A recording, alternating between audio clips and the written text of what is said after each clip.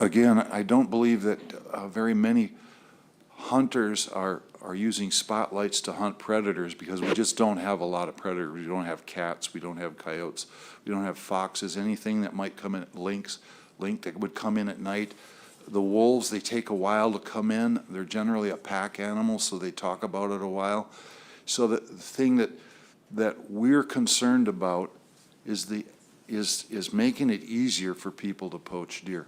Now these tools are very expensive, and your recreational people driving around drinking beer, spot jacklighting deer generally aren't going to invest in that much. But we're trying to conserve as we utilize our deer, because they're hugely important to us as a food security and as a cultural and traditional means and methods. It was wonderful for me to hear about the man that took his son hunting, and they had that time together in a youth hunt. Well, that's how culturally important and significant it is to hunters to pass that lifestyle on, and we're hugely concerned with the decline in our deer population. Thank you. Member Wood. Thank you. I wish I'd had an opportunity to try one of those scopes on myself, but I never have. How expensive are they? Everyone references are very, very expensive. What are we talking about? $1,000, $2,000? Well, you know, I'm kind of a not a skinflint, but you know, I wouldn't buy something like that I couldn't. When I used to try to call predators in, I'd flash my light out there to see if I could see eyes. But they're $400 or $500 just for a thermal scope, and they're coming down in price. And those thermal scopes work pretty cool. I was in South Carolina hunting whitetail, and boy, is that brushy. And that definitely helps you out see the warm body of the dead deer.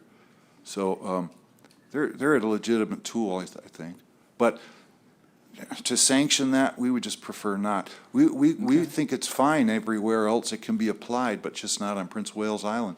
And I don't know too many people that are howling wolves from a skiff and shining around trying to see wolves. To me, that would be, unless you can tell exactly what that is, I would be reluctant to shoot it just based on its eyes. Thank you. Any other questions? Member Loring. Thank you, Mr. Mayor. Thank you, Glenn. I really appreciate your testimony. On 129 and 130, the minimum caliber bullets, one of the comments you made, which really struck my interest, was your thought was placement and construction, those two words. Could you explain what you mean by construction? Was that bullet construction? And if it was, what is that in your mind? Let's see if I can get this work. In my mind, I learned this early. I was a white-tailed deer hunter before I shot my first moose. And I thought I was a pretty decent shot, and I had a 30-06 with core-locked bullets, and man, did I blow holes through that first moose. And so I determined after looking at those bullets that the core-locked wasn't exactly the kind of bullet that maybe my skill level should use. So I went to Nosler partitions, and I've been a fan, even as a brown bear guide, using large caliber rifles of the Nosler partition because it works. It penetrates and it also fragments. It works. And now that I'm a little older, the bullet placement part of that, now that I'm a little older and I don't see as well as I'd like to, I shoot my deer and any animal that I can through both shoulders because it's going to be there when I get there. And I think at my age, venison is just a treat, whereas I used to live on moose meat and caribou and everything else I could hunt. Now it's a blessing. So bullet placement and bullet construction, I've learned professionally, is what you look at first. And then, you know, just blowing a bunch of bullets at an animal is just disrespectful. So it's a part of being respectful. And just a reminder, Glenn, you're here for the AC right now. Are you going to put in a personal testimony card? That was probably a question more related to your personal expertise instead of the AC testimony. Was that correct? Well, it was a. I was going to pass on. Sure. The question I asked was a comment that he made on his AC testimony. And I guess if he expanded more on his personal testimony, that was his. So if there is going to be a personal testimony, I can ask some other questions. I do have some other questions about that particular. And if are you going to put in a personal card or not? Or have you? I'm not, because I'm from Southeast Alaska, and most of the things that I'm concerned about will probably be addressed at the Wrangell meeting. And so we had a real discussion on this calibers idea, and everybody has their favorite caliber, but and several of them there at the meeting used things like 204 Ruger, 22-250, and were very precise in their bullet placement. And we adamantly did not want to be restricted, which I've fought forest fire all over Alaska too, and talked to plenty of natives and people that made their living practically with a 223. So I guess I did interject personal knowledge in that with, you know, bullet construction and bullet placement, or bullet placement and bullet construction. But I don't have any personal comments other than some of those. Okay, I appreciate your comments. Thank you. Any other questions from board members? If not, thank you very much for that testimony. Thanks for traveling all this way and being a part of this process. Thanks. Thank you.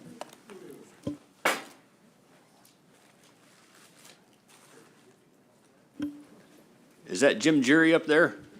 Yes, sir. All right, how about I call you up next, Jim?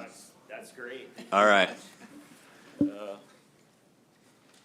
Yep, just sit down there and hit the button and state your name for the record and let her rip.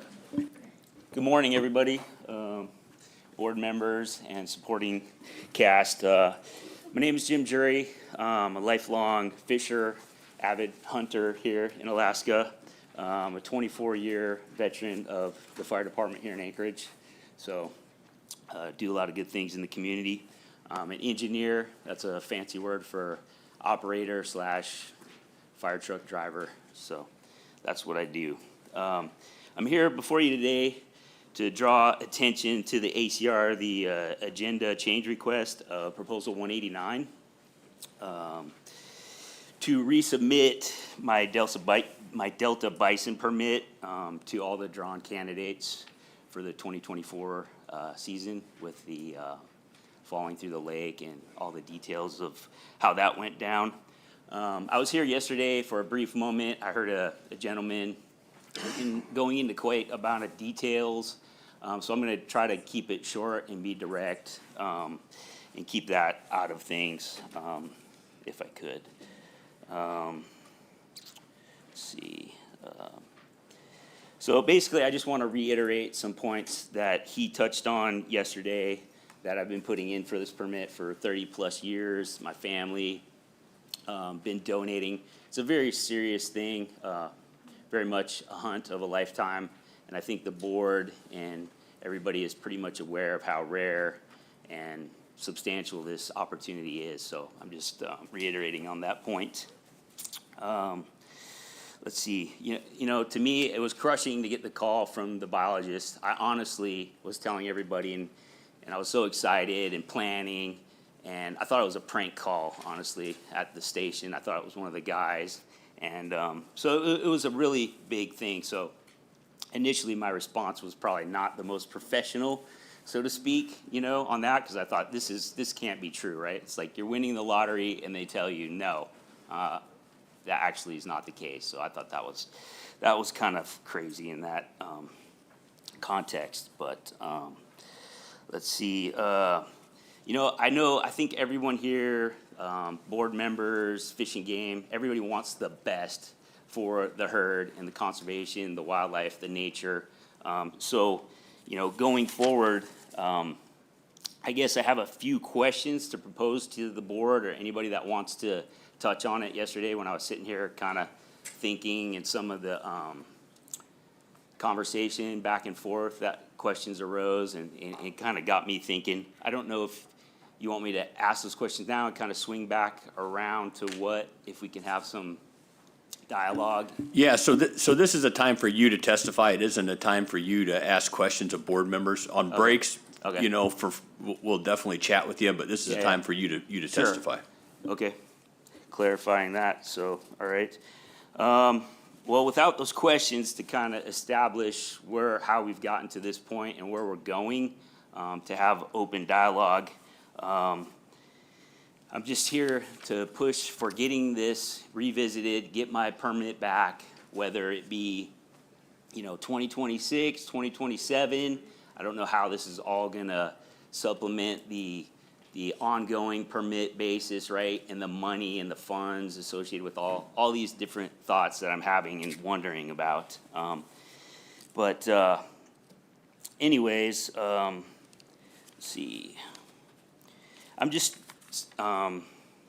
committed to supporting the efforts and shared value and dedication of Fishing Game, the Board of Game, the balance, wildlife conservation, the management between hunters' rights and the boards. And I just want the right thing to happen for everybody involved. And that's why I'm here, to just reiterate that and hoping for the best. Any questions? Jim, thanks a bunch for that testimony. You're very, very clear. Any other questions from board members for Jim? Member Loring. Thank you, Mr. Chairman. Thank you, Jim, for your testimony. There's been some opportunity for other folks to testify about how they wanted the permits, if we decided to do it, to be reallocated. Yes, sir.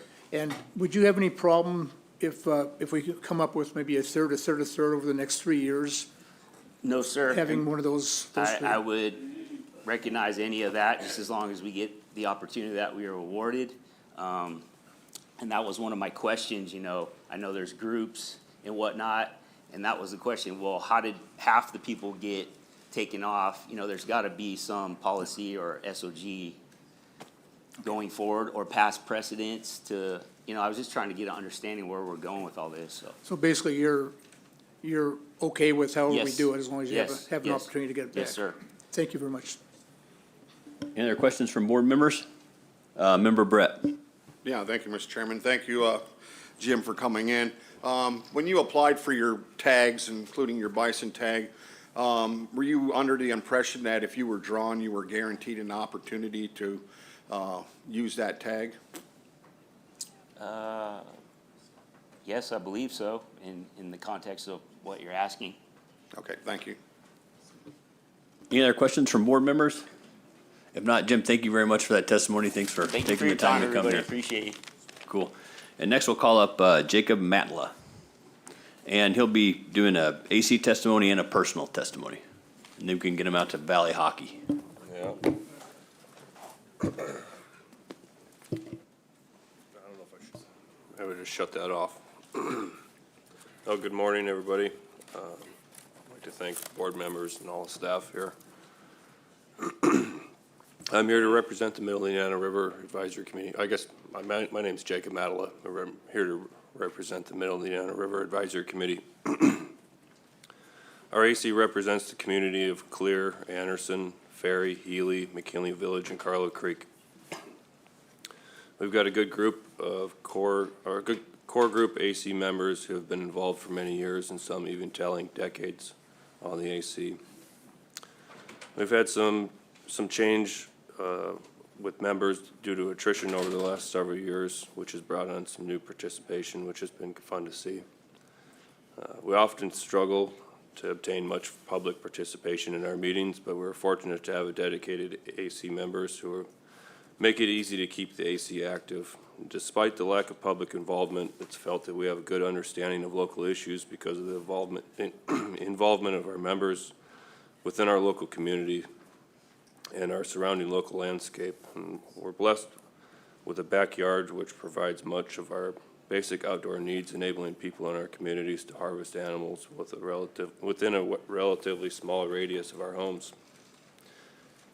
The majority of our members are participating in hunts for consumption and personal use locally.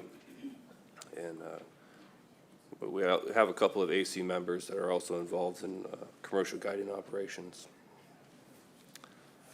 So among the proposals that we discussed, I just wanted to highlight on some of them that kind of drew out more conversation than others. And Proposal 87 was opposed And it was thought that there was already rules in place that,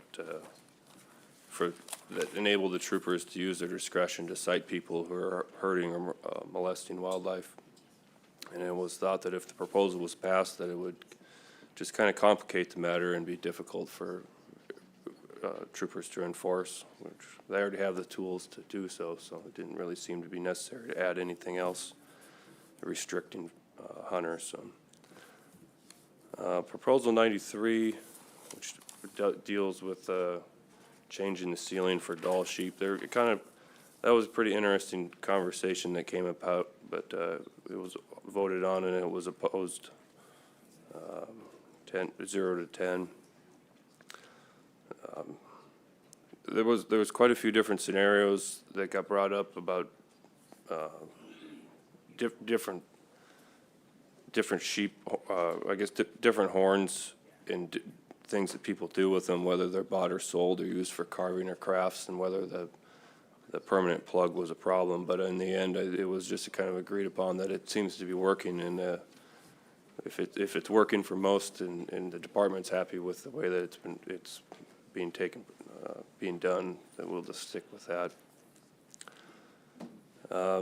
Proposal 122 brought up some good comment. It was supported unanimously, but the question was brought up whether it was necessary to leave the word plains in there describing the bison. And now that we have wood bison reintroduction programs in several places in this state, it was amended and then supported to just include the word bison.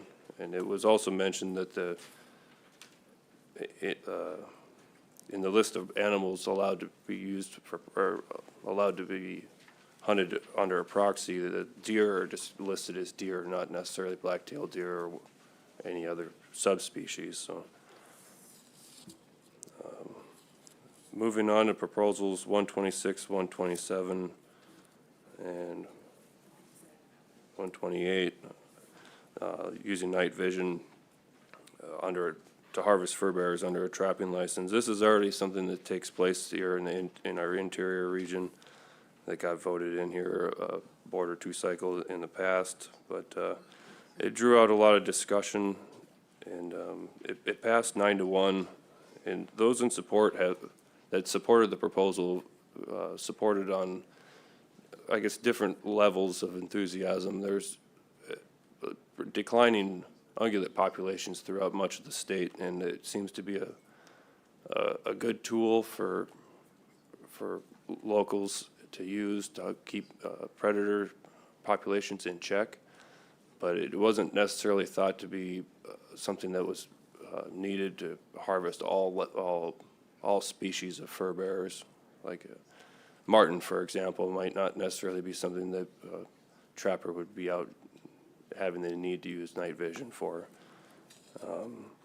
But it was definitely thought to be a better alternative to keep predator populations in check rather than resorting to aerial hunting or predator control programs, but leaving it in the hands of private folks on their local landscapes to maintain predator populations.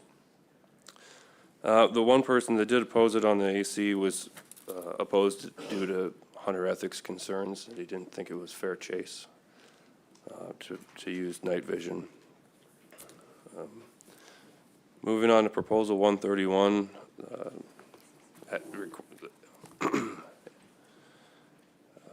requiring tag IDs on traps and snares. It was strongly opposed, and this was thought to be an undue burden on trappers, and it would create cost and enforcement issues.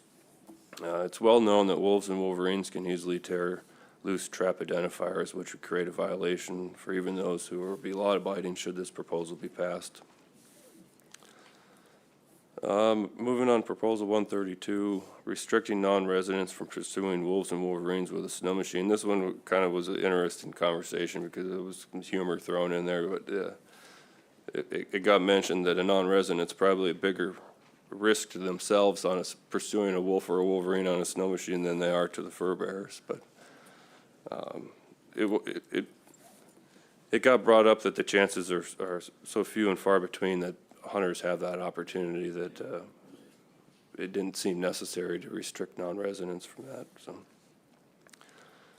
Proposal 137, changing the draw process wasn't really looked on favorably but by most of the AC, and that was opposed.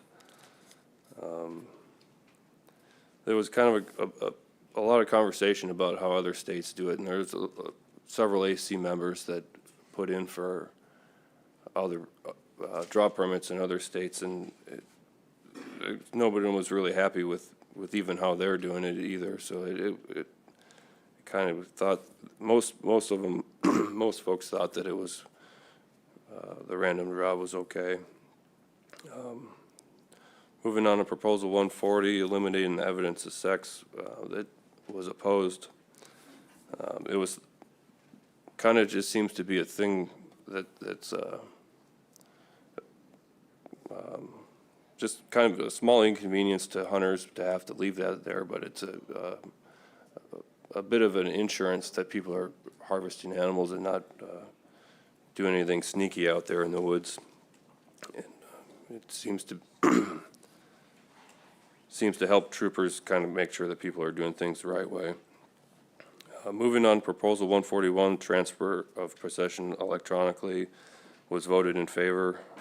It kind of seems to be the way of the world that we're all carrying around our cell phones out there, and whether it was mentioned that maybe there could be an online form that could be uploaded or downloaded onto a phone, and it'd be something that'd be easy to fill out to make sure all the parts of the paperwork were filled out correctly, or the electronic document, excuse me. Proposal 147 drew a bit of conversation, has to deal with delegating the authority to the board or to the commissioner for the species on the I guess what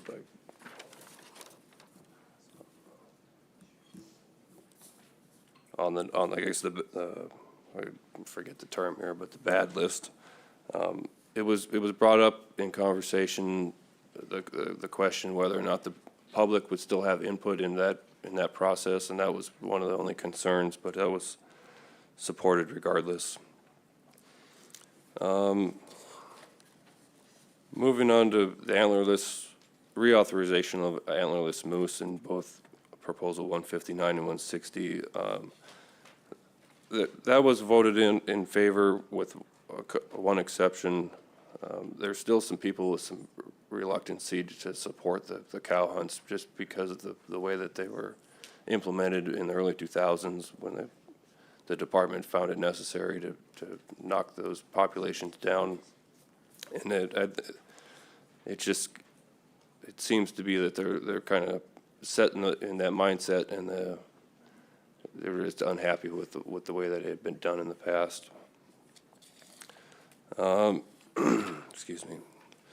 Moving on to the ACRs dealing with the bison, 188 and 189. We were in support of 189, but only, I believe it was the third section, which was to lift the 10-year restriction for residents and lift the lifetime restriction for the non-resident hunters who were unable to use their permits. It seems like, excuse me, this is definitely something that the department should look at and not limit those hunters that were unable to hunt those permits, but it was felt that the department, under our understanding, that they had pulled those tags from the bottom of the winners list rather than just a randomly drawing them from the winners. So it was felt that they pulled those in the most fair way possible, because had the department known that the population was in such decline, they would have never issued those permits in the first place. So, I guess that kind of leads me into the sheep proposals. That was probably the biggest topic we had in our local area, or our local ACs. Proposals 94, 95, and 96 were kind of all lumped together. And nobody thought that there was any reason to change the full curl regulation in any way. It seems to be something that's been working for decades, and everyone was happy to leave it the way that it is. And in regards to the 19C sheep proposals, there was a great deal of discussion, and we kind of waited till the end until we had department comments and got to look at the ACRs. And the only proposal that the AC decided to take action on was Proposal 107, which would reinstate the sheep hunt 19C. It's kind of felt that the situation over there in 19C is very similar to what we're experiencing in Unit 20A. And we think that the full curl regulation should be put back into place and allow non-resident hunters to go back to doing what they were doing before. Yeah, the only thing that's going to help our sheep populations is fair winters and in time. So I believe that's all I had for the AC testimony. Thanks for that testimony, Jake. Any questions from board members for the AC? Member Loring. Thank you, Mr. Chairman. Thank you, Jake. The AC, you mentioned that you had a pretty vibrant discussion about the night vision, forward-looking infrared proposals. And you mentioned several times that the AC talked about predators. Did they actually talk about which species of predators that they thought these would be useful for versus other species that they might not? Yeah, wolves and coyotes are definitely on the top of the list of animals that everybody would be in favor of supporting proposals to use night vision for. But I guess the smaller fur bearers are not necessarily on the top of the list. Thank you. And one quick follow-up on the proposals, I didn't see any comments in your on your report on 129 and 130, the proposals dealing with minimum caliber. Did you talk about those at all in your AC or no?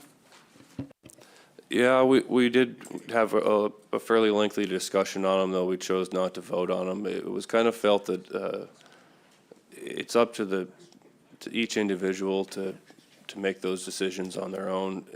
In the previous testimony that I'm following, it was a lot of the same thoughts and inputs there, that the shot placement and bullet construction and just the distances that people are willing to shoot animals with. I mean, if there was animals within a very short distance, a 22 caliber is certainly sufficient, but there's folks out there that are shooting animals at 800-900 yards or even 1,000 yards, and those are all personal choices that we feel people should be able to make. Thank you very much. Any other questions from board members? If not, Jake, thank you very much for that AC testimony, and go ahead with your personal testimony. For the record, my name's Jacob Matala. I reside in Healy. I'm fortunate to have a pretty amazing backyard to be raising my family in, and it's a real pleasure to be there. That being said, the sheep are kind of a local topic for myself and my family, and it's something that we're pretty passionate about. But we feel that just generally speaking, that nothing should really be changed as far as full curl regulation. So I wouldn't support any of the proposals that are dealing with trying to make those changes. I would ask the board to do anything that they could to take action on predator control, because that's one of the only factors that we have any control over with the sheep populations in such decline. There's certainly a problem with golden eagles on the landscape, and I know that's something that most folks don't want to chat about. But going out into the high country, it's pretty common to see just as many golden eagles now as there are sheep on the landscape. And I don't know how we go about fixing that problem or suppressing the eagle population some, but we have the tools to take wolves and coyotes and different predators off the landscape, but to leave one apex predator out there and then have to deal with a depressed sheep population, it makes it kind of difficult. So I guess that being said, I don't have the answers to solve that, but maybe there's somebody in this room that could lead us down the right path for that.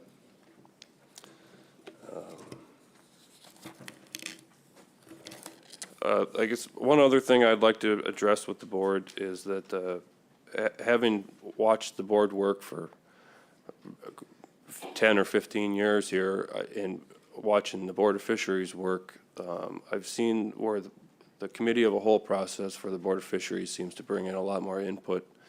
And as proposals are brought to the table, it seems to be a lot more fluid way of working through the proposals and drawing out public input. And as proposals are amended and progress through the deliberation process, I think that a lot gets missed with the way that the Board of Game handles the proposals, and the committee of a whole process is definitely something that should be considered at some time by the Board of Game. That's all I have. Thank you very much for that testimony. Any questions from board members? I have a couple of questions for you, Jake.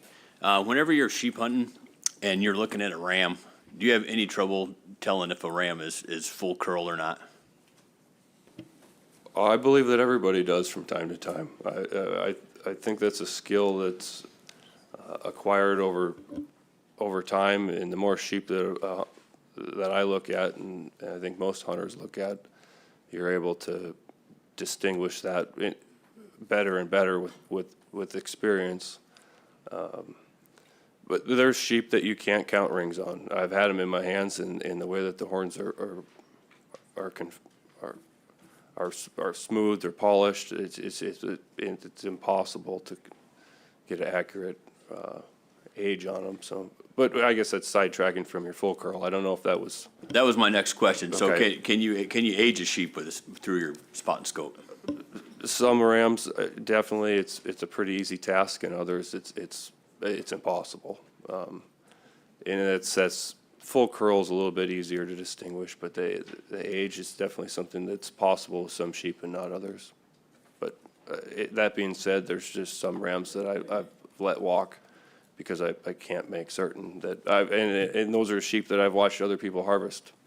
And that's a frustrating thing, but it's just something.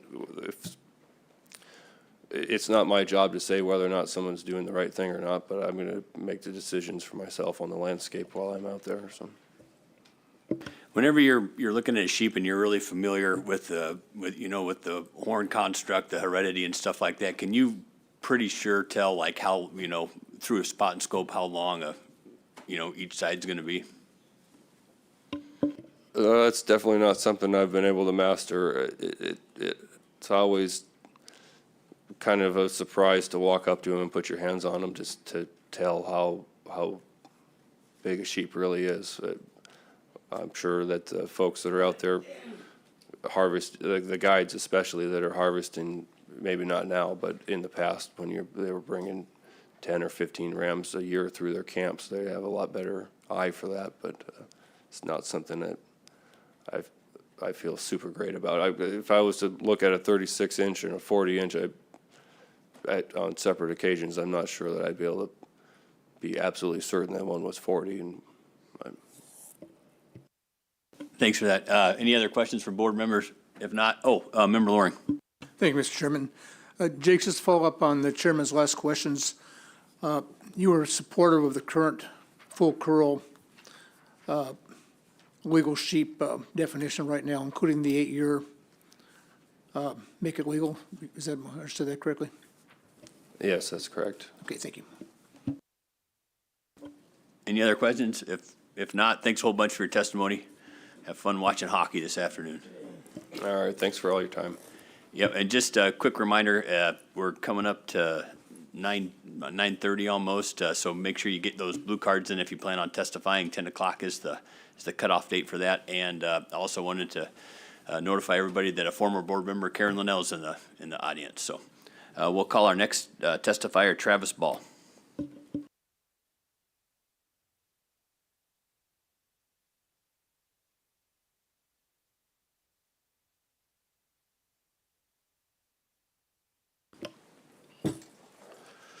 Morning, Mr. Chair, fellow board members. My name is Travis Ball. I currently represent the village of Aleknagik, and I reside on the Nushkak AC board, currently as vice chair. I'm just here to go over our AC minutes for you guys, and we didn't hit on a whole lot of these. We kind of focused on the ones we thought affected us, and so I'll start here.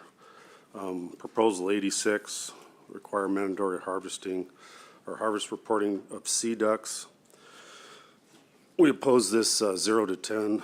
It seemed like an additional burden and would lead to unnecessary paperwork for all those involved.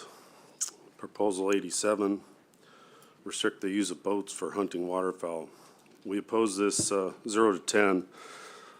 This seems pretty straightforward to most of us on the AC here, and you know, ducks live on the water. You need a boat to be on the water, so it seems like it would severely restrict access to hunting. Proposal 89, require non-resident moose hunters to attend a hunting orientation course and be accompanied by a registered guide or resident family member within second degree of kindred. So we had lots of discussion on this one. There was support for the hunter education program of this proposal. We held a vote to amend to only incorporate this in the proposal and drop the requirement for guided hunts. This amendment vote failed 4-6. After more discussion, we voted to amend this proposal, or we voted to amend this proposal to focus this proposal on GMU 17B only, and this also failed 9-2. After discussion, it was decided that our amendment kind of strayed from being a statewide proposal and needed to be brought forward at the next regional cycle if so desired. Vote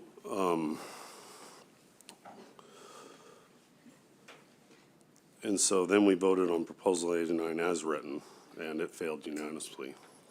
Proposal 123, allow remuneration to be provided to proxy hunters. This failed 0 to 11. We feel like this takes away from the spirit of the proxy hunt, turns it into a market hunt, and we felt current regulations are appropriate at this time. Proposal 126 through 128, using night vision goggles for taking fur bearers. This also failed 0 to 11. Enforcement expressed this would create a bigger burden for them. There was also the feeling that once allowed in the field, it becomes difficult to enforce what they're used for. Proposal 129, 130, establish minimum firepower for taking a big game. This failed 0 to 11. The feeling was it was more about the shot placement than the firepower. Obviously, you've heard other testimony. You know, the responsibility falls on the hunter to be adequately prepared for the hunt. And, you know, a lot of people use different calibers and are comfortable with those calibers. And we just felt like this was a restriction that was not needed. Proposition 131 requires tags to be attached to traps and snares. This failed 0 to 11. There were concerns that traps could be stolen and reset illegally, implicating the original owner. I know that, you know, this might not happen in like a rural area potentially, but maybe in a non-rural area, this might be a bigger concern when there's more people that have problems with people trapping. And so that was a concern of ours. It also there was concerns that would give enforcement an excuse to check tags, mess up sets. It was also expressed that if people chose to set it illegally, they're not going to bother to put tags on it. So this failed 0 to 11. Proposition 132, prohibit non-residents from using snow machines to approach and pursue the taking of wolves and wolverines. There was discussion that non-resident hunters operate a lot. There was discussion that non-resident hunters generate a lot of income to the communities, and we didn't like limiting methods and means in this manner to residents only. Proposition 133 prohibits snowmobiles to approach and pursue wolverines for residents and non-residents. This failed 0 to 10. This was allowed as a methods and means statewide a few years ago. If there's an issue, we felt like if there's an issue in certain GMUs, it should be brought up in a regional proposal and not as a statewide proposal. Proposition 140, eliminate the requirements to provide attached evidence of sex of big game. This also failed 0 to 10. We felt this would lead to nothing but problems for enforcement and compliance. Proposition 141, allow video recording to serve as evidence of transfers of possession. We supported this 10 to 0. Felt it would ease the burden requirements for guided hunts and guide operations, and felt it might make compliance much easier across the board. Proposition 142, allow sale of legally harvested big games without a permit. This failed 0 to 10. We oppose this as it would monetize trophy taking. Proposition 143, allow sale of legally harvested big game without a permit. We took no action based on actions taken in 142. Proposition 146, exempt sterilized cats from the list of species prohibited from being released in the wild. This failed 0 to 10. We just felt this was not a good idea. We have no idea how this would or will impact local wildlife, small game, birds, for example. Proposition 148, we'll skip over that one. Proposition 149, add Nushagak AC to subunit B and Togak AC to 17C relating to antlerless moose authorizations. So we supported this 11 to 0, and then as we were kind of going over this a little more, someone pointed out the intent was for this affected community to have the ACs provide input. So we feel 17A should be a Togak and Nushagak, not just Togak. So we proposed amendment for 3B-I to say Togak and Nushagak, not just the Togak. We supported this also 11 to 0 as amended. And that's all I have. Travis, thanks a bunch for that testimony. Any questions from board members? Member Wood. Thank you. I just want to clarify something you said, and it concerned the night vision proposals. Did you say enforcement had advised against it, or that the AC itself thought it'd be an enforcement issue? We had enforcement there at our meeting, which they're always there, which is really nice, and asked their input on it. They felt that it would complicate things for them. Okay, that's what I was trying to clarify. Yeah, in the field. I know there was, mentioned of, obviously we live in a rural area, and so, I randomly hear gunshots, and I live on an island kind of on the lake there. I caretake a lodge, and I'll hear gunshots during the daytime, and kind of like, okay, what's going on, because, sometimes they feel close. I'd be terrified if I started hearing gunshots at nighttime, because, and a lot of it expressed the same, you start thinking, okay, I'm focused in a night vision one direction, and you're seeing something, you don't have very much peripheral of everything else going on around you, and where, potentially you're shooting and affecting things, right? So nighttime shooting was kind of a real scary thought to most of us on our board. Just, it's nice to have a sense of your surroundings, I guess, when you're shooting something, right? So you don't make mistakes. I very much appreciate the testimony. I've never done any night vision, so I have no experience in it whatsoever. I have not either, but there was a lot of concern on our board with it. Questions from other board members? Vice Chair Hoffman. Yeah, thank you, Travis. Thanks for your AC's testimony. You made some comments about Proposal 132. regarding the non-residents using snow machines. Is there, do you know of non-residents in your area that, is it common there? Absolutely. Not this year. We can't go anywhere this year. Yeah, a lot of the bear hunters and stuff that come out and the guides, we have several big outfits that run bear hunters and guides out there, so they'll attach those onto some of their bear hunts and allow them to, you know, if they see something when they're out running around for 200 miles a day, you know, gives them that opportunity. Is it a focused hunt? I don't believe, that's not my understanding. It's kind of an add-on to bear hunting when they're running around in the springtime. But that being said, you know, we asked our local local ADF&G, there's not really a lot, or has not been a lot of harvest from non-res. It's been very small. Any other questions from board members? Member Brett. Yeah, thank you, Mr. Chairman. Thank you, Travis, and thank you for being on the AC, and whoever was taking your minutes or notes did a very good job of recording that meeting. On 142, which was the eliminating the permit for the sale of big game trophies, and you said if there wasn't a permit in place that it would monetize trophy taking. And I'm trying to correlate the difference between a permit and not having a permit and the monetization of trophies. Yeah, I think it basically, you know, takes one step out of the whole process. It was kind of how we felt.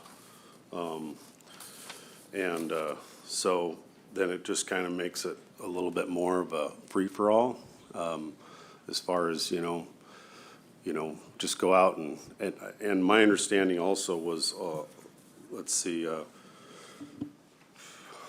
I think right now the way, well, and correct me if I'm wrong, I think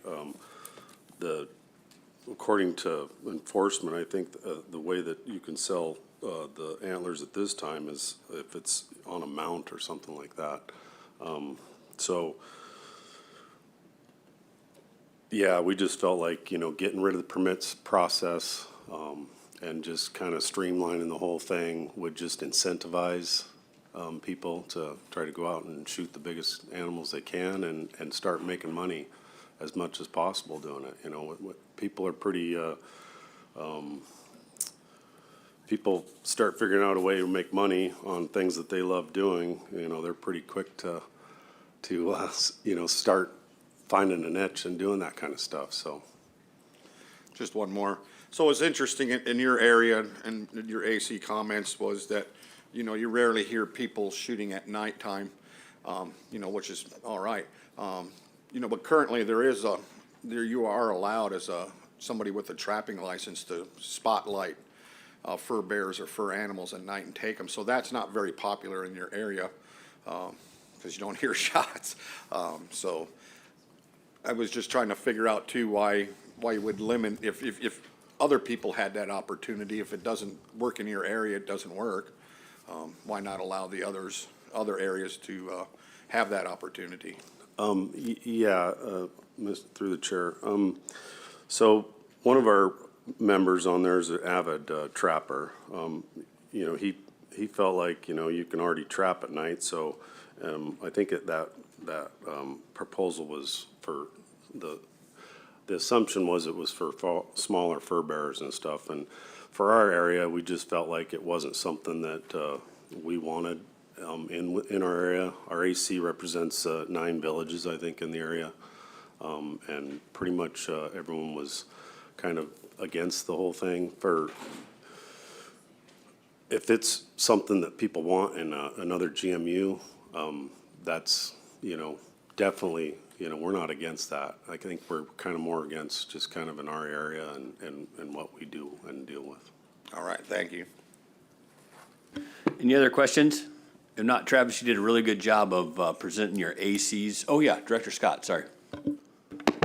Thank you, Mr. Chairman.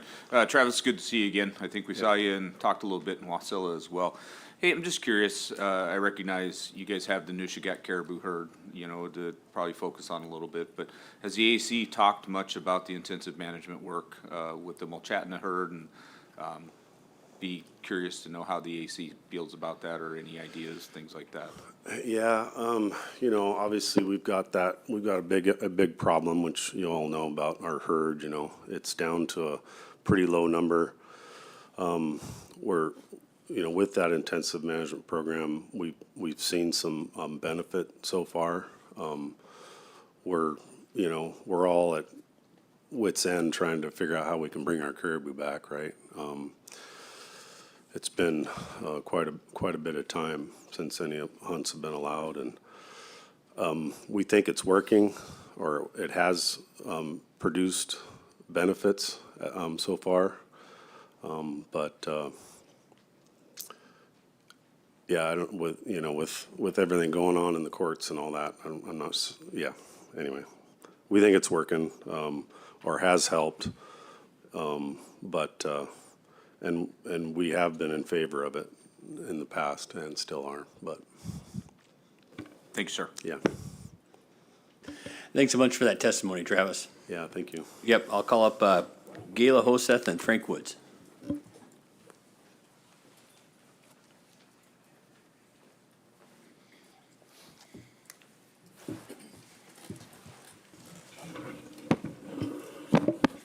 Good morning, Mr. Chair and members of the board. For the record, my name is Gayla Hossett, and I'm the first chief of Chuggan Tribal Council located in Dillingham, Alaska. We're the largest tribe of the 31 villages in our area.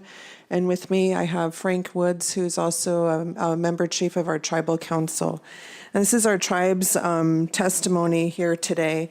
But just to kind of give you a little bit of history of us, I know you guys have seen us at many different platforms, and we've been coming to this meeting for over a decade together, I guess, with a dynamic duo. But for our day jobs, I'm currently the Director of Natural Resources for Bristol Bay Native Association, serving the 31 tribes in the region. And Frank is, he works in the Forestry Department with BB&A. I'm also the Subsistence Chair of the Alaska Federation of Natives, served as the coach of the Native Caucus Chair for Alaska Migratory Bird Co-Management Council. Frank just got appointed as one of the tribal seats to the Federal Subsistence Board. He's also served on Village Corporation Board.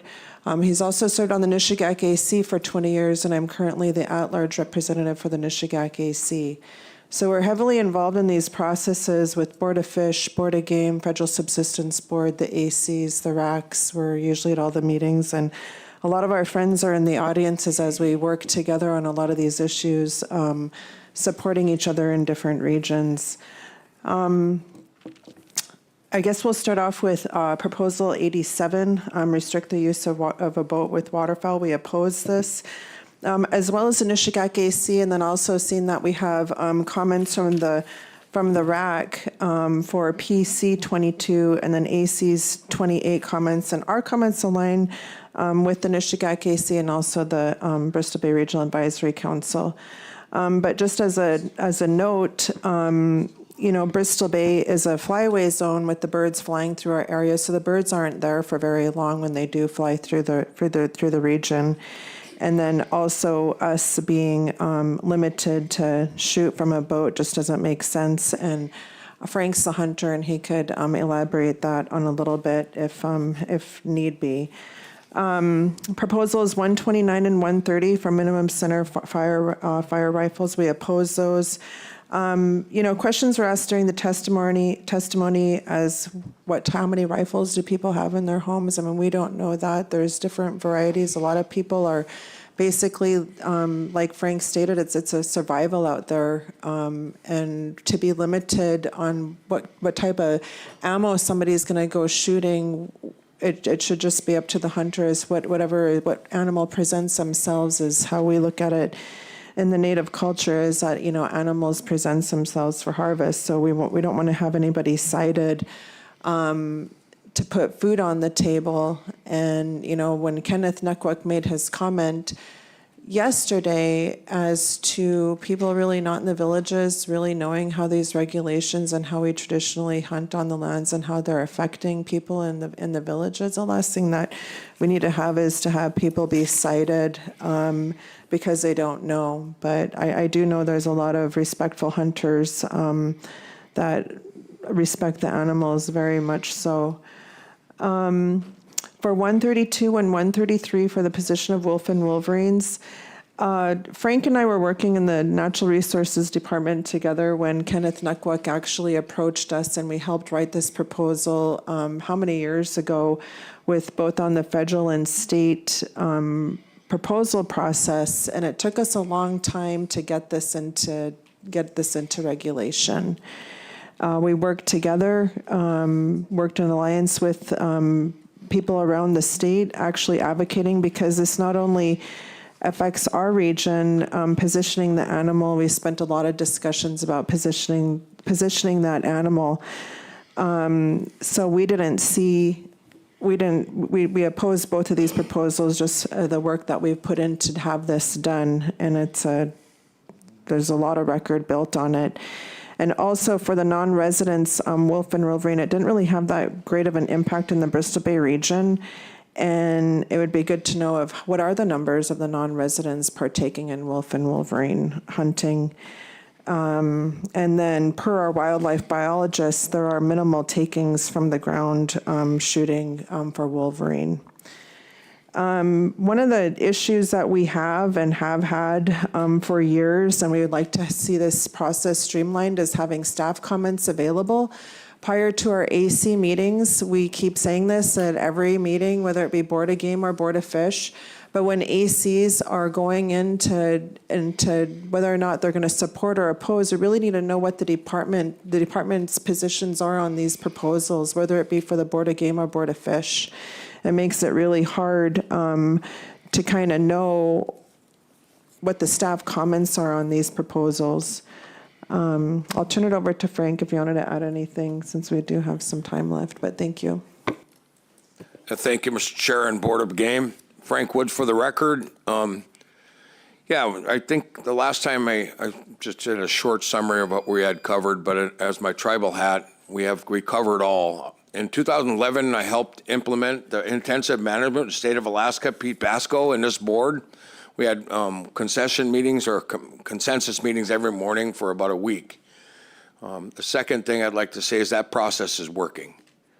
It expanded. Now, in the last 10 years, the moose population in Lower Nushagak with the new intensive management plan for bears, there was almost zero calf recruitment on the Lower Nushagak when that was implemented. The state of Alaska has 740,000 people. In 1959, there was 140,000 residents. We now have 150,000 natives, and the rest are other than the population. I represent the native population. The native population has 44 million acres of private land. The state of Alaska has 100. I work in the two most dangerous fields in America. I'm a commercial fisherman, and I'm a forest fire manager. The fire doesn't delineate whose land it is. I am more afraid. I have never been more scared in my life. Number one, we're running out of resource. There's not enough land to divide up to anyone. The next proposals we're going to have before you is our tribal ordinances to having our own hunt to help feed our people. And Alaska has 100 million acres, but we have unallocated private lands under the Alaska Name Claim Settlement Act of 44 million acres. Those 44 million acres were chosen for prime subsistence use under the Alaska Name Claim Settlement Act. What I'd like to say is in 87, the proposal 87 before you is that, I was confused on two different proposals. The first one was to allow, I confused myself because the person wrote two different proposals that were conflicting. And also I totally oppose proposal 133 for allowing boats. 137, there you go, see? Is that, there's no other way to do it. And I appreciate all your work. This work you're doing right now is, number one, it's a thankless job. I mean, I've spent too many times around this table where everybody's sitting here, and one thing, reason I joined the forestry department is we start writing land use policy, land use plans, stewardship plans, that we all come in agreement, that we can agree upon land use protection and land use policy. So with that said, I am excited to see that you're taking on all these issues, but on the other hand, it scares me to death when we start running out of resource. And I'd like to say that, everybody comes here for the piece of the pie. Well, we'd like to help write that recipe to feed everyone. So thank you very much, and thank you for our opportunity to be here, and I'm kind of excited to see where we go with this, because intensive management's got to happen in the state of Alaska, whether we like it or not. If we start developing policy to start to eliminate the use of intensive management, we have the biggest bear and wolf feeding program in America. Because in Bristol Bay, we have more bears than we do people. And we have a hard time feeding ourselves. And when I live in a place where there's wolves right in my back door, bears every day, and we used to be able to go out and harvest caribou and feed our families. That is no longer allowed. It's only on a federal side that on federal lands that we're able to harvest one to taste. So thank you very much, Mr. Chair and Board of Game. Gayla, Frank, thank you very much for that testimony. Do we have any questions from board members? If not, it's very clear, very precise. I really appreciate it. Thank you guys very much.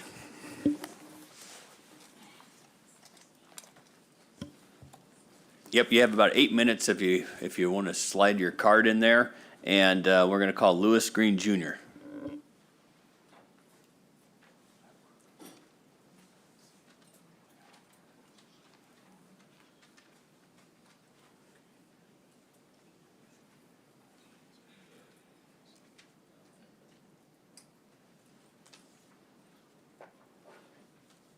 Guess we'll have a first call for Lewis Green Jr. Nancy Bale.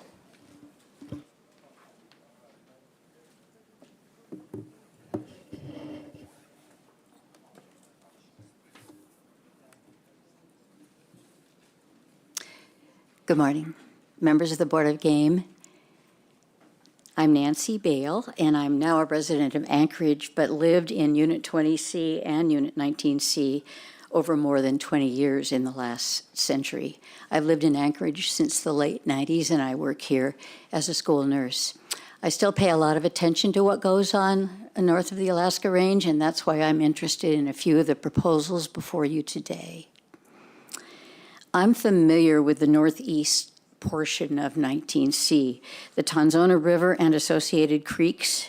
After years of flying over, hiking, skiing, camping, and climbing the ridge lines, I appreciate the importance of sheep hunting in this unit, since certainly 50% of the unit is sheep habitat in the Alaska Range, just where it turns the corner and the hills get a little bit lower than those Denali and 4 Acre and Mount Russell high icy peaks, and the habitat for sheep improves.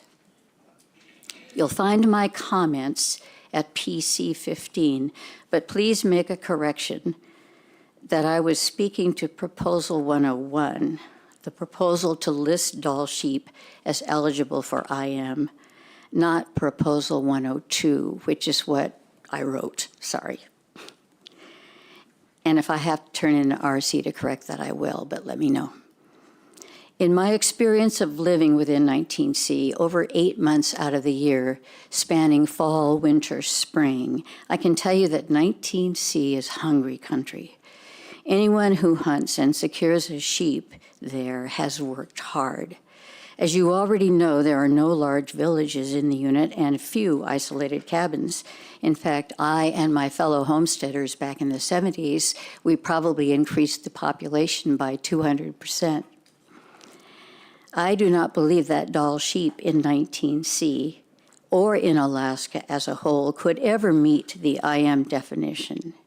That is, the ability to support high levels of human harvest. My worry, IM designation and even eligibility could lead to methods of predation control that are inappropriate, dangerous, and expensive within sheep habitat. If you've been in 19C the way I have during a Chinook or in a winter weather event, you know how hard it is to fly an airplane or even a helicopter around there. Dangerous, expensive, and maybe really useless.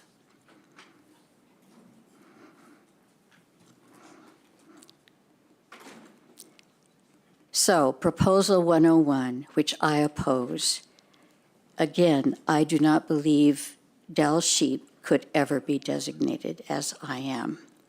You may be aware that in order to try to study the declines of our sheep and do something about it, that Denali National Park and the state of Alaska are currently conducting a cooperative study collaring sheep within the refugia of the park in 20C and on hunted lands in 20A, and collecting measurements to examine parameters and stressors in a hunted versus a non-hunted population.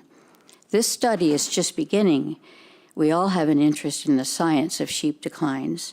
Certainly sheep are in trouble. Certainly also, they're not an IM species. I also support Proposal 190 to enact the Sheep Working Group recommendation. These are conservative and based on careful study by the group. I understand that a number of sheep proposals have been deferred to this meeting. If you adopt 190, which I support, these other proposals could become moot. But in consideration of the other proposers, perhaps you could discuss these proposals informally rather than applying the broad brush of TNA. Believe me, I've been a proposer before and have been TNA'd, so I know how it feels when you've done a lot of work to put in a proposal and all of a sudden it's TNA. And just briefly, with respect to using night vision technologies, I'm very leery of use of these modalities, especially a broad brush of statewide application. Once in place, the camel's nose is under the tent. Alaska has been a leader in prohibiting these technologies, so I recommend voting down 126 to 128, and I would accept any questions you may have. Thank you very much. Nancy, thank you very much for that testimony. Do we have any questions from board members? If not, Nancy, thank you very much. Appreciate it. And we'll call Jeff Lucas up next.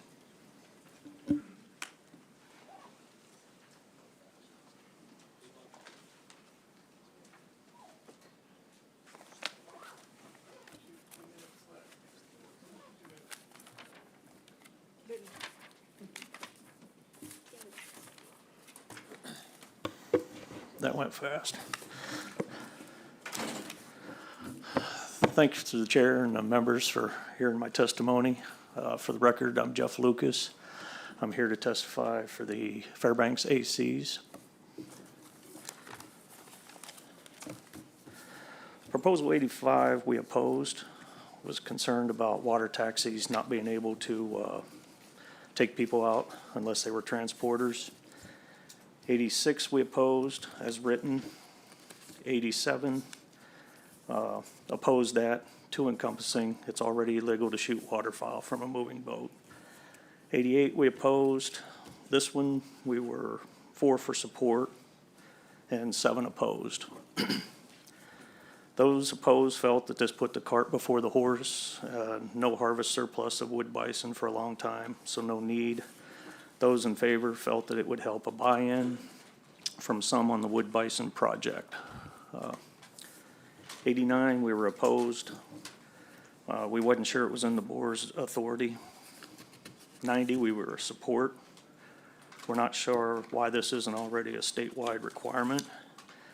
Even in areas where nannies can be taken, it's important to distinguish the gender. TNA 91, 92, we were opposed. We were split on that, 3 support and 8 opposed. Those in support felt that the education is never a bad thing, may help to reduce sublegal take. Those opposed felt that it was a burden for experienced sheepers and should be a voluntary thing. 93, we were in support. Cites information I'm sorry, I lost my place. 93 support. Cites information is recorded either way. They see no reason to permanently do it. We had a lot of discussion about this. People, I've talked to the ceiling. They let you put it where you want. You can point to it.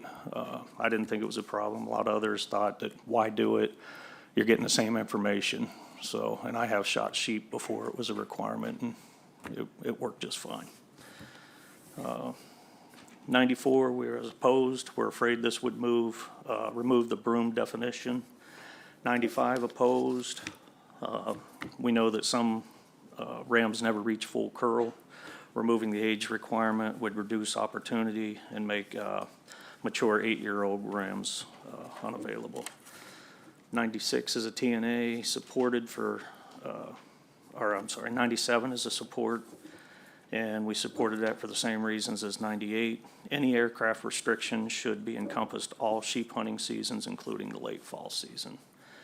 99, we were opposed, same reasons as 98. 100, TNA. 101, we supported. It's a department proposal that we fully support. We think it would help to benefit our declining sheep populations via the intensive management efforts. We felt that the committee was not sure if it requires legislative action or if they had the authority to do it. 102 is opposed. And that is on 108. We opposed 103, 104, 105, 106, 107, and 108 we supported. Non-resident sheep hunting in Unit 19C and elsewhere should be limited via draw-only permits, with the up to number of permits in this proposal may be too low, can be set higher, and the department can determine the number of permits issued and adopt a permit for the surplus. 109, we opposed. We don't support any unnecessary restrictions and take away opportunity for those who want to hunt with a rifle. Opposed 110, 112, 113, and 114. They were all to see 109, and that's the same as take away opportunity. 115 we TNA'd, 116, 117 we opposed, 190 again is where we're referring to. 118 was opposed, see a 108 on the comments. 119 was a TNA, 120 was a support, supported it on the AWT comments. 21 was a TNA, 122 was support. It's a housekeeping issue, we would align the state. 123 was opposed. Compensation to proxy hunters would be easily abused. And this doesn't align with the intent of proxy hunting for someone. It is something that someone does for money or doesn't do for money. Rather, it's to help those that are unable to hunt. 124, we were in support. Would allow increased opportunity. 125 was a support. It helps to define what is a recreational facility. 126, we supported that, and the comments were 127, which we also supported. This was a Fairbanks AC proposal to align the Fairbanks AC proposal to the board passed in the Region 3 meeting to be allowed statewide for fur bearers. It was fur bearers only. 128 was support to coincide with trapping season. 29, 30, 31, 32, and 33 we opposed. 134 TNA'd, 35, 136 we opposed.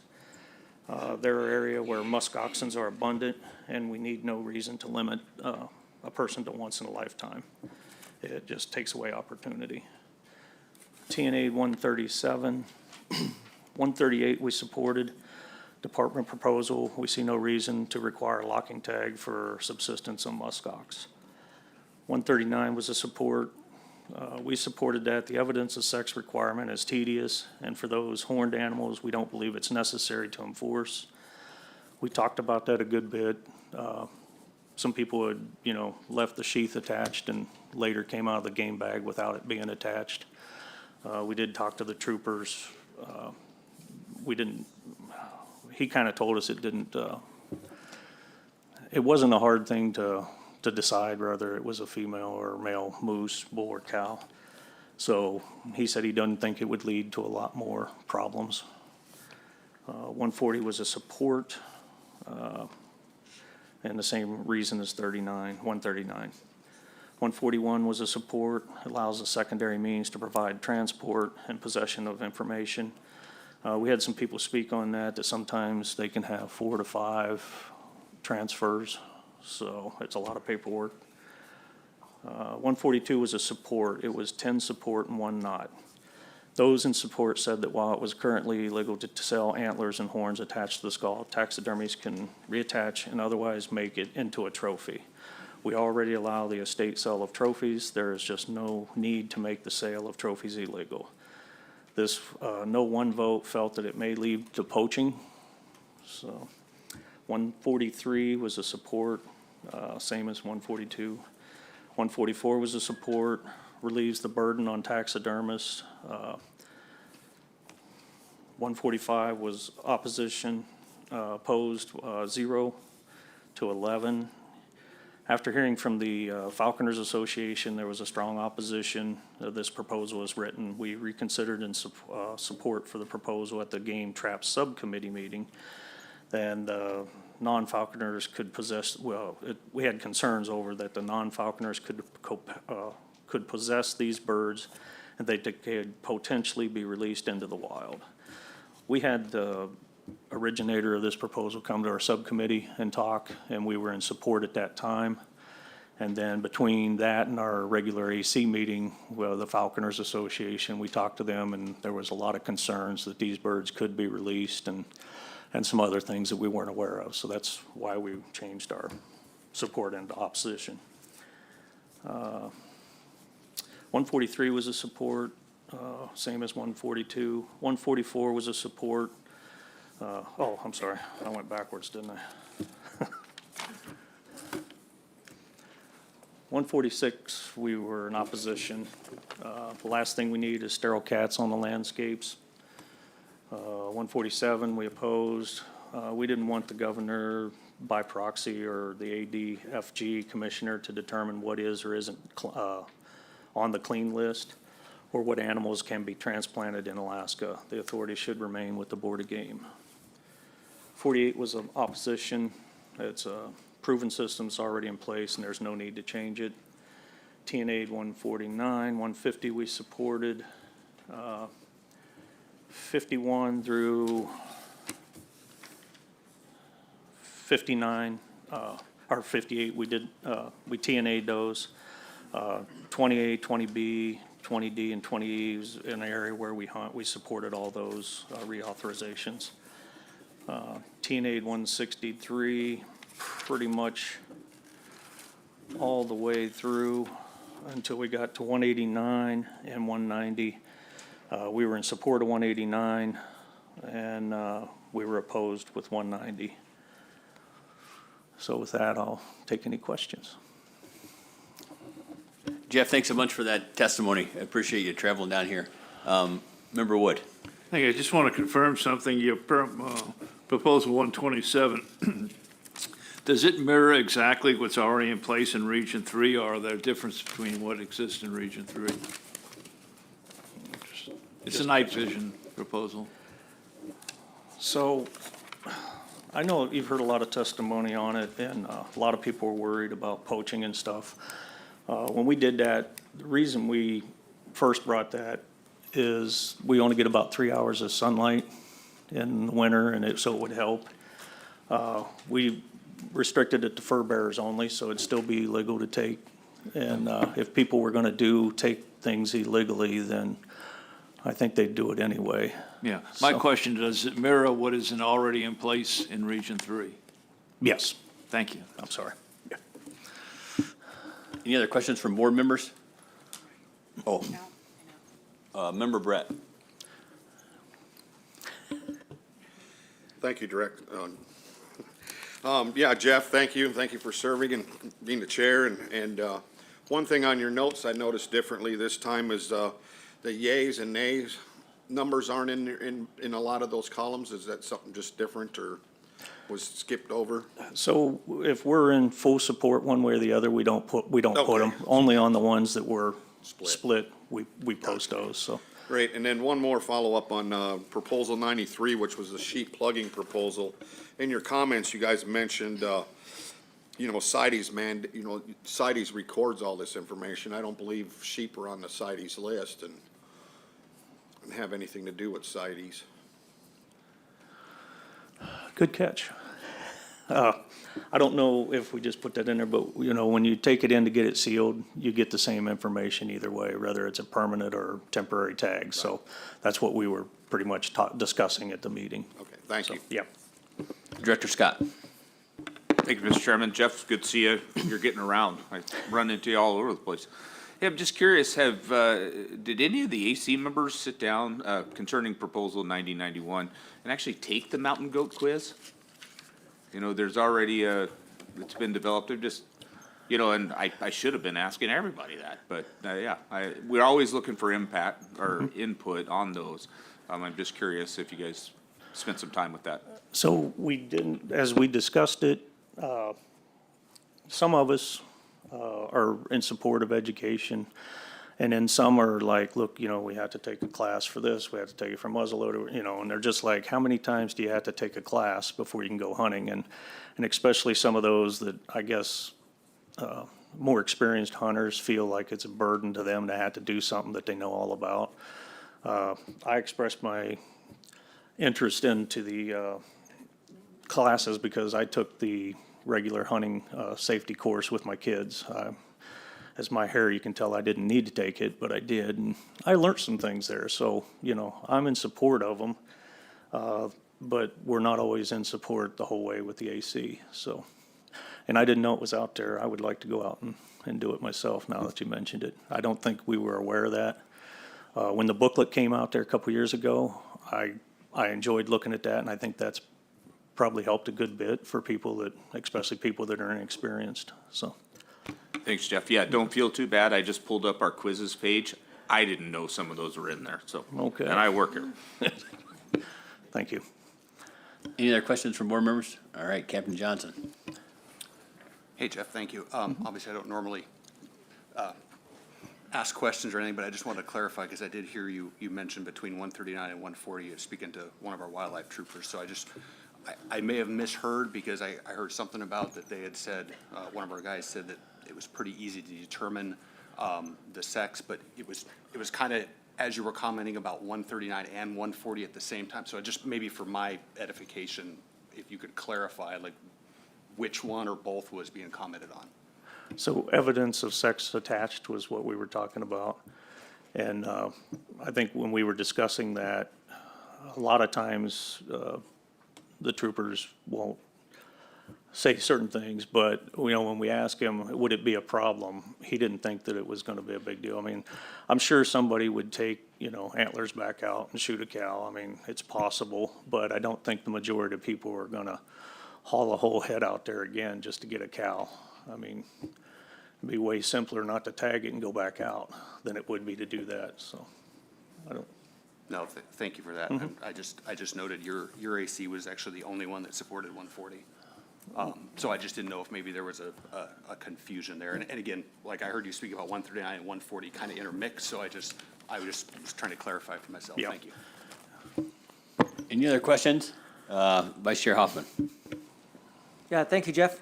Thank you for your AC's testimony. I asked this earlier to another AC, but for your AC, I see you guys voted, you elected to leave Proposal 132 the same, which opposing it, limiting non-residents to hunt wolves and wolverine with snow machine.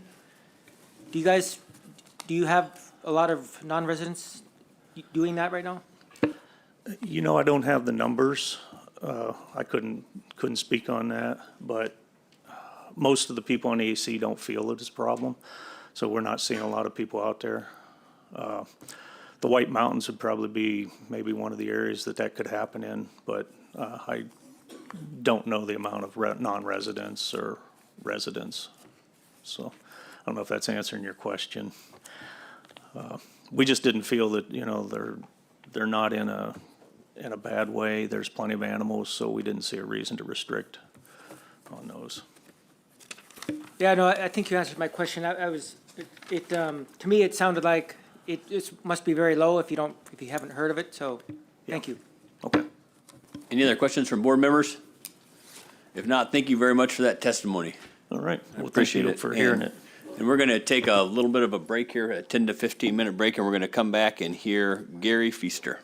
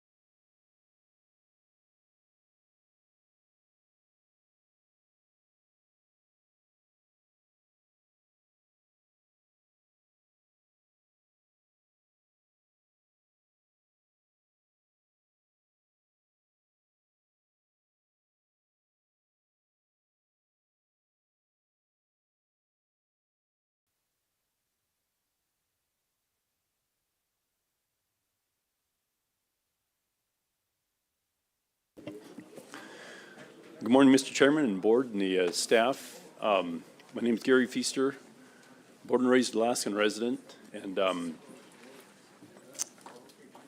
my topic was on the draw permits right there.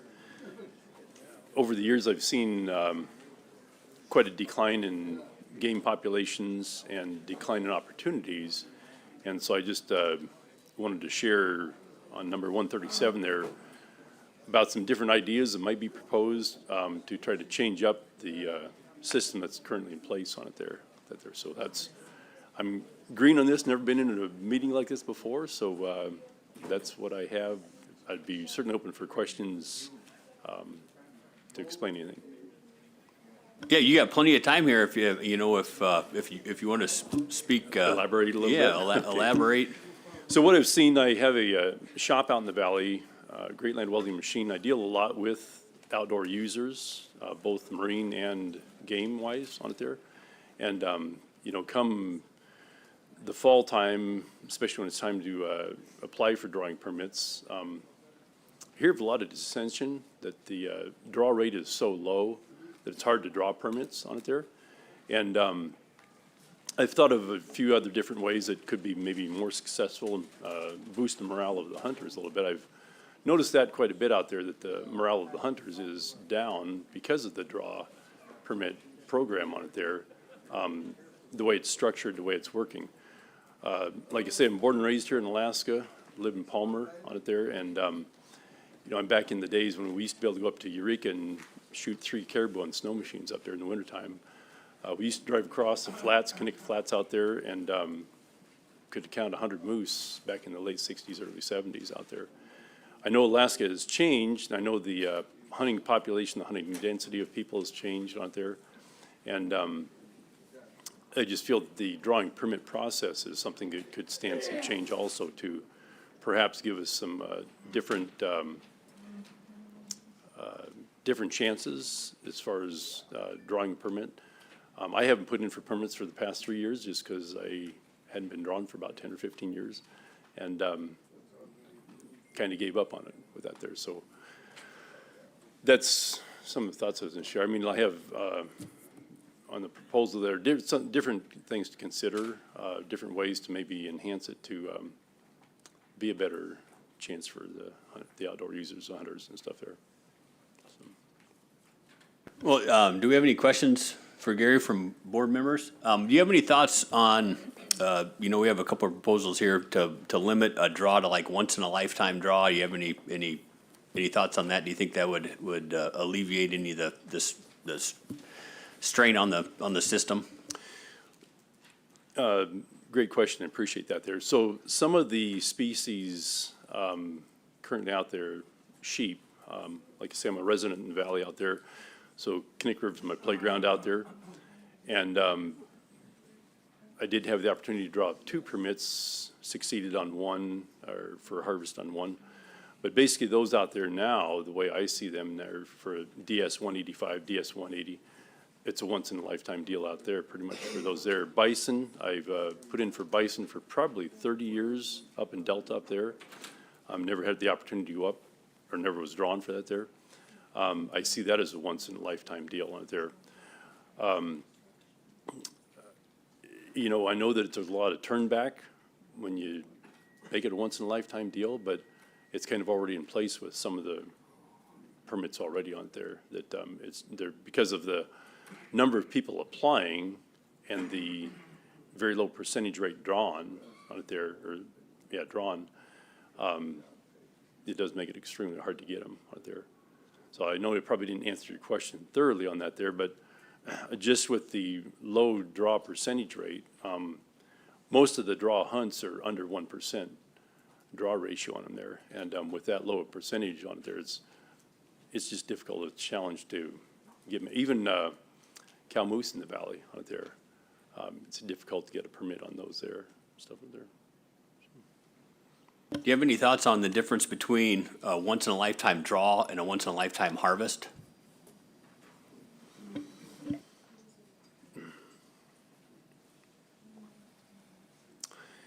It kind of seems like those are somewhat the same there. I know, see, so for me and my sheep there, put in.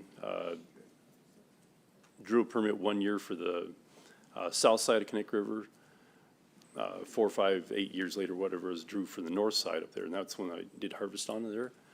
Continued to put in after that, because I'd sure like to go out again on it there, and haven't been drawn on it there, but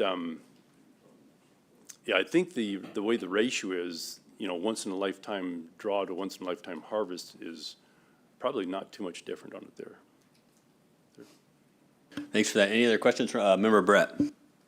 Yeah, thank you, Mr. Chairman. Thank you, Gary. I've sir. looked at your proposal, and it's not a uncommon one I've seen.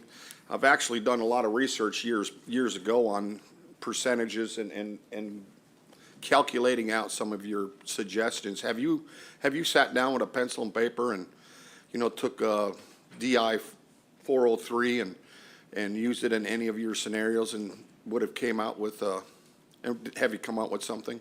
Was that 403, the moose? That's that Delta bison. Okay, yeah. The only thing I did in that was analyze dollars going into that over the permits on there.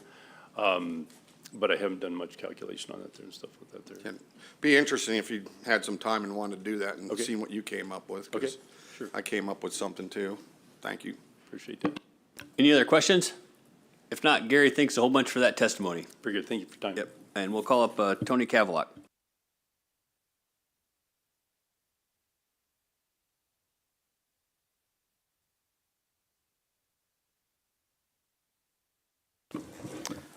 Hello, Mr. Chair, members of the board, department staff. My name is Tony Cavalock. I spoke before you in January, and I'm retired Department Fish and Game, so I have a little background here.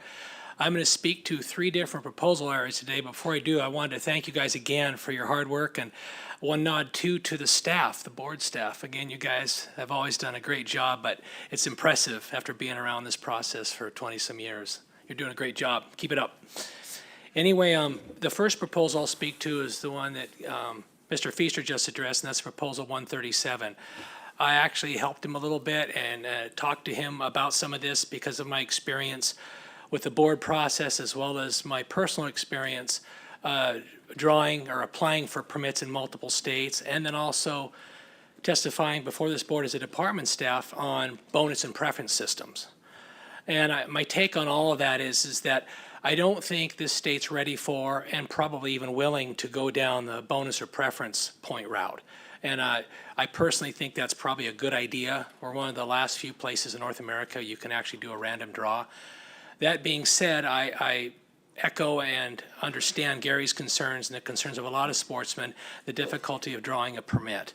And so some of Gary's suggestions and others that might not even be out there, maybe some that even Member Barrett has in his notebook, might be worth evaluating. And I toss this out there because there are things that can be done that increase the drawing odds, don't necessarily increase revenue. In fact, I would argue probably decrease revenue to the department, but at the same time increase the odds and make those drawing hunts a little more attractive. One of the things I hear from the public, and some of the same public that Gary hears from, is that I put in for 10 years or 5 years or whatever and I never draw. So what can you do to alleviate that? Well, one thing which was already mentioned was having a period, whether it's 5 years or 10 years, you cannot apply after you drew. Maybe it's once in a lifetime once you harvest, but some kind of a period, and dependent on the species and whether it's a cow hunt or a bull hunt, you know, that could be variable depending on what the board or others thought might be appropriate. Another one that was tossed out that I think is worth thinking about, and I supported this because I experienced it when I worked in Idaho, is that if you have somebody putting in for a really highly sought after species, like a bison or like a sheep permit or something that's very difficult to get, then you limit that person's ability as an applicant to apply for other species. It'd be complex and probably require quite a bit of code for the programmers at the department to put together, but the notion is that if you're applying for, say, a TMA sheep permit, then you make the provision if they apply for that, then they cannot apply for bison, something like that. So what that does is the individual who wants to apply for all those permits is suddenly restricted, and he's got to decide which one he'd really hunt. We all probably know people that have drawn multiple permits and had to put one of those permits on the shelf because they had too much to do, or they had too much to hunt and they didn't have the time. And so I only looked at those two options or toss those out as ideas, but the whole notion that we can do something to increase draw odds is certainly viable if the board and the department are willing to go there. And again, I think that probably covers the gist of my thoughts on what Gary has proposed. Any questions on that before I go to the next one?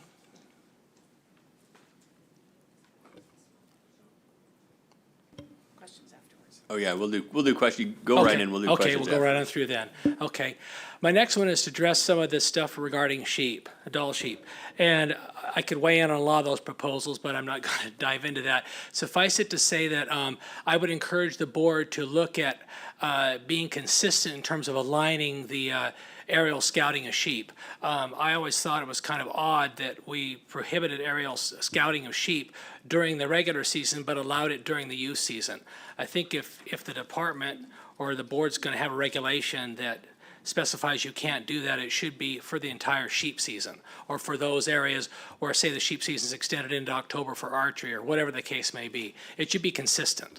Anyway, that's my thoughts on all those proposals related to aerial. And I do think that's an effective tool, albeit, let's face it, it's difficult to enforce, and the reality is that it's as much to appease folks on the ground, not having to deal with somebody buzzing their sheep that they're stalking or attempting to get close to. The other sheep proposal that I just want to address briefly is the IM proposal. I'm all in favor of doing something for sheep to bring those numbers back, and certainly predator management should be one of those issues. I hesitate and I'm concerned, as both a former department employee and a hunter and a biologist, that putting that out there for sheep on the IM law, if it's legal for the board and the state to do, or for the department to do that, might jeopardize the whole IM law.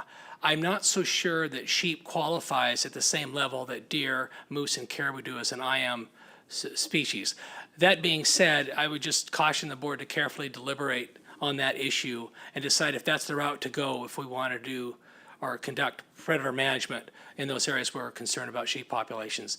I use, for example, the muskox population that was depressed on the North Slope for years. And the department went up with really good data on the bears that were targeting those muskox, removed those bears from the population, and now we have a muskox hunt there again. And that's a good example where it was no IM law application to predator management, and it worked to recover that population. Don't know if that can be done with sheep, but I would just caution that IM law applied to sheep on a statewide basis might be a stretch, and I would be concerned about the future of the IM law as a whole, given that. So. Thank you for that testimony. Tony, do you have any questions from board members? Member Wood? You lost me somewhere in the process how it would affect the IM law as a whole. Could you elaborate? Okay. The IM law currently lists moose, caribou, and deer as the species necessary for human consumption. And so to put sheep in that category would have to be enough of a standard to justify it, that in enough quantities that animal is necessary for subsistence on a statewide basis. I think that that's a stretch. That's my opinion. Sheep are not as numerous and not as commonly pursued as those other three species in the areas where they exist. I don't disagree with you at all, what you're saying right now, but what I don't understand is how that would jeopardize the entire IM law. I think that if that was added to as a species to the IM law, that the IM law could be subject to additional scrutiny and maybe even jeopardize the whole law if someone, and I don't know who that would be, would sue the state or otherwise go after that law legislatively or at the federal level. I don't know. I don't know if that could even be done. But my concern was putting sheep in that category could jeopardize the IM law as a whole. Okay. And maybe I'm off base on that one, but you're adding something to something that's already defined. Okay, it must be me. I'm just not following, but okay, thank you. Any other questions from board members? Member Loring? Thank you, Mr. Chairman. Tony, what did you think about the proposal? I think one of the guides up in the, you're going Allen, I'm not sure where he lives at, but he has a proposal in there asking for a split season for spotting.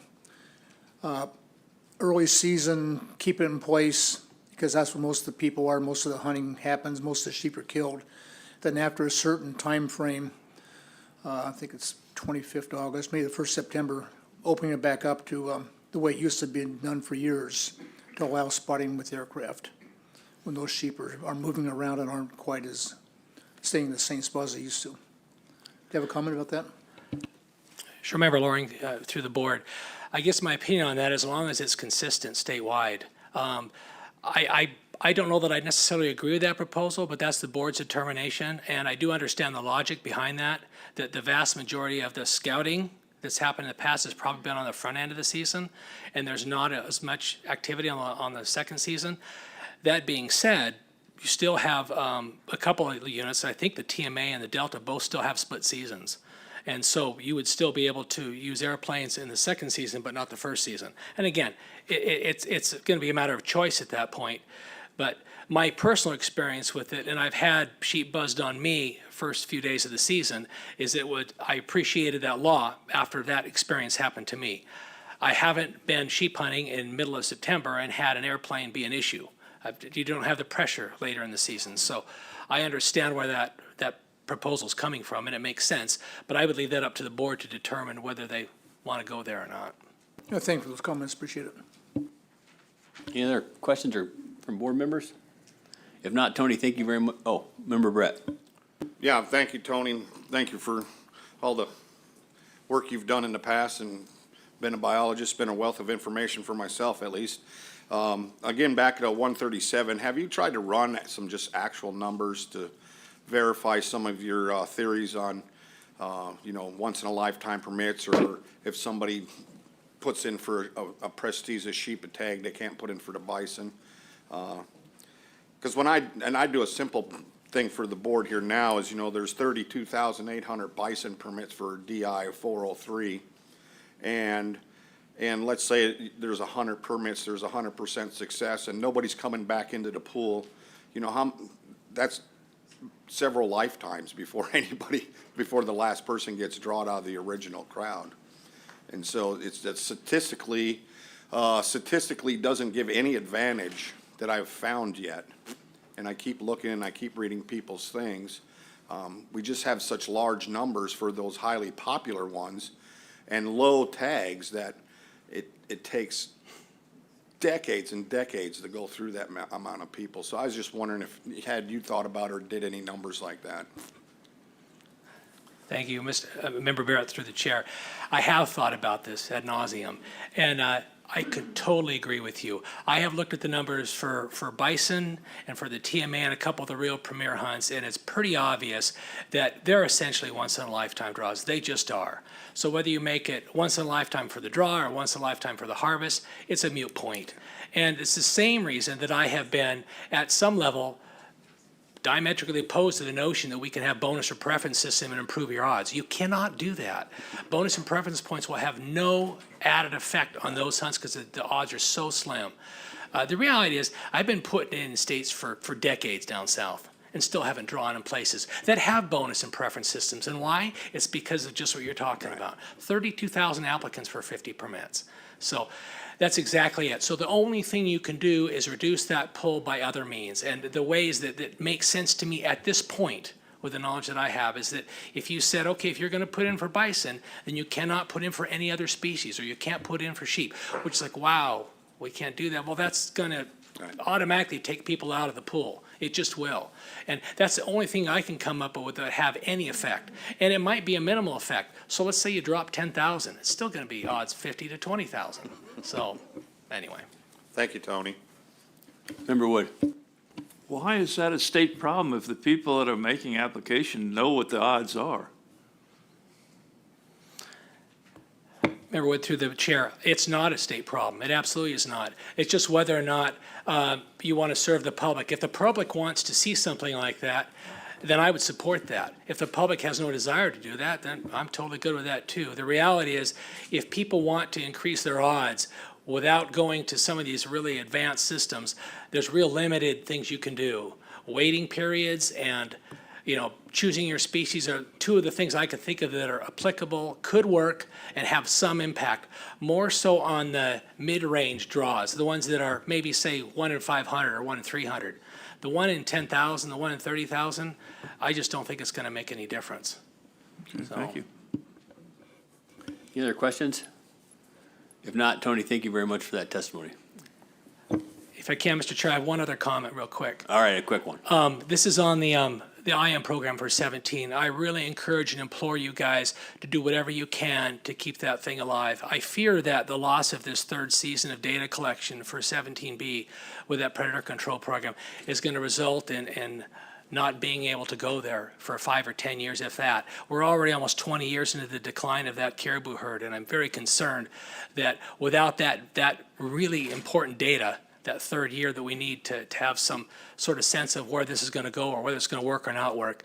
Anyway, I implore the department and the board to do everything they can to make that happen this spring, if they can, and they may not be able to at this point. Thank you for that. And we'll call up Mike Meekin.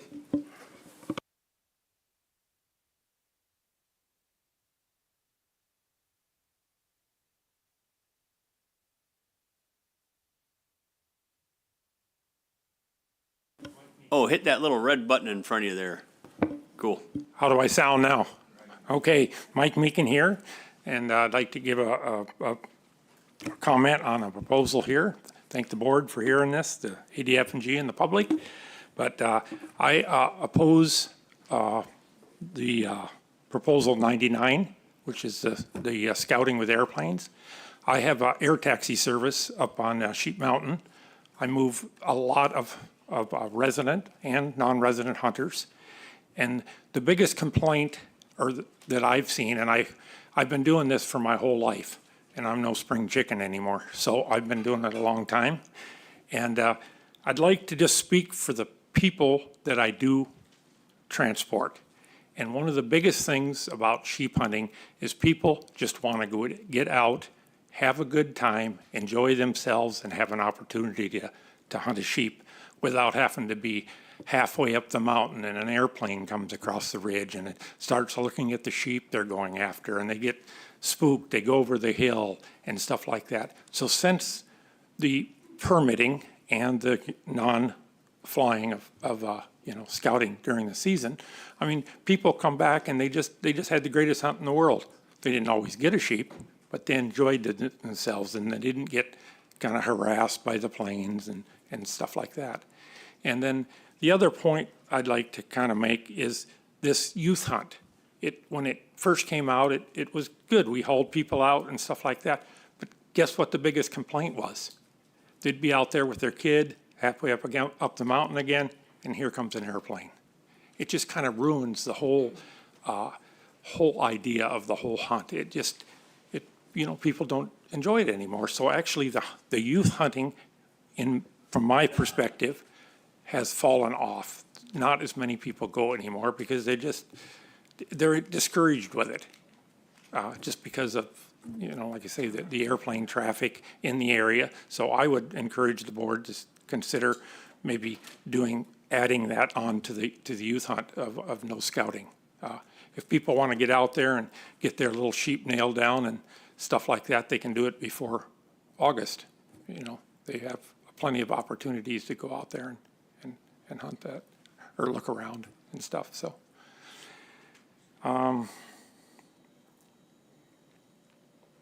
yeah, I guess that's about all I got to say. Yeah. Thanks for that. I have a quick question. So across the board, your experience with the hunters that you transport into the field, whether they're non-resident guided, first, second degree kindred, or resident hunters, across the board, they're all happy with not having airplanes present during the hunt?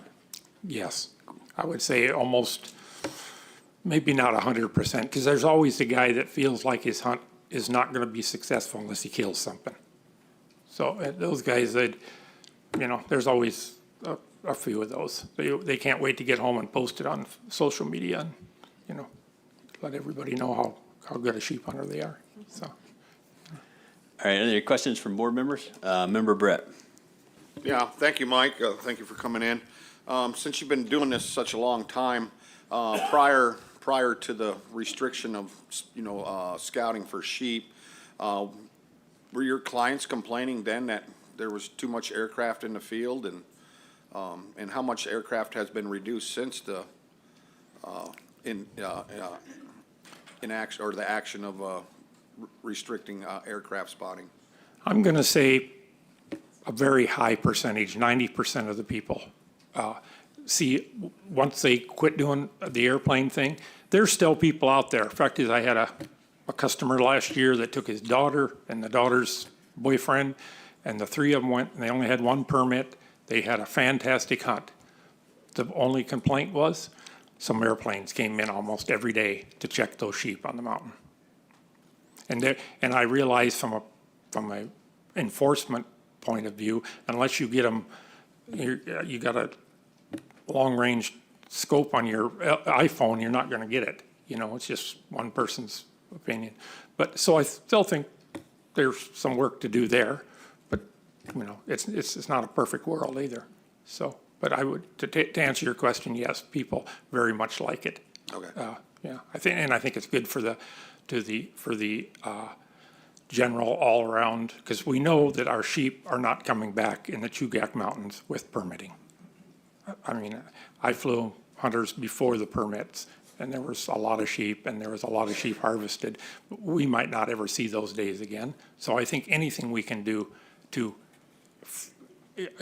further the longevity of our sheep, I guess how to say it, I don't know how to say it, but it's just another tool that helps in that field.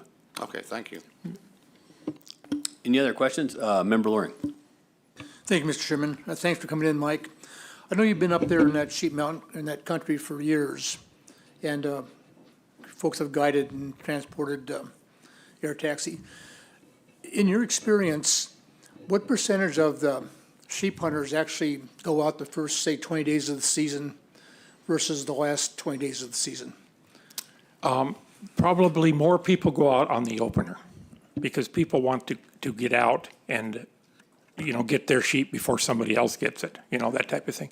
But I try to schedule them a little bit and tell people, you know, years ago when I first started this business, there was places you didn't haul people after the 1st of September because they were going to get snowed in and stuff. But let's face it, our world is changing. So I try to encourage people to hunt in the latter part of the season for several reasons, because the sheep are moving around. They're coming out of the farther back country a little more to where it's a little more accessible.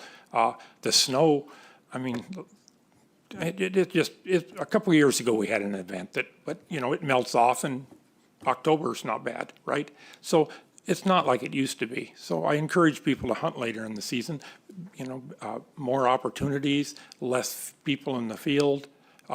And on the openers, I even struggle sometimes to take people in because you ain't going to put them down where there's somebody else, although some people do. I particularly don't care to do that. I'd like to put them someplace where they could have an opportunity to harvest a sheep and not have to, you know, have a foot race over it or something like that, so they have a good experience. Just a quick follow-up. So how about how about the take? Are most of the people taking their sheep in the early season versus the late season? I know that they're moving around, they're not quite as available in that last 20 days, but are most of them, in your experience, are most of the sheep killed, say, in the first 20 days of the season? I would say, but it's not very much, not that big of a deal, because I have been pushing people to hunt later in the season, and they've been doing good, you know, better, just fine. You know, it's not that big of a deal. Plus, the sheep is a kind of a nicer trophy. He's got longer hair. It's just there's several reasons for it, and you will see sheep in the latter part of the season that they won't see in the beginning because they're farther back. They're in that more nasty escape terrain that they just don't get seen as much. So, thank you very much for your comments. You bet. Vice Chairman Hoffman. Yeah, thank you, Mr. Chair. Thank you, Mike, for your testimony. You made some references in your testimony about, you know, helping the sheep rebound or any, you know, stuff like that. What do you think adding sheep to the IM would help with that endeavor? You know, I don't know if I'd want to comment on that because I don't know exactly what that IM really entails for that. I have some knowledge of, because I have done a fair amount of work for the department, flying projects. But I don't know how that would affect sheep. I wouldn't want to comment on that because I don't really know enough about it. So, but. Thanks, Fred. Any other questions? If not, Mike, thank you very much for that testimony. You bet. Thanks for hearing me. And we'll call up Ray Panivosk.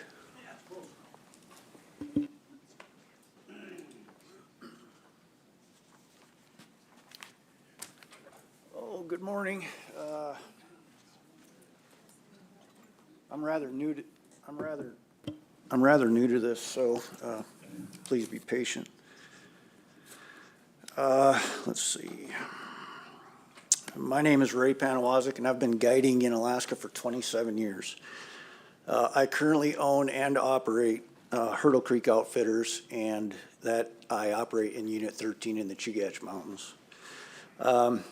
Just a little bit of background. I purchased Majestic Mountain Alaskan Adventures, a guiding operation in the Chugach Mountains in 2002. So I'm not one of those guys that got his assistant guide's license, moved 2 valleys down from somebody, and was hunting the same country. I invested, my wife and I, time, money, and energy to get this business and step into the guiding.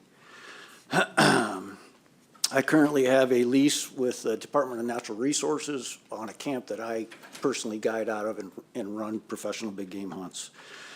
I believe we're all aware of the current conditions of the Dall sheep here in the state.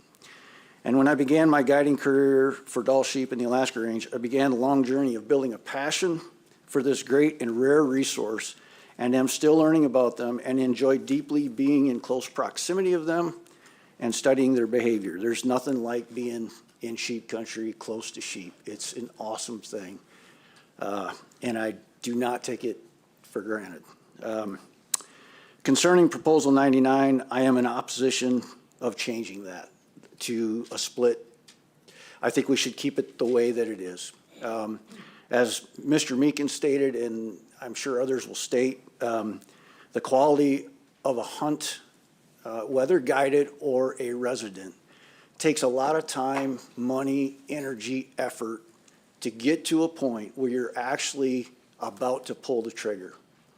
And there is nothing more frustrating to get to that point and have an airplane come and buzz the sheep. And we all know, and let's just be honest, they're looking to see if it's a legal ram. And so it's already happening. There are already guys, due to lack of enforcement, that are ignoring this law and are doing it anyways. So to change it is, in my opinion, and my personal belief, to change that is going to only, destroy the quality of the hunting for Dall sheep, number one. And with the amount of population growing in Alaska and the amount of private aircraft and more guides, I think it's just a can of worms for everybody to have a quality Dall sheep hunt. Yeah, I think that's about it as far as that go. I'd love to see more law enforcement. I don't know how we could do that or how that works, but I do know when that chopper's flying around or that Super Cub, blue and yellow, comes through the valley, camps get tightened up, things start to happen, people are checking paperwork, that kind of stuff. So I have tried to report. I had an instance in the Talkeetna Mountains last year, and it was a second part of the sheep season hunt. It was in September, and due to the lack of the amount of people in the field, the disregard to that flying law was more enhanced. There were just more airplanes flying, doing it in that second half of the season. And, whether or not we have X amount of clients in the first part or X amount of hunters in the second part, I think that really doesn't matter. What matters is that the quality of the hunt that person is on, whether resident or non-resident, is maintained in that everybody wants to hunt, up on the mountain and not be disturbed due to that.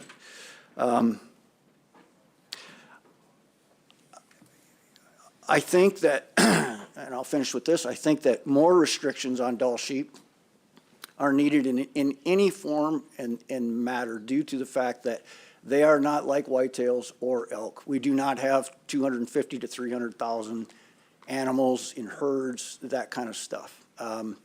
So I think the weight of the situation with Dall sheep and added more accessibility during that hunting season, I just don't think it's a good thing for the resource that we have, which is, again, I want to bring to mind, rare.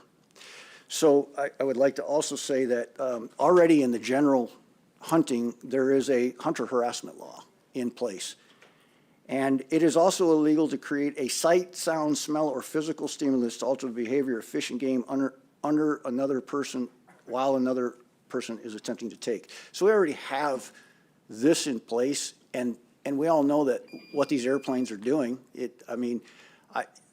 I've seen them, bounce their tires off the backs of these Rams trying to figure out what's legal and what isn't. So all that being said, thank you for your time, and I'm in opposition to 99. Ray, thank you for that testimony. Do we have any questions from board members? Member Loring. Thank you, Mr. Chairman. Ray, thanks for your testimony. Where's your lodge at? In Chugach or the Talkeetnas, or? Well, I would like to not give that I guess I have to look it up on the internet. location if you don't mind. I'll look up on the internet. Hey, another question. Did you have a chance to look at the proposals that dealt with what a criteria for a legal sheep is? For And what? a legal sheep, full curl, broom bow size, 8 years. What are your thoughts about that, about removing one of those criteria? I don't think we need to remove any of that criteria. Okay. I think we need stiffer penalties on illegal sheep. I think it's too easy for guys to just go, boy, he's close. And then they self-surrender. Maybe they get a small fine, maybe they don't. I don't really know what the penalties are, but we need stiffer penalties on that. If a guy pulls a trigger on a Dall sheep and it is illegal, we have removed an animal out of a resource that's very, very, very difficult to get to that age. For that ram to get to that age and then to just, it's just, I think, we've got to address and look at the fact that we have a resource in the state of Alaska and Canada that is nowhere else in the world.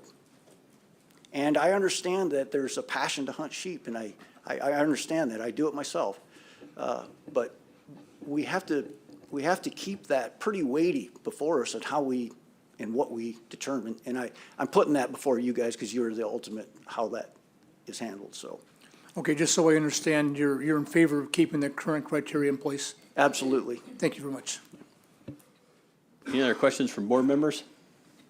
If not, thank you very much for that testimony. Thank you. And we got some extenuating circumstances here, so I'm going to call up Percy Lionitz and Mickey Strickman.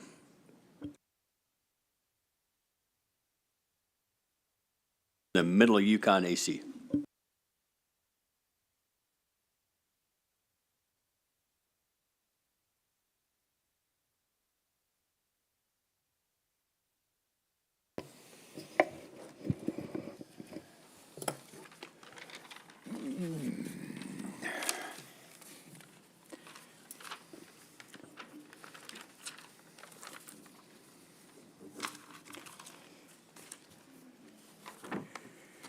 Okay, hi, good morning.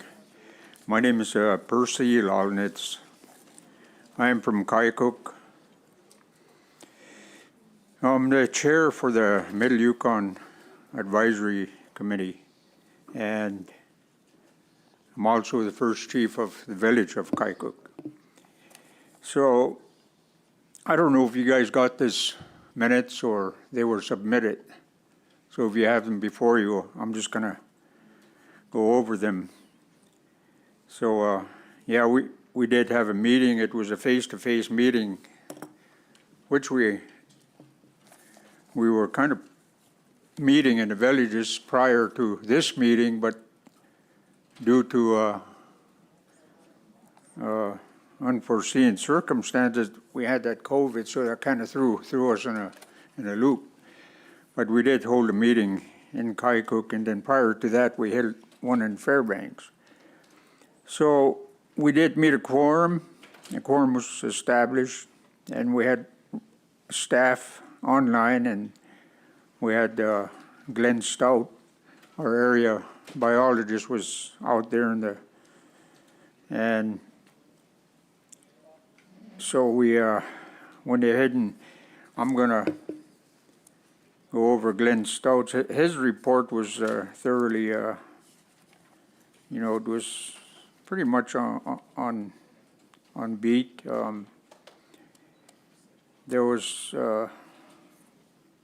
some questions, that came up regarding permits.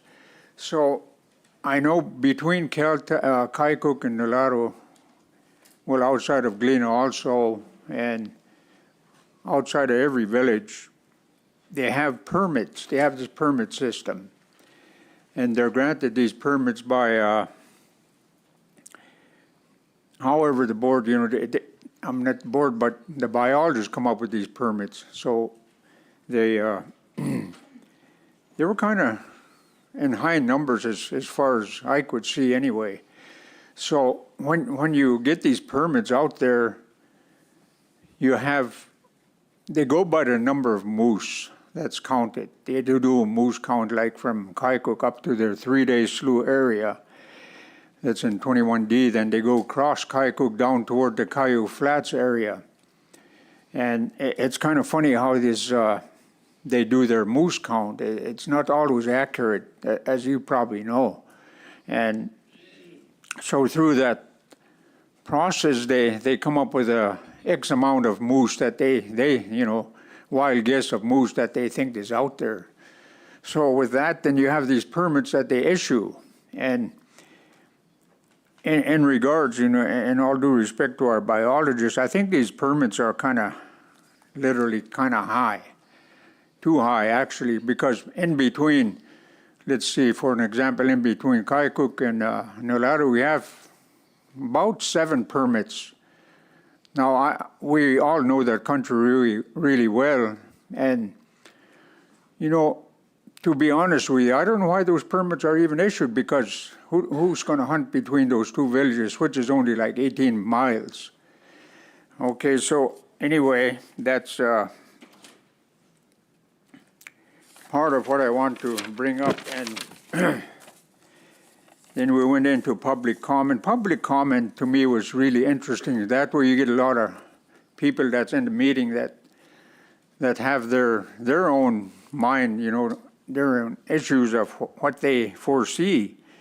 And there was a lot of uneasiness regarding the amount of hunters that was going over the Caillou Flats and also going up the Kaikouk River. So Kaikouk, that's where I'm from.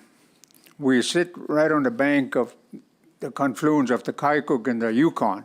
That's where we're at. So they always say Fairbanks is right in the, right in this interior. We're just west of Fairbanks by air miles. I don't know. Well, it's 400 river miles. We know that, 430 to be exact.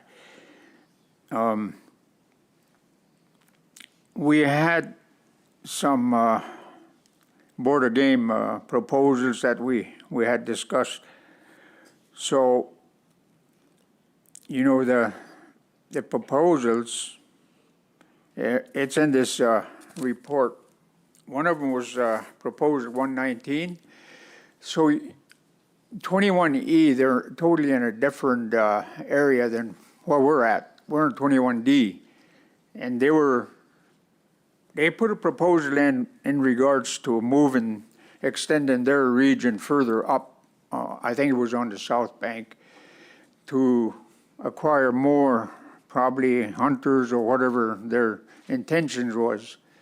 And we discussed that, and when you get down to it, you take people from Caltech that has hunted in that area for generations, and you get people from Nulato that have family that, they're closely related. So in that area, that kind of, we were thinking, what the heck is going on here? This doesn't make sense when you want to move your region further up and somebody else's, they have native allotments there, they have hunted there for many, many years. So in our eyes, anyway, from what we've been taught, we never do that.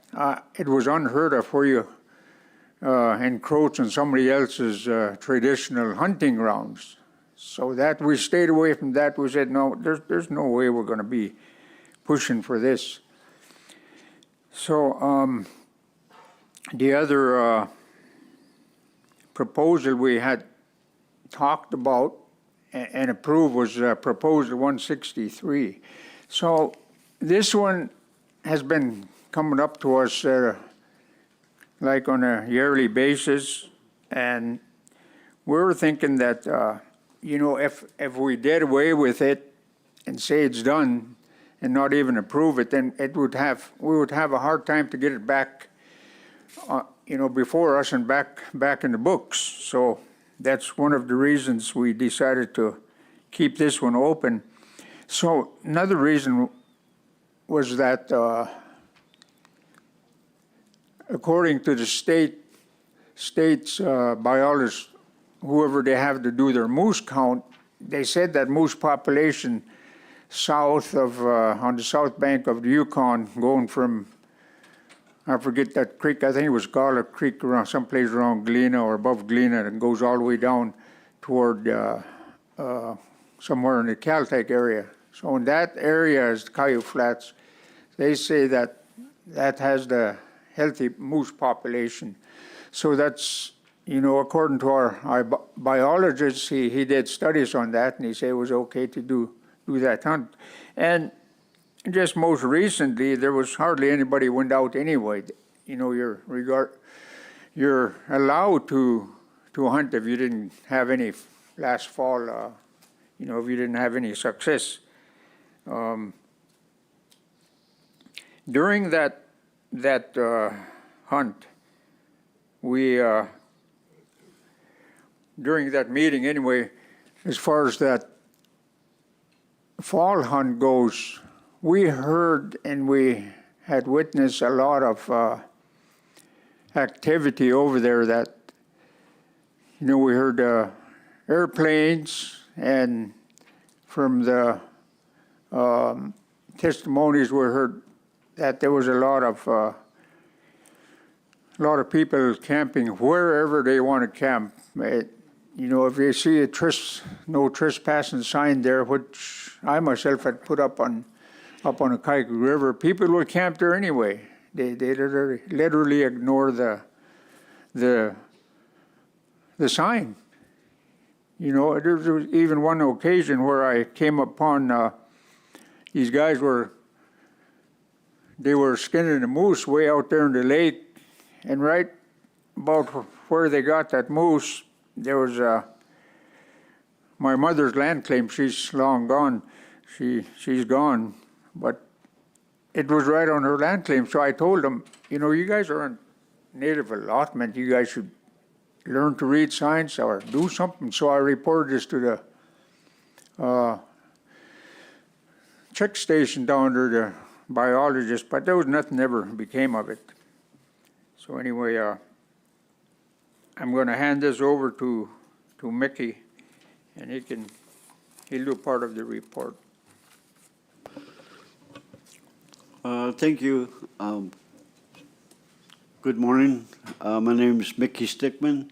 I'm from Nulato, Alaska. I was born there in 1959, so I was there before Alaska became a state. I was there when Alaska was still a federal territory. That's when I was born. So I've been there for the last 66 years of my life.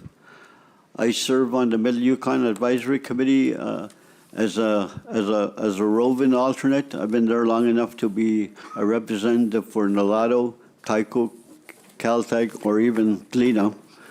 So anyway, one of the things, Percy already talked about the AC decisions on 119. So I don't really have nothing to add on that. Just so you know that I've been a member of the Middle Yukon Advisory Committee for I think about 25 years now. I first started being a member of the Middle Yukon Advisory Committee as the first chief of my tribe. When I became the chief of my tribe, I was a little bit puzzled because I didn't know what the responsibilities of a chief would be. And then I started figuring it out, and I said, well, the most important thing for my tribe is the natural renewable resources on the land, and then the land itself. Those are the most important things other than the people. So, so with that being said, I'll take off my advisory committee hat and I'll go into my personal hat to talk about the land that Percy talked about below Caltech. They want to expand 21E into our area, and that, like Percy said, that's not right. We don't go into other people's traditional use areas, and the area that we're talking about is a traditional use area from before the Alaska even became a state. It's been traditional use area for Nulato and Caltech. You talk to people that are older than me, older than 66 years old. They'll tell you that Nulato people went into the honeymoon, the 40 Mile, all those areas were used by Nulato people. Eagle Island, those are Blackburn, those are Nulato people that, and then you go further south and you go into the Mud River and the Little Mud River. Well, you actually go there, and there was 5 families from Nulato in that Little Mud River area back in the 30s and 40s. So anyway, it's just a matter of, respecting another person's area, another person's private area. So I'm just hoping that the board don't, as a Middle Yukon Advisory Committee, we said no, we don't support it. So I'm really hoping that you folks don't support it either, because we don't want other people to come into our traditional use area. And some of those areas are sacred. Like right now, for example, one of our biggest celebrations as Indian people in our village is going on this week. It started yesterday. And it's when we it's when we say our final goodbye to the people that we have lost. It's the stick dance celebration. And it's our final goodbye to the people that we have lost. And so some of those traditional use areas that I'm talking about, well, we harvest wolves, bears, moose in those areas for the stick dance. We save all of our special food just for the stick dance. It's so important to us to make sure that our people that have passed go on to the next life with the best food that we can possibly provide from the land. So I'm just appealing to you folks that, you respect our traditions and our culture and not let this boundary change happen. Thank you. Percy, Mickey, thank you guys very much for that testimony. Do we have any questions from board members? Member Brett. Yeah, thank you, Mr. Chairman. Thank you, Mickey, for your 25 years of dedication and service to your communities out there participating in the AC process, and same with Percy. Was this proposal with the boundary change put into department, or was it from lower river people, wanting to encroach in an area? And I guess I don't see why a line on a map would change your traditional hunting areas, from the lower river people and then the upper river people. They respect each other's traditional areas without, a line on a state map. So is that not true, or do you think moving that line is going to move the lower people into your traditional hunting areas? Well, actually, that's a perfect question, because the proposal was proposed by guides. And those guides want to move into our traditional use area and our sacred areas. Those are berry picking areas, those are bear hunting areas, those are moose areas. You go down to 40 Mile, and 40 Mile Island is another, it's a big moose area, and that's a part of that area too. And, if you hunt traditionally around Nulato, and, you go down to Caltech, well, in the middle of the river going to Caltech, there's the Caillou Slough. You go into the Caillou Slough, and you can go all the way back to the mountains, all the way along the mountains, and come out 22 miles below Caltech, and that's the Caillou Slough. And then there's the 40-mile slough. You just a couple of bends back from where they come out at 22 mile. There's an extension. Well, you take that extension, and you come out 40 miles below Caltech. So, and that's our traditionally used area. And then you go down. You go from that 40-mile area to, you go down 10 miles and there's Honeymoon Slough. And that's another area that's traditionally used by Nalato and Caltech people. So, yeah, so the proposal is being proposed for money, you know, and that's not our life. Huh? Our life is to get along and, you know, to help each other. But it's not to make money. Huh? I mean, money is important, but it's not the most important thing. The natural renewable resources that we depend on, that's the most important thing. Yeah, thank you, and thank you for coming and clarifying that for us. I really appreciate that. Member Wood. I just want to take a moment and thank you very much for bringing this traditional knowledge to this board. I don't know if you're aware or not, but we adopted a policy over the Board of Fisheries that actually implemented traditional knowledge into the process, and maybe it may happen here sometime if they ever get it in front of for consideration. Your testimony exemplified the importance of having that, and I just want to thank you. You're welcome. Any other questions from board members? Oh, go ahead, Percy. Yeah, I wasn't too sure about the process if we were doing our AC report, and then now are we on to the personal?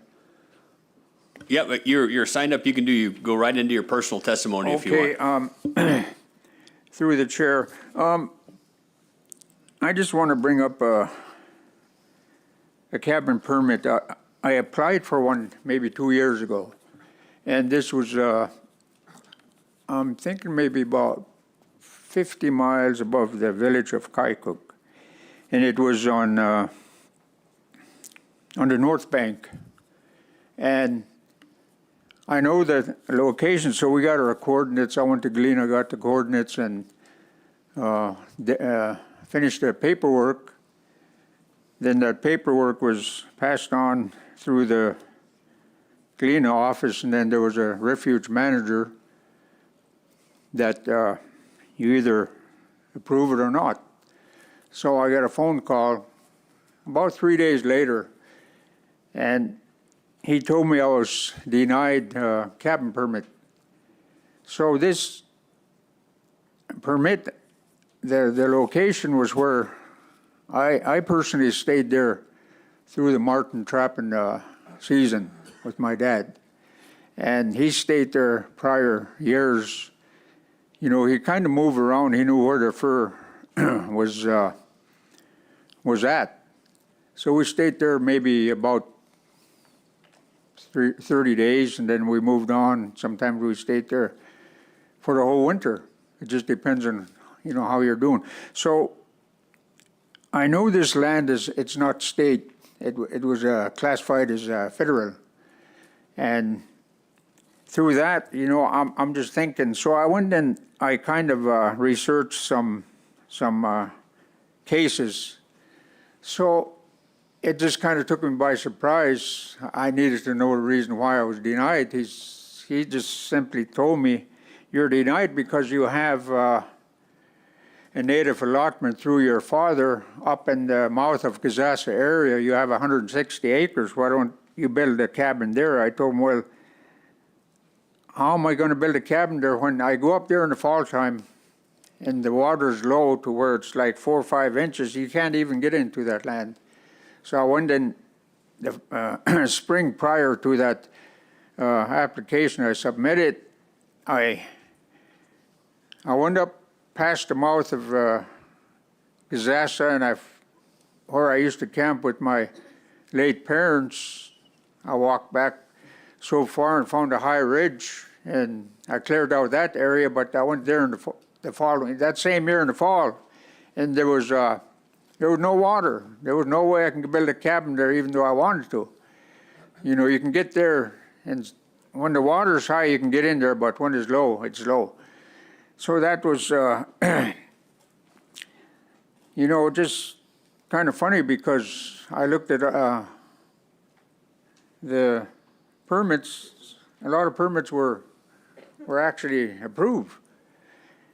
Anyway, that's kind of bothers me some, so now my son is applying for that same spot.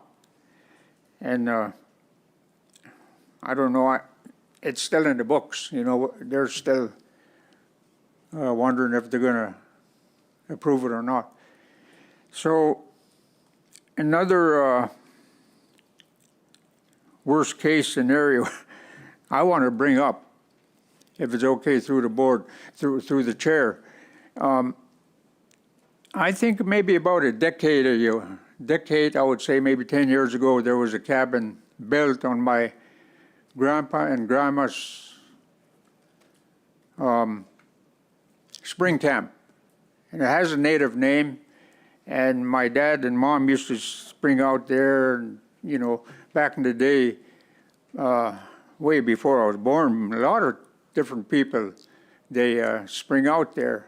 It was a good spot. There's lakes all over, beaver houses all over, and you can get your feed there of whatever you want to harvest. And migratory birds always in and out of there. But somebody, for some odd reason, decided to build a cabin on that particular spot. So my family, we didn't have any ties to that, but we did have traditional trapping country, spring camps, winter camps in that general area. So now there's a cabin there, not owned by my family, but he was given the permit to build a cabin there. I don't know. I never researched any further than that, whether it was granted by the state or feds. But if I take my snow machine, I go up that river through the portage and over the hill and get up there in that traditional trapping ground area, I didn't see any, I went up there last spring, I didn't see any marten track. I didn't see maybe one mink track. I went down to where this open creek always open all winter, so I went down there, got off the snow machine, walked down there. There was a mink in there. Then I didn't see any wolverine track nor wolves. So I thought, well, me and my friend were going to go to these beaver houses where I knew they were. So we went snow machine, and you know, when you come on a beaver house, you can tell just by looking at beaver feet in front of the house. There's a house and there's beaver feet all laid around there. Well, you know that beaver house is alive. But I counted 5 houses through that one whole lake they call Horseshoe Lake. Houses I knew was alive prior to that homestead. There was no beaver feed in any one of them. And then there's old portage. I know there's an old portage there that we used to keep open. I went through there, and I know there's that old creek, but the land is changing now. But that creek dried out, so I went further back, and I went to check another lake, and you know, it's just crazy because our country is being, I don't know how to put it. I don't want to be too blunt, but it's being, it's not being maintained. I mean, I looked at your mission, the board of members' mission. I know you maintain natural resources. Board of Game is game, right? So you maintain, you protect, and you manage. That part of the country, I can tell you now, is not being managed. It's being overlooked for some odd reason, I wouldn't know. But particularly that spot, I know it's disheartening for me. So, you know, if I didn't want to bring this up, but I've been quiet long enough. And, you know, that I just want to bring that. So thank you, Mr. Chairman. Yeah, Percy, thanks a bunch for bringing that before us here. It's all really important. Very important information. We really appreciate it. And Mickey, if you have something short to add, it's. Just real short, thank you. Percy talked about native allotments and trespassing. Well, I think this is a problem that the state, this board, and the federal board need to figure out, especially in our area, because I talked about the Yukon River, and then I talked about the Cayuse Slough. Well, the Yukon River, the state managed the Yukon River, but then you go back to Cayuse Slough, and it becomes the Northern Inoko Refuge, so it becomes a federal management area, and it just meets right there. Well, when you come out 22 Mile, the 22-mile area is federally managed, but then you come out onto the Yukon at 22 Mile, and then it becomes your management. Well, same thing with 40 Mile. You go through 40 Mile Slough, that's all federal management, but then when you come out at 40 Mile and you're on the Yukon, that's your management. And so it's an issue that the state, the brown shirts, they used to call them, I don't know what they call them now, but they need to figure it out with the feds, because it's just like that. You go from state land to federal land, and then you come out of federal land to state land, just like that. So there's nobody right there at that point saying, whose land you're on or anything. And so we have illegal guides going on federal land, but they're accessing it through the Yukon. So they're going through state land to access federal land, and they're doing illegal guiding. And it's been an issue for probably 15 years now. So, we're kind of hoping that, Percy talked about native allotment and trespassing. I have a native allotment that I inherited from my dad, and I let people trespass on it because at least they're out of the way, because they're trespassing on my land, but I don't hunt on my land. I hunt up the Kaikouk River. I worked with Randy Brown, the late Randy Brown, for an intensive moose management plan for the Kaikouk River because I love that country. I spent my life going up that country with my father and then my friends from Kaikouk, all my cousins in Kaikouk. I didn't learn that country from my father. I learned it from my friends in Kaikouk. Everything we talk about traditional knowledge, well, it's from learning from each other, huh? I know where Percy is coming from because I've been up there. I've been on his land, and I see where the person that's not supposed to be there have a cabin, huh? I walk back there. And so, it's incredible. But hopefully we'll all come together and we'll work together and we'll figure it out and we'll keep our natural renewable resources going because my people depend on it. We don't depend on money. And with no fishing at all on the Yukon. The moose, the beaver, the bears, the ducks, the geese, they have become more and more important because we have no fish to eat, so we have to eat something else. So the natural renewables resources that are left are more important now than ever before. Thanks for that, Mickey. Any questions from board members?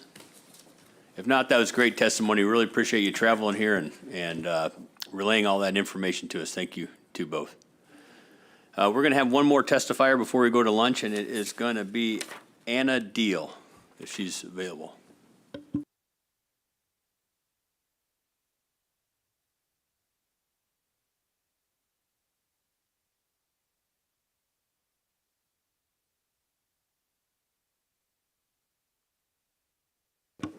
All right. Thank you. Hello, my name is Anna Deal. My family and I have been hunting sheep in the 19C area since I was 12 years old. My husband, 4 children, and I spent 2 wonderful years living there year-round before our older kids reached high school age, and we spend as much time as we can hiking and hunting in the area. It's become a tradition and a rite of passage to take our children sheep hunting when they turn 10 years old as part of the youth hunt. Despite hunting nearly every year for the last 20 years, we've collectively taken only 4 rams between us. More often, we pass on legal rams that are too young and hope to let them live another year. Unfortunately, when unrestricted non-resident hunting was allowed, the sheep was usually taken within the week, fostering a widespread mentality of, if I don't take it, someone else will. Prior to 1988, this was a single guide use area. The guiding grew to 22 guides by 2023. I've watched the guiding pressure and the conflicts between residents and guides increase steadily over the last 30 years. Shouting matches, moonings, ATVs driven through our family hunting camp, and multiple parties arriving on the same sheep, it's not uncommon. I supported closing the area to non-resident hunting as was proposed 2 years ago. There simply were and are still not enough sheep in the area to have an unlimited number of guides and non-resident hunters. Additionally, guides, private pylons, and air taxis have become increasingly lethal as they've refined their ability to land on mountaintops with super cubs and support guided hunts with Argo ATVs. To me, this is simply unsporting and makes it too easy to take a sheep. I would be in support of shutting down the area to motorized use above tree line for residents and non-residents alike. I would also be in support of increasing the law enforcement in the area to enforce the rules restricting flying near sheep after opening day, including the youth hunt. I've been on numerous hunts where airplanes fly over and circle sheep while we are on our final stalk. Last fall, while hunting with Mabel, to my left, after a week of camping and hunting in the snow and the clouds, we had a beautiful, clear day and were able to get on a very nice ram. After belly crawling for hours to finally get a 200-yard shot for her, we were finally at the point where I could say, Mabel, take a breath, pull the trigger, and out of the sky comes a super cub. The tire nearly hit the ram and ran it off. So I'd like to also comment specifically on proposals being considered this year. I appreciate the effort that went into the sheep working group and regret that I wasn't able to participate. I oppose Proposal 190 because it opens up hunting to non-residents at a time when sheep are limited. I would support creating a single guide concession area and non-resident quota system, but not until the sheep numbers recover. When the sheep are limited as they are, there should be no access for out-of-state hunters. I also oppose Proposal 190's temporary quota system for residents. As soon as you put 19C sheep into the drawing system for residents, it will attract even more attention to this area. Every enthusiastic hunter in the state will be putting in for a tag, and families like ours with the tradition of hunting together each year but rarely taking a sheep will rarely, if ever, get drawn. I understand the pull to institute a quota for residents, but I think there are other ways to limit the residential take below quota numbers. I would support these considerations for residential and non-residential sheep hunting to restrict it to every 10 years, 1 per household in a given year, even increasing it to 8- or 9-year-old rams or a cruel in an 8th. I found it really discouraging to see how many 7-year-old rams were taken from this area in the reports. I'd consider no motorized access above tree line to be on the table, more law enforcement for no flying after opening day, and instituting a quota for residents only if residents do not self-regulate and the pressure grows too strong.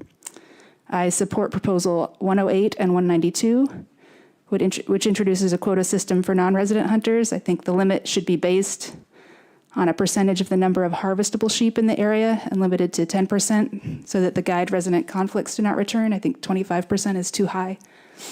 I'm in support of opening up hunting to non-residents only if the sheep numbers recover to a point that they can afford this pressure and if the number of sheep for non-residents is limited.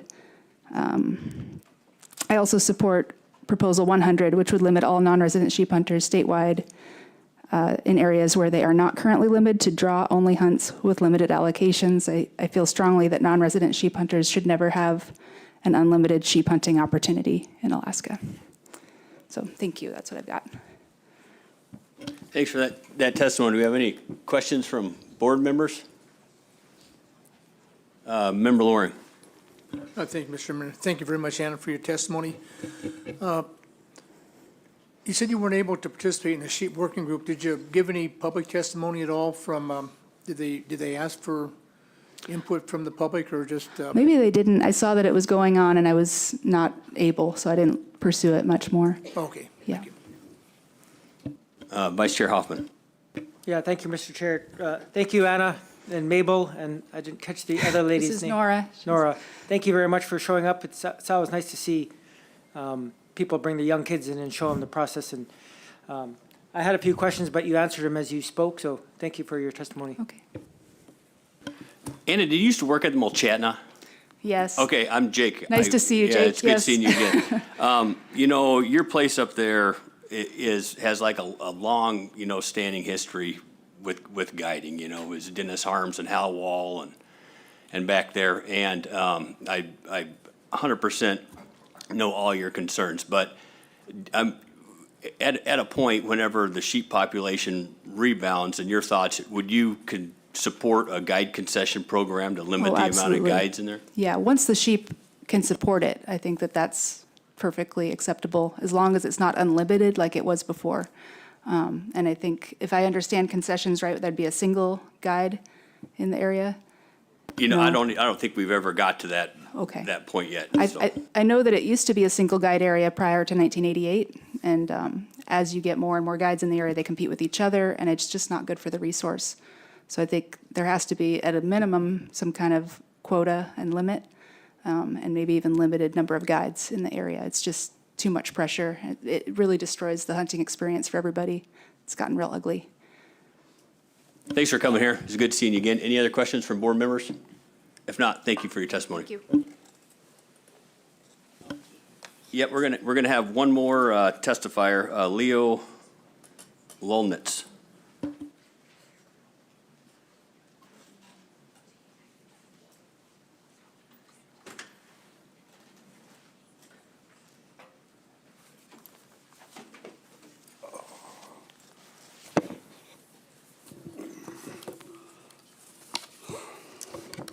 Good morning. My name is Leo Lolnitz. I'm from Kaikuk and used to be a tribal chief, first chief in the past, but I haven't resubmitted my last run, so I'm sitting as a tribal advocate now for the tribal council.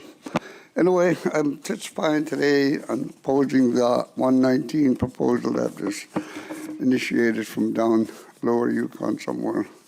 People down there, it's because of the people that, it's, as you heard Mickey and Percy speak earlier before, I'm from the same country and the same area they're from, and it's, whatever they said was all true to the fact that pertaining to all the, the traditional knowledge that we have, that we carry with us from day one, since birth to now. And I'm 79 years old right now, so I've been around here for a long time.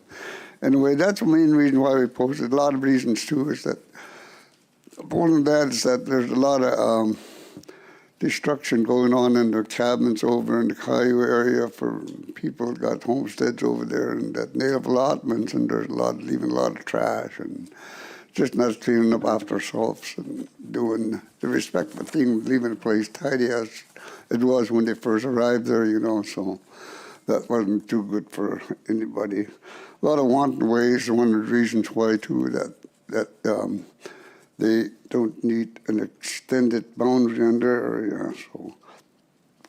As for 163, I'm in support of this one.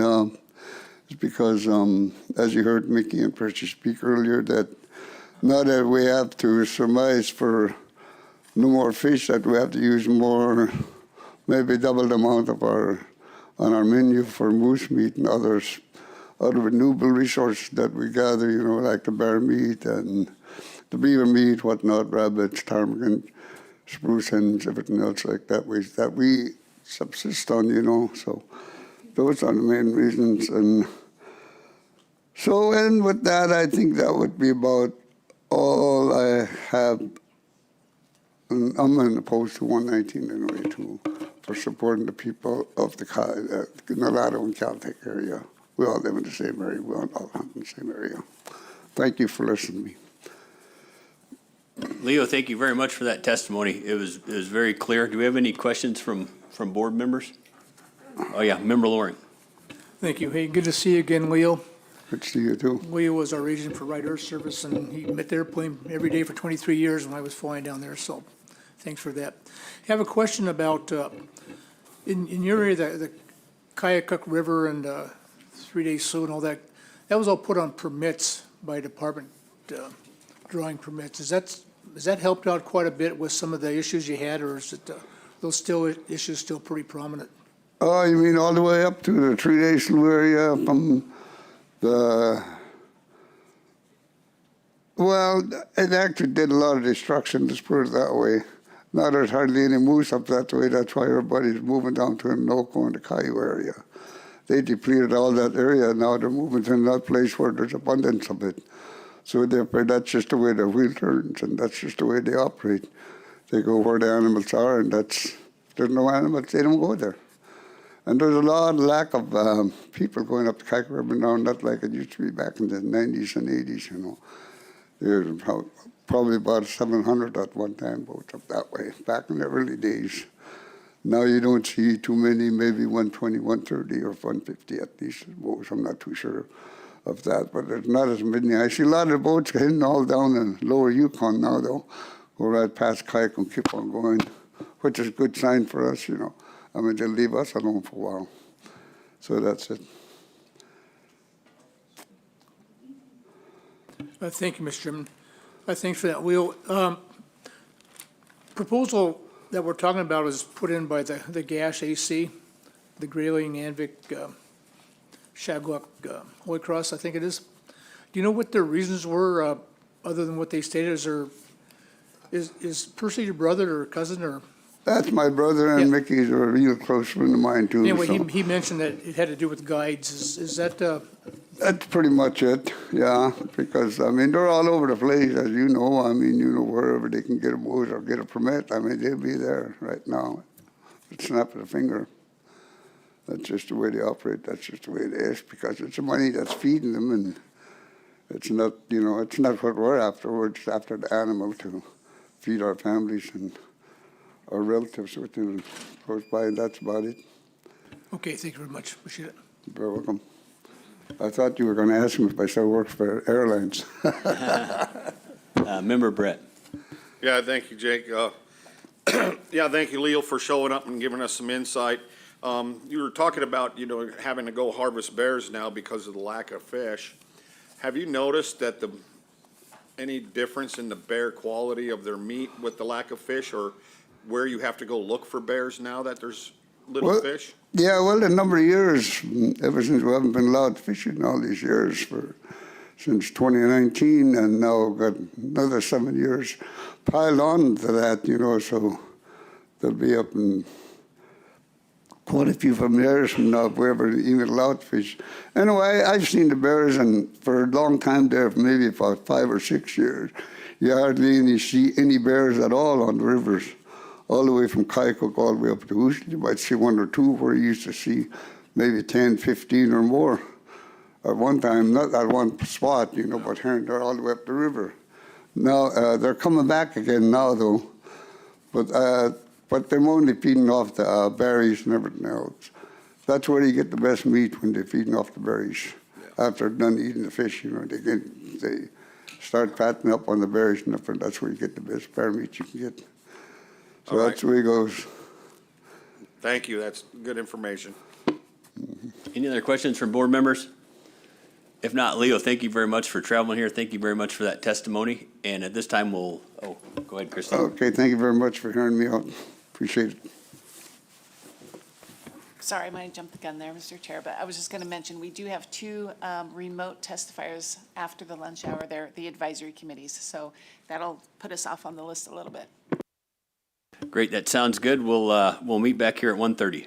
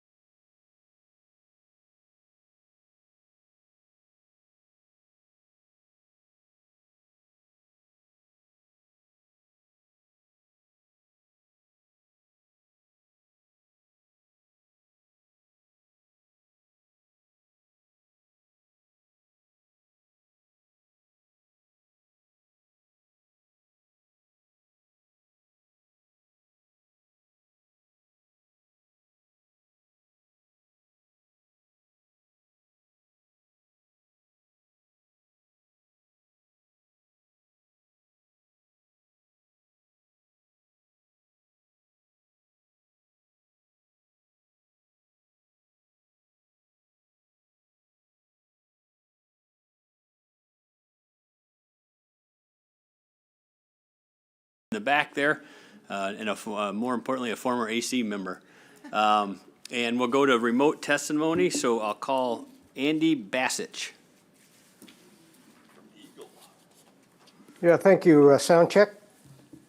Yep, we read you. Okay, thank you very much. For the record, this is Andrew Bassich. I am the Eagle AC Chair. I've been the chair here in Eagle for approximately 35 years, off and on. And I am going to do things maybe just a little bit different. I'm not sure if you have an RC that I just sent in, but I want to just go through and kind of do a summary of the positions of the Eagle AC in regards to wildlife for you. And I would like to ask you, Mr. Chair, would you like me to read out our positions on each proposal? I assume you have those before you. I prefer to just summarize rather than go through each individual proposal, if that's okay with you. Yep, that's absolutely okay. We have, everybody's here, all the board members are prepared with the notes, so if you just want to, get a few that you want to highlight, that's perfectly fine, but once again, you have plenty of time here. All right, thank you very much. So first thing I wanted to do, I have a couple of pie charts here that I'm going to be reading off. I'm not sure if you have those before you, but these are pie charts that show the Eagle community harvest.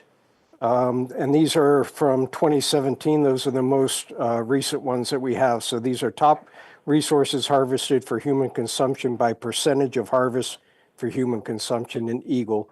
And I hate to cut you off there, but I just want to clarify for everybody, the RC just came in, so we'll be getting it in front of us very shortly. So I apologize about that. That's fine. I was a little late getting it in. So I'll just read off a few numbers. So Eagle community, moose is about 19% of our take here.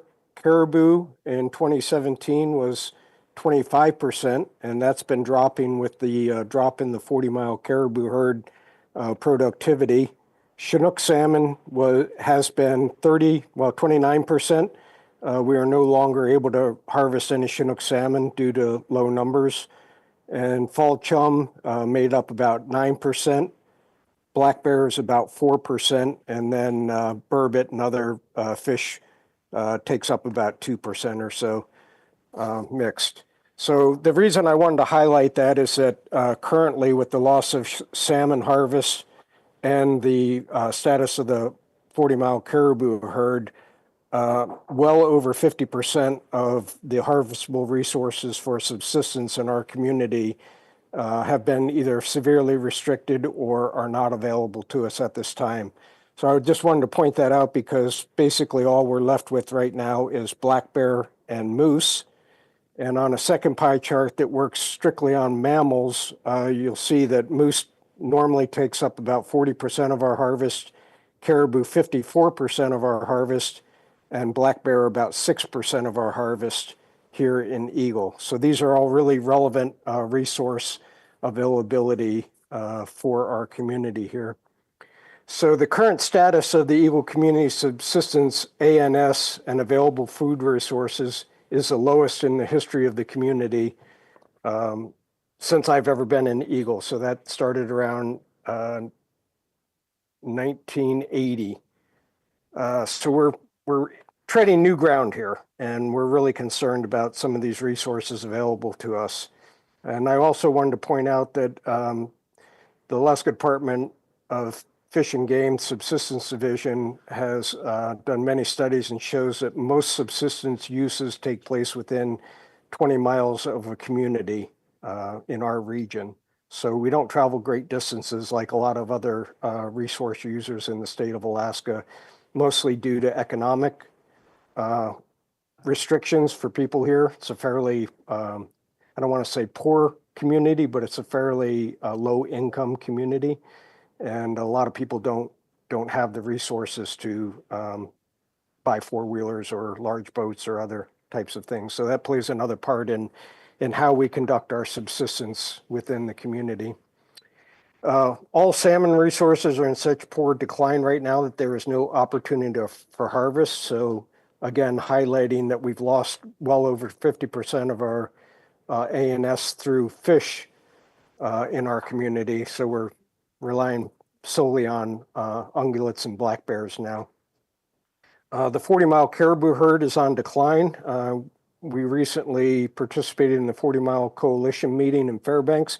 We found that to be very productive, and we look forward to the board looking at our coalition's plan in the future, hopefully adopting that as a means to try and rebuild the 40-mile herd to the levels that it can support. Throughout that coalition meeting, there was a lot of discussion on the health of the herd and the ability for the herd to grow much over about 45, maybe 50,000 animals if we're really lucky, due to the habitat conditions as a result of climate change and other factors. So in essence, the 40-mile caribou herd does not have the food necessary for large herds over 50,000, maybe only even 40,000 animals. So that's going to put quite a bit of pressure on the department and the people of the state to develop plans that allow for sustainable harvest, but at lower rates moving into the future. And the projections of that 40-mile caribou herd is that it's going to continue to decline for a little bit before it stabilizes, and hopefully we can rebuild it. So that's a huge concern for us. Most of the people in our region, in our community, harvest caribou in the winter hunt, mostly due to the fact that the fall hunts are oftentimes, many people in our community feel they're kind of dangerous with the amount of hunters out along the Taylor Highway hunting. So most people choose to wait, and hopefully the caribou show up in the winter. However, caribou have not been showing up in Eagle consistently in the winter in the numbers they used to, so that's impacting us. Moose populations are historically low here, but they remain healthy. Most of the moose hunting takes place along the Taylor Highway with limited success in our community, again, due to competitions with other hunters. The people who hunt along the river, some years do relatively well. However, what we've noticed in our region is there are kind of on and off years where we have a lot of non-local hunters moving into the area and hunting. Creates a lot of competition for the animals. Then in other years, that seems to die off. So we seem to have this ebb and flow of hunting pressure from non-local hunters, which on some years can impact us. However, they are healthy in the area, just very low in population. So we're relying on that moose population more than ever. The bear population is very healthy in our area. We're noticing more black bears. For the native indigenous people in Eagle Village, that is not a food that they utilize. That's a kind of a cultural taboo for hunting. So that is some of the reason why some of those black bear harvest numbers are as low as 6%. That's approximately half of the residents in the Eagle area are not hunting those black bears. We are noticing an increase in grizzly bear in our area. However, those are opportunistic, and I'll get to that in a little bit.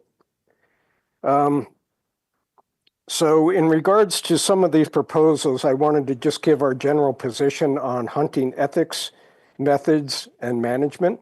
I've kind of lumped these all into one topic here because oftentimes they kind of cross each other as far as how we view and have our positions on these particular proposals. So number one, we adamantly oppose the use of night vision goggles, electronic or artificial use for calling game.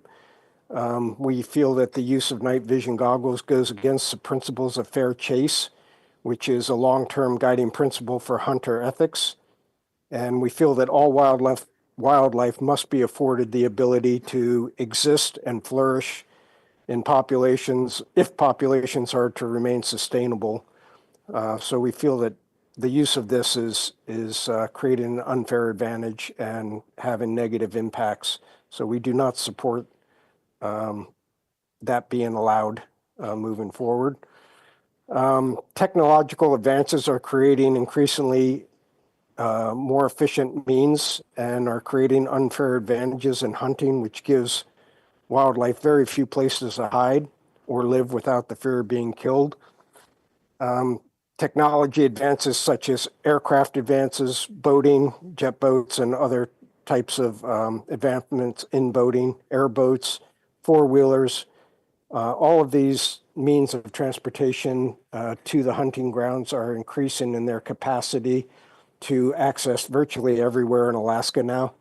And we feel that this is something that the board and the department needs to keep a close eye on because of the efficiency in hunters being able to access hunting grounds, and also in the ability to get into areas where they've never been able to get into before.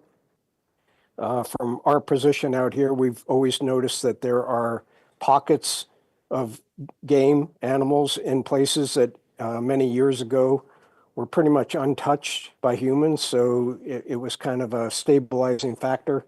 However, with these increases in advanced technology for transportation, it's one of those things that's kind of slowly creeping into the hunting practices of Alaskans, and we feel like we need to recognize that. We don't feel that it needs to be restricted, but we think that the board needs to understand that these are having impacts to higher harvest rates, and those are impacting overall populations. So we are concerned about that. We feel that it's always been good in the past to have certain oases out in the wilderness environments where animals can rear themselves kind of unfettered from human impacts of hunting. Climate change is having unprecedented negative impacts to many species, and this is kind of a slow creep of decline, as we term it. And without understanding the full impacts to climate change, we recommend to the board and the department that they proceed very conservatively on the hunting regulations, and especially on harvest quotas. We believe that a lot of the animals are really struggling out there right now, learning to adapt. We feel pretty confident that there will be adaptation, but I think it's going to be incumbent upon the Board of Fish and the department to set regulation and hunting quotas in such a manner that it is conservative.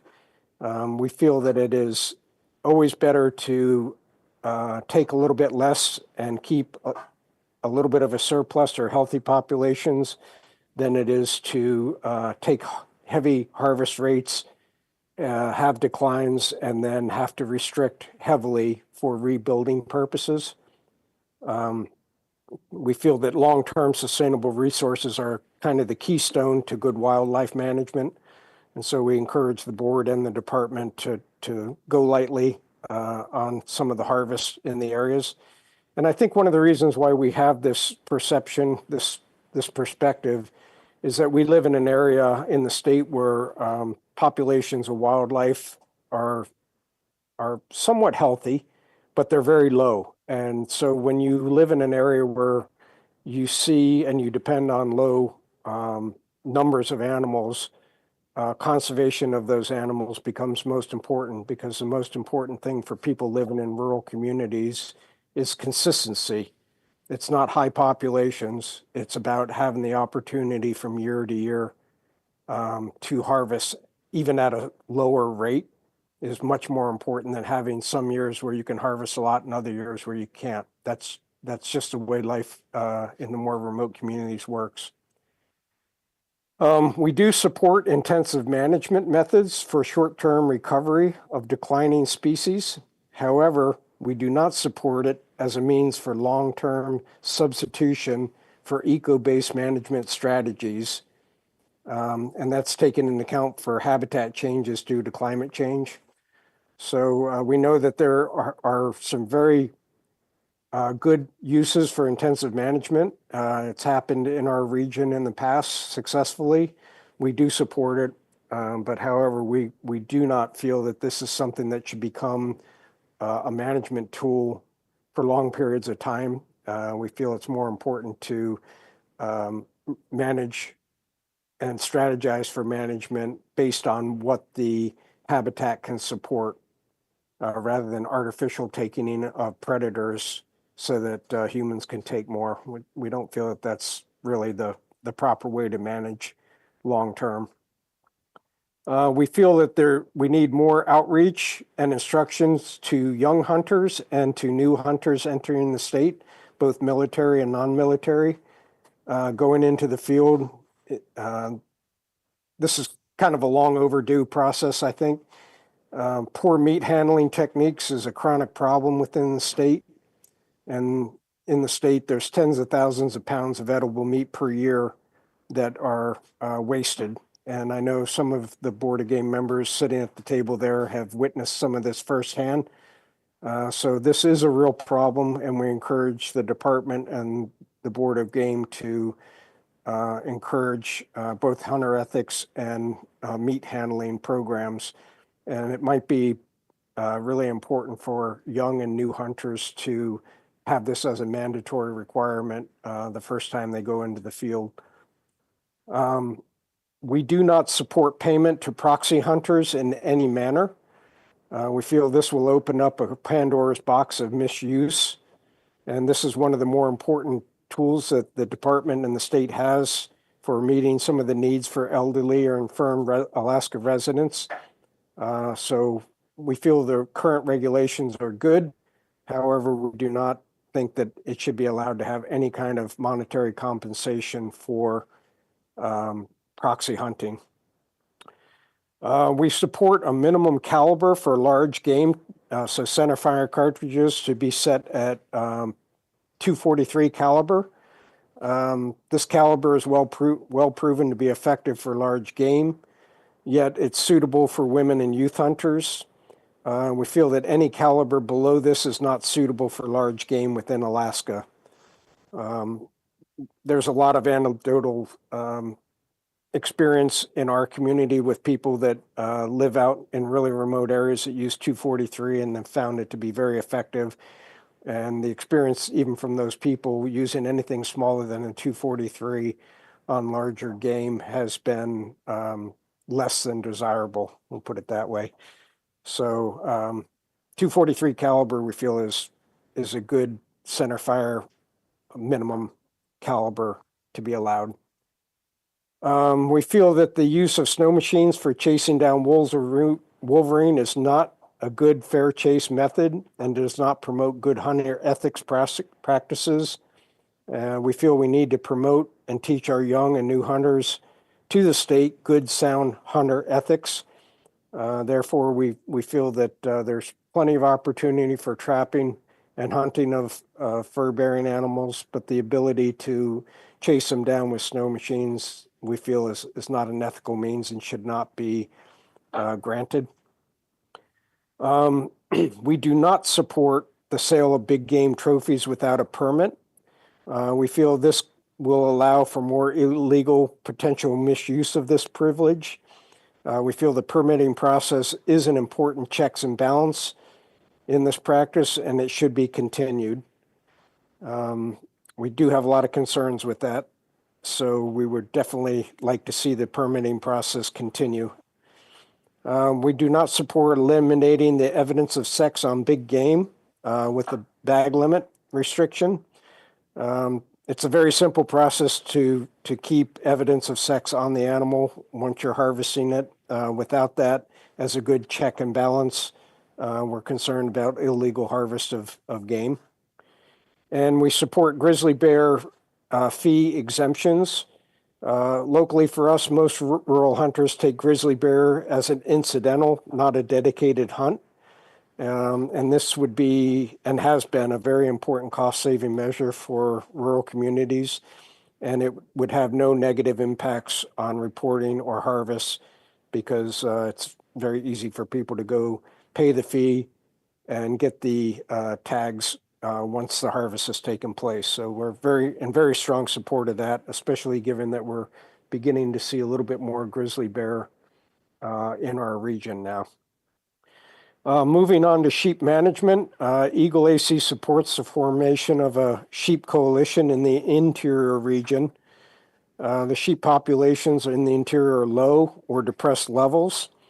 Populations are very distinct by location. Therefore, a one-size-fits-all management strategy is not a good course for rebuilding very distinct populations. We feel a coalition of all users, similar to the way that the 40 Mile Coalition is working, is warranted at this time to make recommendations for long-term sustainable sheep management in our regions. So I'm speaking basically the interior region from the Wrangels up through the Arctic coast on the eastern and kind of central part of the state. Hey, Andy, And I hate to cut in on you there, but your time's been up for quite some time. Do you have any other high points you want to hit on before I let the board members ask you questions? No, actually, that was the last topic, so thank you very much. Yeah, sorry for interrupting you. Do we have any questions from board members? Member Brett.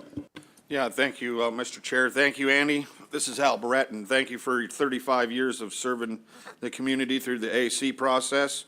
I know you've been at many meetings and are well-known. I'm just curious on your ethics, fair chase ethics. And, a couple of those proposals are strictly talking about trapping efforts, and how does that fair chase and ethics that usually is complied with hunting or compared with hunting, is that the same compliance you want in the trapping industry too? Yes, we do. We feel they go hand in hand, and I think from our perspective, it's about being good stewards of the resources. And I think that our AC in our community feels that those types of practices don't promote good hunter ethics or trapping ethics.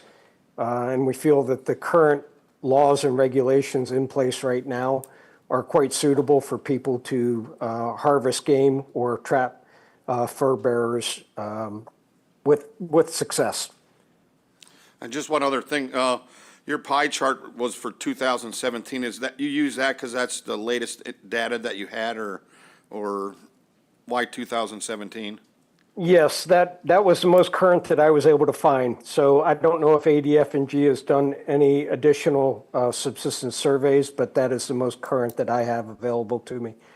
So Okay. in some factors, as far as like caribou harvest, we'd actually be lower than that pie chart is right now, as a reflection of the declining herd starting in about 2022, I believe it was, is where we started to see, 22 or 23, we started to see the caribou not hitting our region quite as heavily as they used to in the past. All right, thank you, Andy, and thank you again for the 35 years. Welcome. My pleasure to serve. Member Wood. Thank you. And Member Barrett went over some of the information. We just got your RC here just in the last minute and a half, and so we're trying to frantically look it over as you were talking. Both of those charts, one seems to have emphasis solely upon the large animal, large mammal population as far as what percentages account for what portion. And the other one seems to go across the board on both fish and mammals. When I was on the Board of Fishery, when the stocks of the Chinook and chum were going in a rapid decline, a lot of the testimony we received was that put additional pressure on moose, caribou, et cetera, and that you were starting to see some real diminished success rates as a result of that. If you were to have similar charts to what we're looking here for 2000, say 23, 24, what do you think it would reflect? Well, on the one that shows the fish, you would see 0 Chinook salmon and 0 fall chum. So that would then take those components off the pie chart, put more reliance on caribou and moose and black bear to make up that 100%.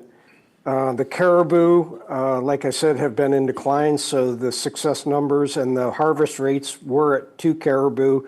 It's going to be dropping down to 1, and so that's going to impact the caribou harvest. The biggest problem that we have is that the caribou aren't moving through the country during the winter at the same migration rates and numbers. So that's putting even more pressure on people to try and locate caribou in the wintertime. So those declining numbers are also impacting the success rate. I would say that the moose, obviously, if you take out the fish, is becoming a larger percentage. However, like I said, the numbers are fairly low and the success rate in the community is relatively low.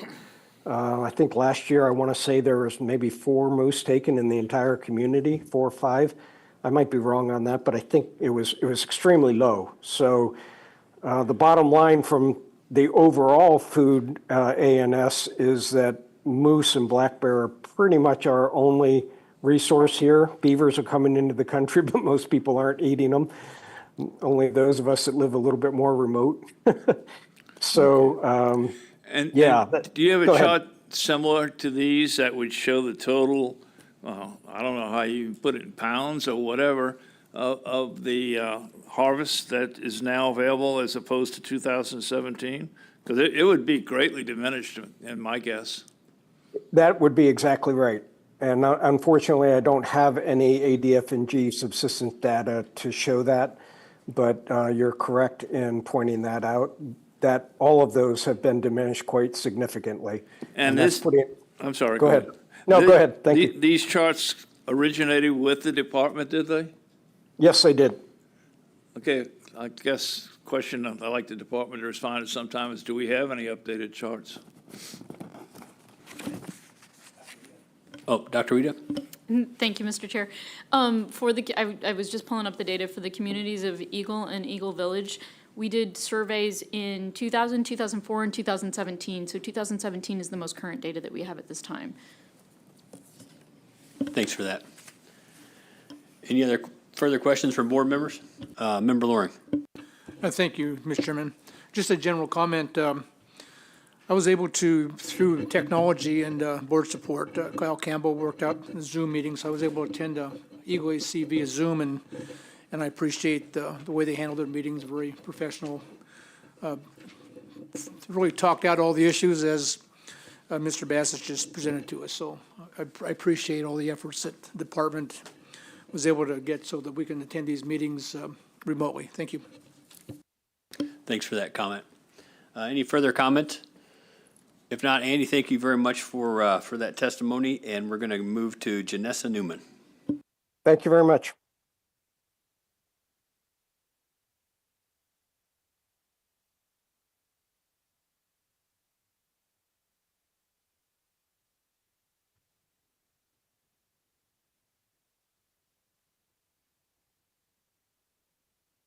Hello, I'm just testing. You guys can hear me? Yep, we can hear you, Janessa. Awesome. Okay. Good afternoon, members of the board. My name is Janessa Newman. I serve as the vice chair of the Canada Rampart Manly AC. And I really wanted to start by thanking you for allowing me this opportunity to give AC comments virtually. It makes a really big difference for me and my AC. Hopefully you've gotten a copy of RC 52, which is our draft meeting minutes and comments on statewide proposals. Like you've heard from many people before, we are also unanimously opposed to Proposal 87. We believe the current state and federal laws prohibiting the use of boats to hunt waterfowl are sufficient as they are. We unanimously supported Proposal 88, adding wood bison to the list of species allowed to be taken for cultural and educational purposes. Many of the people in our communities were against the reintroduction of wood bison in our area for fear that the herd would not be managed in a way that produces a harvestable surplus and would instead be overly focused on providing economic opportunities. But given that wood bison have been reintroduced, we believe that the passage of this proposal provides the board and ADF&G with a tool to provide harvest in a manner that is true to the purpose of reintroducing them in the first place. We unanimously support the intent behind Proposal 89, which would require non-resident moose hunters to take a hunter education course regardless of whether they hunt alone, are accompanied by a guide or resident family member within the or accompanied by a resident family member within the second degree of kindred. Access to hunter education courses are incredibly difficult for the people in our communities, and our people are frustrated that despite preparing our youth with 10 to 15 years of hunting experience, hunter's education course often stands in the way of their ability to hunt legally once they turn 18. And while it is burdensome, we still generally support hunter education requirements and understand why we also have to take them, because they have been proven to be effective at creating safer hunting environments for everyone. It's our belief that non-residents who do have the resources and financial leisure to come up to Alaska for moose hunting, for the most part, they don't have the same constraints we face in order to access hunter education courses. Lastly, ADF&G accepts hunter education courses offered in other states and countries to satisfy this requirement for non-residents.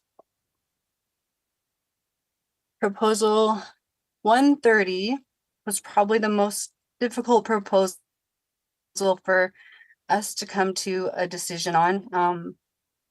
And initially, our AC members, for the most part, were opposed to this proposal. We felt that establishing a minimum cartridge for taking moose would negatively affect a lot of people in our communities. We really believe that hunting is a privilege and one that should be taken very seriously. And for us, this includes really gauging our own skill to properly place a shot, judging the conditions and the landscape, and using those kinds of things to really gauge which rifle is best suited to take a moose successfully and quickly. In fact, many of our AC members share that a 223 is their preferred rifle when possible. And almost all of us could think of different people in our communities who have been successful at taking moose with rifles as small as a 22. Ultimately, we unanimously supported this proposal solely on the basis that small caliber cartridges leave little room for error, and each year moose are left to suffer and die. While we regret having to make this decision, we did so because we felt the number of people failing to gauge their skills and the conditions properly have crossed a threshold that we can no longer tolerate. Proposal 129, we were much more comfortable opposing this, as we felt a minimum cartridge requirement for all big game would negatively affect the quality of meat or fur for the smaller of the big game species, like black bear, caribou, wolves, and wolverines, for example. We were opposed to the passage of Proposal 131 on a statewide level. We felt this would pose a hardship on non-urban trappers, but we do very clearly see the need for ID tags with traps and snares in more urban or urban accessible areas, but didn't really see it as necessary for areas like ours that are rural and less accessible. Lastly, we oppose antlerless moose hunt reauthorizations that are proposed in proposals 159 through 165. Our AC is opposed to antlerless hunts as a regulatory tool for population management. One reason is for what Andy Bassett from Eagle AC just mentioned. We're having to rely upon moose much more heavily in the past 5 years. And it appears that we will continue to rely upon moose even more into the future. This in combination with how the weather has become dramatically more unpredictable. We've seen a noticeable increase in disease in moose, as well as predator and non-predator mortality. So we fear that removing cows from the population risks the population becoming unstable, and it limits their ability to rebound from unpredictable weather. Along with that, we're worried that the nature of management is too reactionary, and any population decline and instability would not be evident in the data until years later. This just exposes everyone to food insecurity. With that, we really encourage the board to take a cautious approach. But I will accept any questions at this time. Janessa, thank you very much for that testimony. And you have some great notes here in front of us. Do we have any questions from board members? Member Barrett. Yeah, thank you. This is Al Barrett. Thank you, Janessa, for that update. I was curious on what's the difficulty of having people in one of the three communities, get online hunter education? It's mostly the field test. Even myself, I just finally took the Hunter's Ed course this last summer. And I thought of it when you were, and I appreciate your guys' comments that, you try to comply as best you can being out in the rural communities. I just thought of, like school teachers and medical or nurse people that come to villages, having that requirement because they're still a non-resident, having that same burden to, have all these classes to take before they can go harvest meat for their households. That is a fair point. I really appreciate all your time and the good notes from your AC, and thank you. Commissioner Lane. Yeah, so I just have a question for you regarding your opposition to antlerless hunts. You talked quite a bit about the need for food security and ensuring that there's enough food out there, but antlerless hunts are only done when there's a harvestable surplus, and it's a way to try to get some of that harvestable surplus into people's hands before we end up with a population crash because there's too many animals. I guess I'm a little confused as to why you would be opposed to antlerless hunts in those conditions when in fact they're providing opportunities for food security in the area. And if you're opposed to that, what mechanism do you think we could have as a department to manage the population to get some of those animals into people's freezers? Yeah, thanks for the question. That is something that the latter of your question is something that the area biologist, Jeff Wells, and RIC have been talking about. What other possible ways other than antlerless hunts there may be available. That's still something we're thinking about. But as far as kind of the contradiction between antlerless hunts and food security, for us, it's more the fear that we see more disease in the moose that we get. We are seeing more unpredictable weather and how that is impacting the moose. We are seeing more predators and predator and non-predator mortality in the moose. So our fear is really based in the fact that we're watching all of these things unfold. If those were to happen independent of the antlerless hunts, we won't see that in the management data until years later. And at this point, we don't want to see the population exposed to any instability. We want there to be food for everyone into the future and not just a short-term, not just to meet short-term goals. Hopefully that answers your question. It does kind of, but the problem is that, in many cases, we go out and do intensive management to get more animals on the landscape for food security. And as a result, we blossom some of these herds, and we end up with a lot more calf recruitment and opportunities for harvesting animals. And I'm a little perplexed why we have these requests from ACs to do intensive management of populations, but yet when there's a harvestable surplus that's available for antlerless moose, we don't want to take those. And it's a quandary that I'm faced with as commissioner. Do I invest in that intensive management program to provide those animals when there's clearly not a desire by local ACs to harvest them? I don't know if that's a question or not. It's just a statement that of the position I'm in as a commissioner of Fish and Game. So thank you. Thanks for that perspective. I will happily take that back to our AC for us to consider. That's an interesting point. Any other questions from board members? If not, Janessa, thank you very much for that testimony. We appreciate it, and I'm going to call up Lewis Green Jr. for a second call.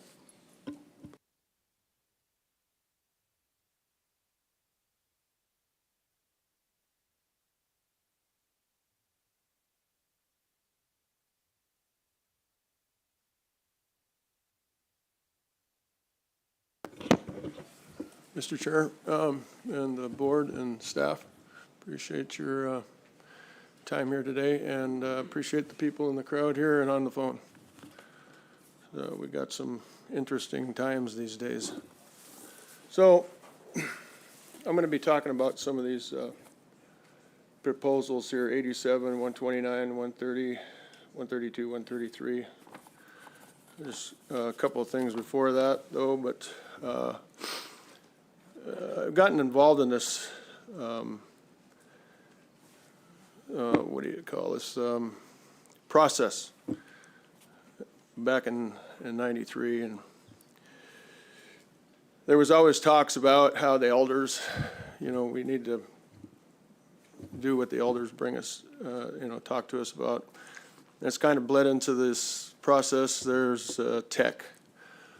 But I sat at the table or listened to many sessions of elders in the 80s, 90s, 2000s, 2010s, and 2020s now that have always tried to give their testimony to conservation of fish and game issue. And sometimes I wonder if that's just a political word. From the past, I would say it pretty much was. Maybe now we're starting to get to the point where being an elder or having an elder's word at the table might be meaningful in this process. So I would talk about the science. Back in the 90s, we were listening to science at the table at advisory councils and places of where the discussion was being taken in our Board of Fish meetings, Board of Game meetings. And you'd say an advisory committee bringing proposals to the table and saying this is what we need, and then the science, the biologists, it would turn it around and go the other way. But that's not what the elders are saying. I always gave deference to the science. Well, there's a lot of science today, and we're really having a problem.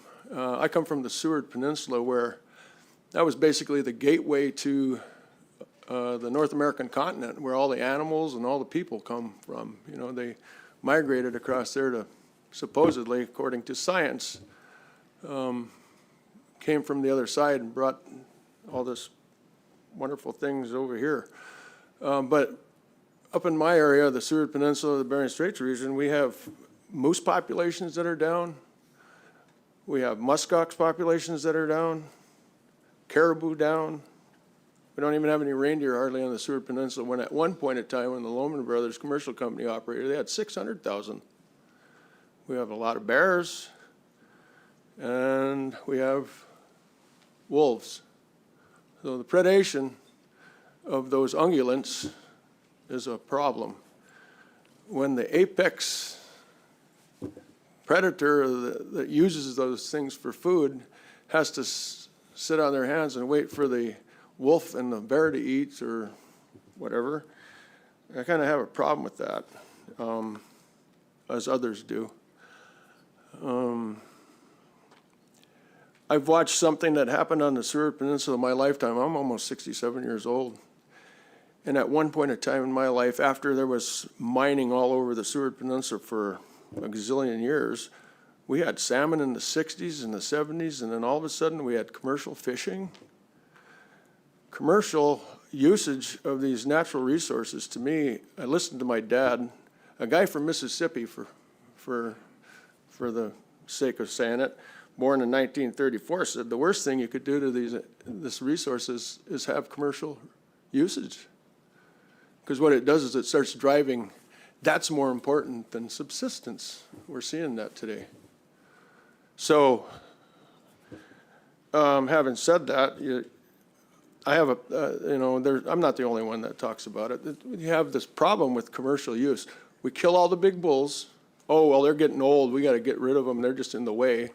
And they won't let the younger bulls breed. Well, when you're killing all the big bulls off, you're killing off DNA that's probably pretty important to the system as a whole. Cow seasons, I watched it happen in Nome, where 20 cows for 20 years. 22C is pretty poor when it comes to moose. I heard they took 40 instead of 17 this last season.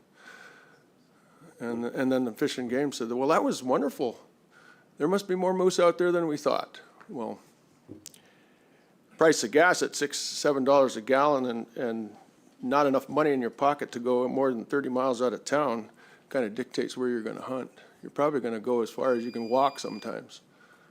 So I know I ran out of time, but I would go back to the discussion, just the points I would make about hunting out of a boat and having 100 yards leeway for the game.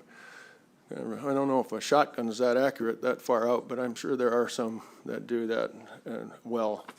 I think that's something that I wouldn't be for. The other one is the minimum standard center fire for taking big game, such as moose.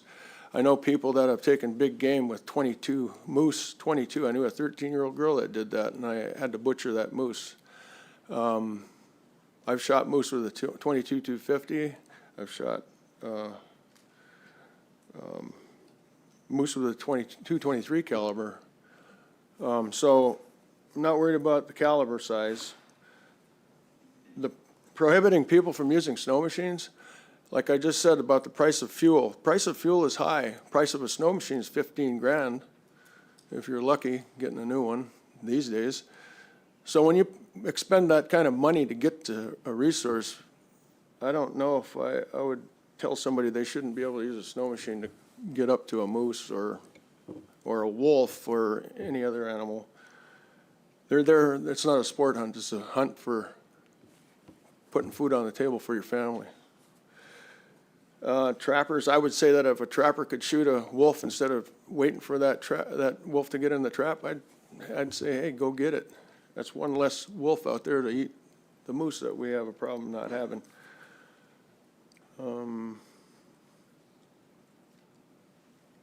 Sorry.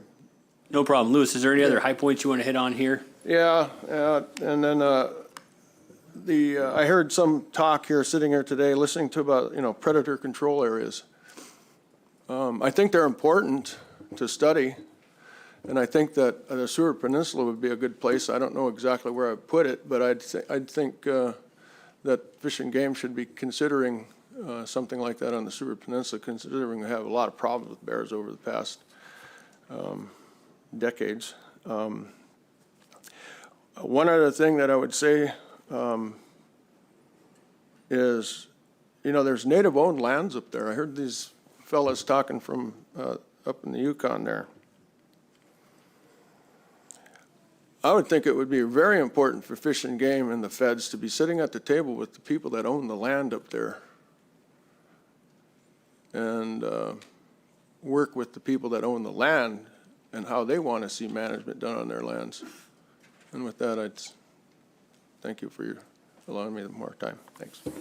Yeah, thanks, Lewis, for that testimony. Do we have any questions from board members?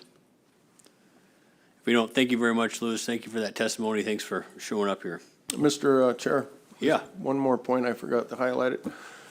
I served as the Tier 2 Salmon Work Group Chairman in Nome for a year in 1998-99, only to have the only Tier 2 salmon fishery in the history.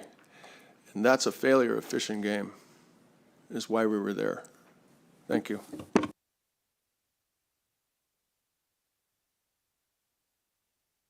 All right, we'll call Bill Watkins next. Thanks, Louis.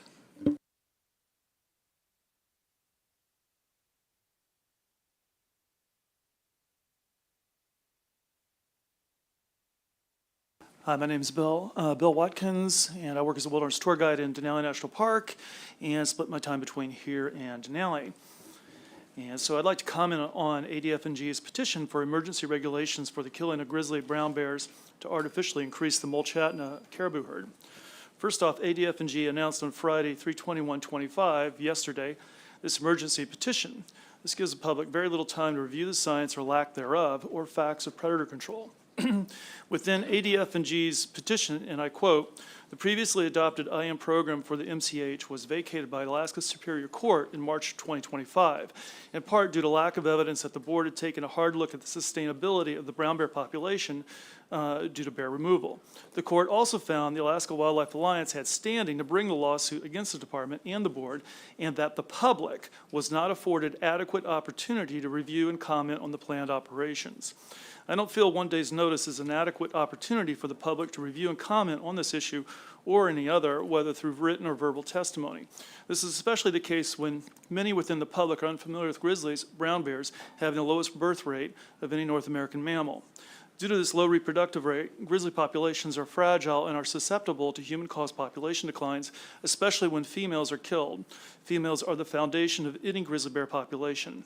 As of this time, ADF&G has not conducted any population studies or knows the population dynamics, meaning ratio of males to females, subadults, and cubs, natural mortality, or whether the population is increasing, decreasing, or stable. Furthermore, ADF&G has claimed that there is a high bear population within this area due to anecdotal opinions from hunters, yet they do not specify by numbers what a high population is for this area. Naturally occurring bear populations vary dependent on food availability, types of food, calorie content, habitats, ecosystems in the onset of winter weather. In general, bears south of the Alaska Range who have access to salmon and other rich food sources will be able to support more bears. Bears north of the Alaska Range who do not have access to these rich food sources will be fewer in number. Comparing the bears in Denali, north of the Alaska Range, versus the bears at Katmai, south of the Alaska Range, illustrate this difference perfectly. Katmai supports more bears. They are larger, yet this larger population reflects what the habitat ecosystem can support. More bears in a naturally regulating ecosystem doesn't suggest a high bear population. It is a natural reflection of the habitat that can support that population. ADF&G uses the term high in a pejorative manner, yet they do not define it, nor do they have any current population studies to support it. Additionally, the only way one could have a high bear population is if it was artificially fed by humans, whether directly or indirectly through garbage, improper food storage, bait sites, through intentional feedings, increasing the birth rate and the reproductive rate. I have not read anywhere where ADF&G makes this claim. Consequently, there is no high bear population. Due to the lack of ADF&G's bear population studies, they have yet to determine what a sustainable grizzly bear population is within this area. This is why knowing the population dynamics and natural mortality rates in this area is so important. Furthermore, ADF&G fails to consider other forms of Mulchatna caribou herd decline that makes predator control irrelevant. Habitat ecosystem vegetation change is occurring throughout Alaska and is leading to declines in both caribou and Dall sheep. Both caribou and sheep must have the types of vegetation that can support their populations. If there isn't enough of the critical vegetation types, then the populations decline. Caribou are dependent on lichens and mosses, which are being crowded out by willows, dwarf birch, and alder. While the expansion of specific willow types will benefit moose, they are of no benefit to caribou during the winter months. Additionally, with Alaska having more heavy snowfall, icy type winters, this blocks caribou and especially Dall sheep from reaching their food sources. These factors are attributed to global climate change, yet I have yet to hear ADF&G discourage oil development or the burning of fossil fuels to maintain both caribou and Dall sheep habitat. Combine the above with a highly contagious disease such as brucellosis, which should be expected, along with these other factors, it should be expected that the Mulchatna caribou herd would decline. Both wolves and, to a much lesser degree, grizzlies can limit the expansion of contagious diseases such as brucellosis. Predator control encourages the expansion of such diseases, as a removal of predators encourage more intense spread of disease outbreaks. In the lower 48, Montana, Idaho, and Wyoming refuse to acknowledge this fact through their anti-predator policies, and consequently, chronic wasting disease is spreading throughout these states and the West. Also, I'm not aware of ADF&G conducting vegetation studies to determine quality of caribou habitat within the Mulchatna area, nor the rate of plant succession. This is critical in determining the rate of decline of the habitat to determine what caribou numbers the habitat will support. Quite simply, ADF&G has not done any comprehensive studies to justify this emergency petition, and I urge you to reject it. Bill, thank you very much for that testimony.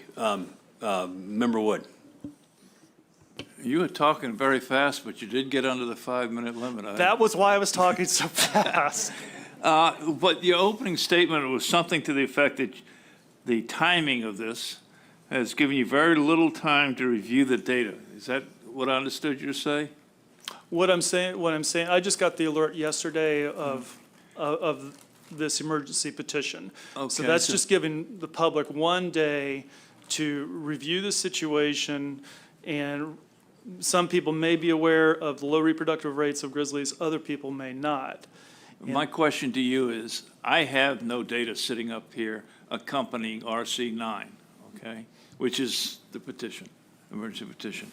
What data is it that you think we have up here that we should be reviewing?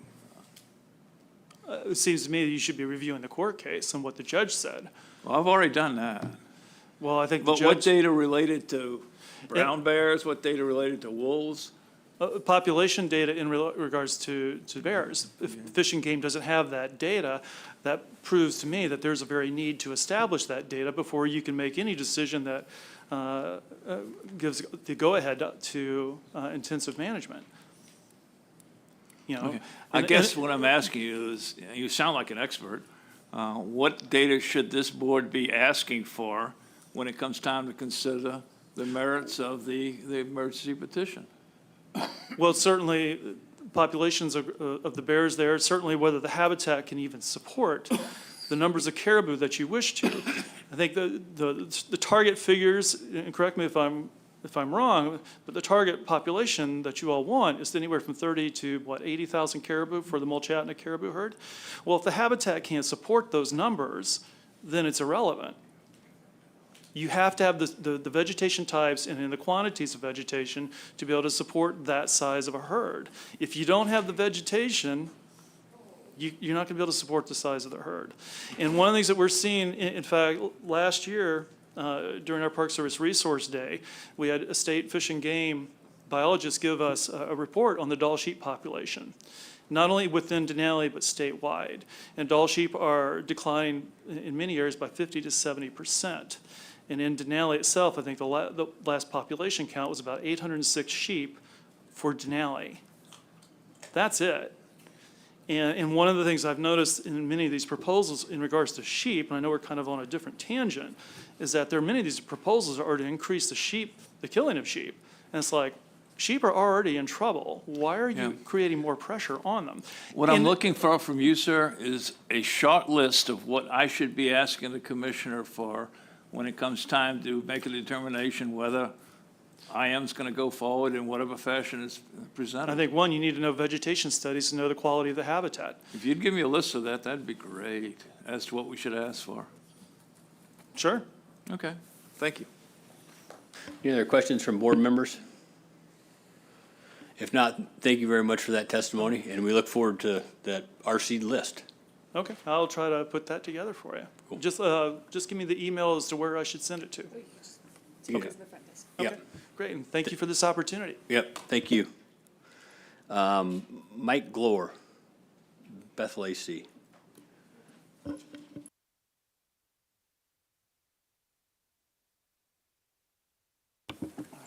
Good afternoon, Board of Game. My name is Michael Glore. I'm from the Bethel AC, and thank you for the board support for getting me here. Proposal number 86. The Bethel AC has opposed this proposal as sea ducks are not being hunted enough in the past few years. And not only that, with the bird flu is being a hit or miss. So with the registration permit or harvest tickets being required, we don't see a support for this proposal.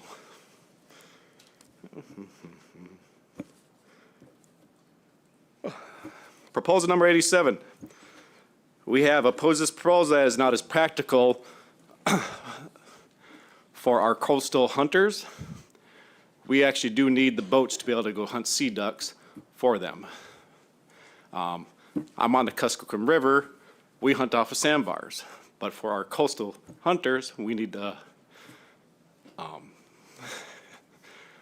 boats to be able to go hunt them. So for that proposal, that was one we opposed. Proposal number 88, permit to take game for use of cultural purposes, add wood bison to the list of game species allowed for cultural purposes. We have opposed this proposal due to the fact there is not a big population of wood bison in Alaska. We also believe it is too premature to add wood bison to hunt regulations with such low numbers in Alaska.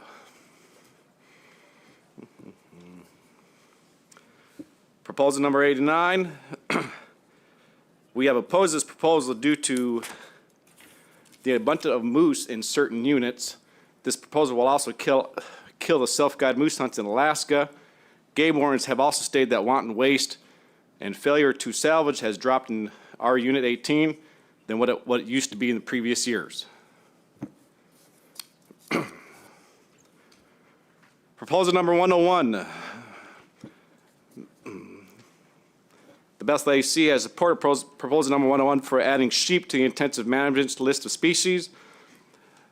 We know that the numbers of legal sheep to be harvested in certain units of Alaska has dwindled down over the years and has made it harder for resident and non-resident hunters to take sheep. Proposal 122. We have opposed this proposal due to the fact that the bison hunting in Alaska is by draw permit only. We do not support the fact that draw hunts should be allowed to be proxy hunter for other individuals. Number 124. Bethel AC has supported proposal 124 due to the bears being lured to fish camps and cabins due to the scent of fish or being hung up in fish racks and food that is left in the cabin during the summer months. With this proposal, it will make it easier to eliminate nuisance bears that are within a mile of these fish camps or cabins. Last summer, I had one of my friends, his cabin was actually hit by brown bears multiple times. So with this proposal, it'll actually help remove that nuisance bear within the areas. Proposal 125 is going to be the same as proposal 124. And I forgot to write that one down. Proposal number 127. The Bethel AC has supported this proposal was to give in dates for the use under the trapping dates. With these tools, it will also help trappers during the low light times for taking fur bearers in Alaska. Alaska is one of the few states that does not allow the use of electronic enhanced night vision or thermal optics, forward-looking infrared rays for taking fur bearers. Proposal number 126 and 128 are pretty much the same as number 127, so that is why we did not take no action on those two. Proposal number 130. The Bethel AC has supported this proposal as it also has been opposed by the Board of Game as a statewide for all big game hunting in Alaska and by unit proposals in the past. This proposal is only targeting moose. We chose those 243s at 6mm caliber due to the youth hunts that are in Alaska. Also, the performance of centerfire cartridges and heavier grain bullets have better penetration from 243 caliber and up. With 243 caliber and up, the technology of bullets has dramatically changed over the past 20 years. And we all know that copper bullets are starting to be a thing today.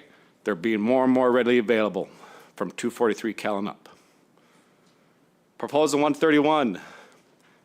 We have opposed this proposal due to the fact that someone could take the trap indoor snare and move it to a location that would be in an illegal area for trapping and report it. Trappers can be targeted by individuals that may or may not like them if they come across their trapping line. 132. We have opposed this proposal since it gives options for new non-resident hunters and trappers and we need to take wolves and wolverines under a trapping or hunting license. Proposal 133, we looked at it as the same as for 132, but for all resident and non-resident hunters and trappers. 135, the Bethel AC has voted to oppose this proposal since the individual boards can handle this for each hunt. By limiting the draw hunts to 10% for each hunt for non-resident hunters, that would be a lot of revenue lost for the state of Alaska.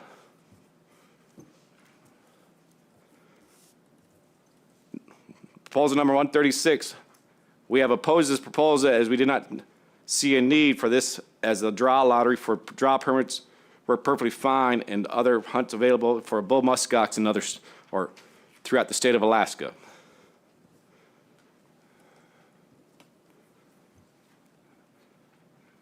Number 137, change the drawing hunt permit process. We, the Bethel AC, have voted to oppose this proposal as we do not want to have a point system in Alaska for draw hunts. Over the years, the draw lottery has been working for Alaska resident and non-resident hunters for quite some time. 138, we have supported this proposal as the Department of Fish and Game gives a clear reasoning that the lock and tag fee should be removed for subsistence hunts for muskox. 139, the Bethel AC has supported this proposal as hunters can identify sex of horned big game animals such as sheep, goat, and muskox. With the sex of the animal being attached to the hindquarters, it can cause bacteria to grow and make the meat tainted, which will not be edible for human consumption. Number 141, the Bethel AC has voted to support this proposal. As a new technology has changed, we could actually show videos of meat being transferred or take photographs of the transfer paperwork while we're out in the field, and we can also get that sent to the person that is receiving it. Number 144, the Bethel AC has voted to support this proposal as to the owner of the skins, skulls, and trophies has had enough time to pay and collect their property. The amount of labor time that taxidermists have in skins, skulls, and trophies, by the time the 6 months is up, it could take additional 2 to 3 months for the taxidermists to recoup their time and labor. Number 146, we the Bethel AC have voted to oppose this proposal as cats are the #1 killer of small birds in Alaska. We do not want them to be released out in the wild. Number 147, we as the Bethel AC have opposed this proposal as we believe that there should be more than one person on this issue instead of the Commissioner of Fish and Game. Proposal 151, the Bethel AC has voted to support the resident brown bear tag exemption as it gives hunters and subsistence users better opportunities of taking their brown bears. Proposal number 157, reauthorize the resident antlered moose season in Unit 18. The Bethel Advisory Committee has voted to support this proposal in Unit 18. Remainder, we have an abundance of moose on the lower Yukon, and more are starting to show up on the western coast. We also have a high cow to bull ratio on the Kuskokwim River. We see more cows during the September hunt than bulls, and believe the bull to cow ratio will take a few years where it needs to be at. And then proposal 123, we oppose that because with the remuneration of the proxy hunt, it'll turn into commercial hunting and for future purposes. We're not for commercial hunting in Alaska, for hunting for other people. Some of us actually went over to where if it's like your grandma or something, we don't care. But if it's for say for someone else and you're taking money or getting a car to go get gas, that was something we were against. So proposal number 123, we oppose that. And then I have a proposal that was part of the South Central and Central meeting back in January, which was proposal number 2 about opening bear baiting for 2 seasons for the whole state of Alaska where it was legal. This was actually supposed to be part of the statewide. The Bethel AC has voted to support this proposal as it would give better opportunities for taking black bears over bait. In the past few seasons, we have been flooded out of bear bait sites, and the possibility of taking a black bear over bait or scent lures was low. With the 19 units in Alaska that have no close season for black bears, by having 2 bait sites, this would give more flexibility to taking a black bear over bait. And that is it for my proposals. Hey, Mike, thanks so much for traveling all the way here. Thanks for giving that testimony. You did a great job. Board members, do we have any questions for Mike? George. Mike George Pappas, Director of Subsistence. It's good to see you, sir. Morning. I don't know how to ask this question to you. If there happened to be a standing expert who knew how to reload locally with contemporary rounds, what would that standing expert say about what calibers are most popular for local animals by species? So a lot of cartridges out there in Bethel are starting to show up as 243, 6.5 Creedmoor, a lot of short action cartridges. The technology today for these cartridges has improved over the past 20, 30 years to create more velocities. A lot of people are still using the 223 cartridge for wolf hunting in order to take wolves. So say like people are going to go chase wolves, a lot of people are actually using a handgun now. They're actually taking the 5.7 x 28 because it holds 20 rounds in a magazine. And they could actually catch up to the wolves and they could shoot it a couple times as it's running away. So with the 223 here recently, I came back from one of our Yukon hunts. One of my hunting partners actually shot a young calf or a yearling moose. He actually had a 223 wound area. We couldn't recover a bullet from it because it was possibly part of the gut pile. Thank you, sir. Director Scott. Thank you, Mr. Chairman. Mike, thanks for being here and appreciate the input from the Bethel AC. I'm curious, you guys are in the middle of the Mulchatna Intensive Management Area, and can you tell us how the AC is seeing that and their thoughts on it? So right now, from what we were told by the biologist in Dillingham, the herd has actually increased by about 1,400 to 1,500 over the past 2 years with this brown bear predator control and wolf predator control. If we were actually given one more season with this intensive management over the brown bear and wolf predator control, we'll be able to get better numbers on this. So with those numbers, 200. Altogether, about 210 animals have been killed off of those between brown bears, black bears, and wolves. Commissioner. Yeah, I just want to follow up. So you live out in the area. Yes, sir. In that area. And so to me, I look at the predator control efforts and we've kind of turned it around with calf survival, which to me indicates that the habitat is capable of supporting more animals. I guess, what is your belief in terms of living out in that area? Is there sufficient habitat to support an increased herd size? So far, we have, when I stopped by Fish and Game a couple weeks ago, they've only found probably one or two, maybe 3 caribou that were dead. No wolves got to it. They just died of starvation because we had that rain spell. But over these past 2 years of just doing the predator control, we've had a huge increase of caribou just in 2 years. They're actually estimating at least 1,700 in 2 years with the calf rate. So just getting back to the question, so you believe that the habitat is capable of supporting an increased herd size? Yes, sir. Thank you. Any other questions from board members? Member Brett. Yeah, thank you, and thank you for coming over here. I'm curious on Proposal 124. I really liked your comments, your AC comments on that, and that's one with the permanent dwellings for bear baiting and taking bears. And he had, the AC, I guess, had made a comment that, if this was enacted already, that it would help, your friends getting his cabin hit 3 times by grizzly bears.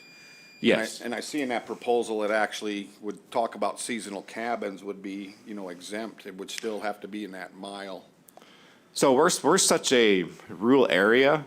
A lot of our cabins are not even occupied. I'm like, there's actually fish camps that aren't even used anymore.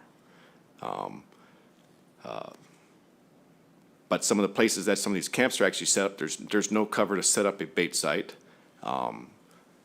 There are trees across that you could go to it, but who knows if we'll be able to get to it if we get flooded out again.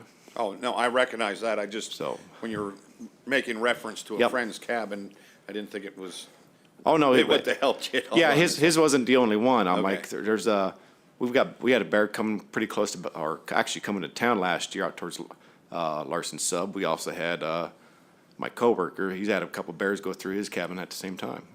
Great. So, Thank you, and thank you again for serving. yep. Appreciate it. Any other questions? If not, Mike, thank you very much for that testimony. Thanks for traveling all the way here and letting us know what Bethel AC thinks. Thanks, sir. And next, we're going to call Michelle Sinnott.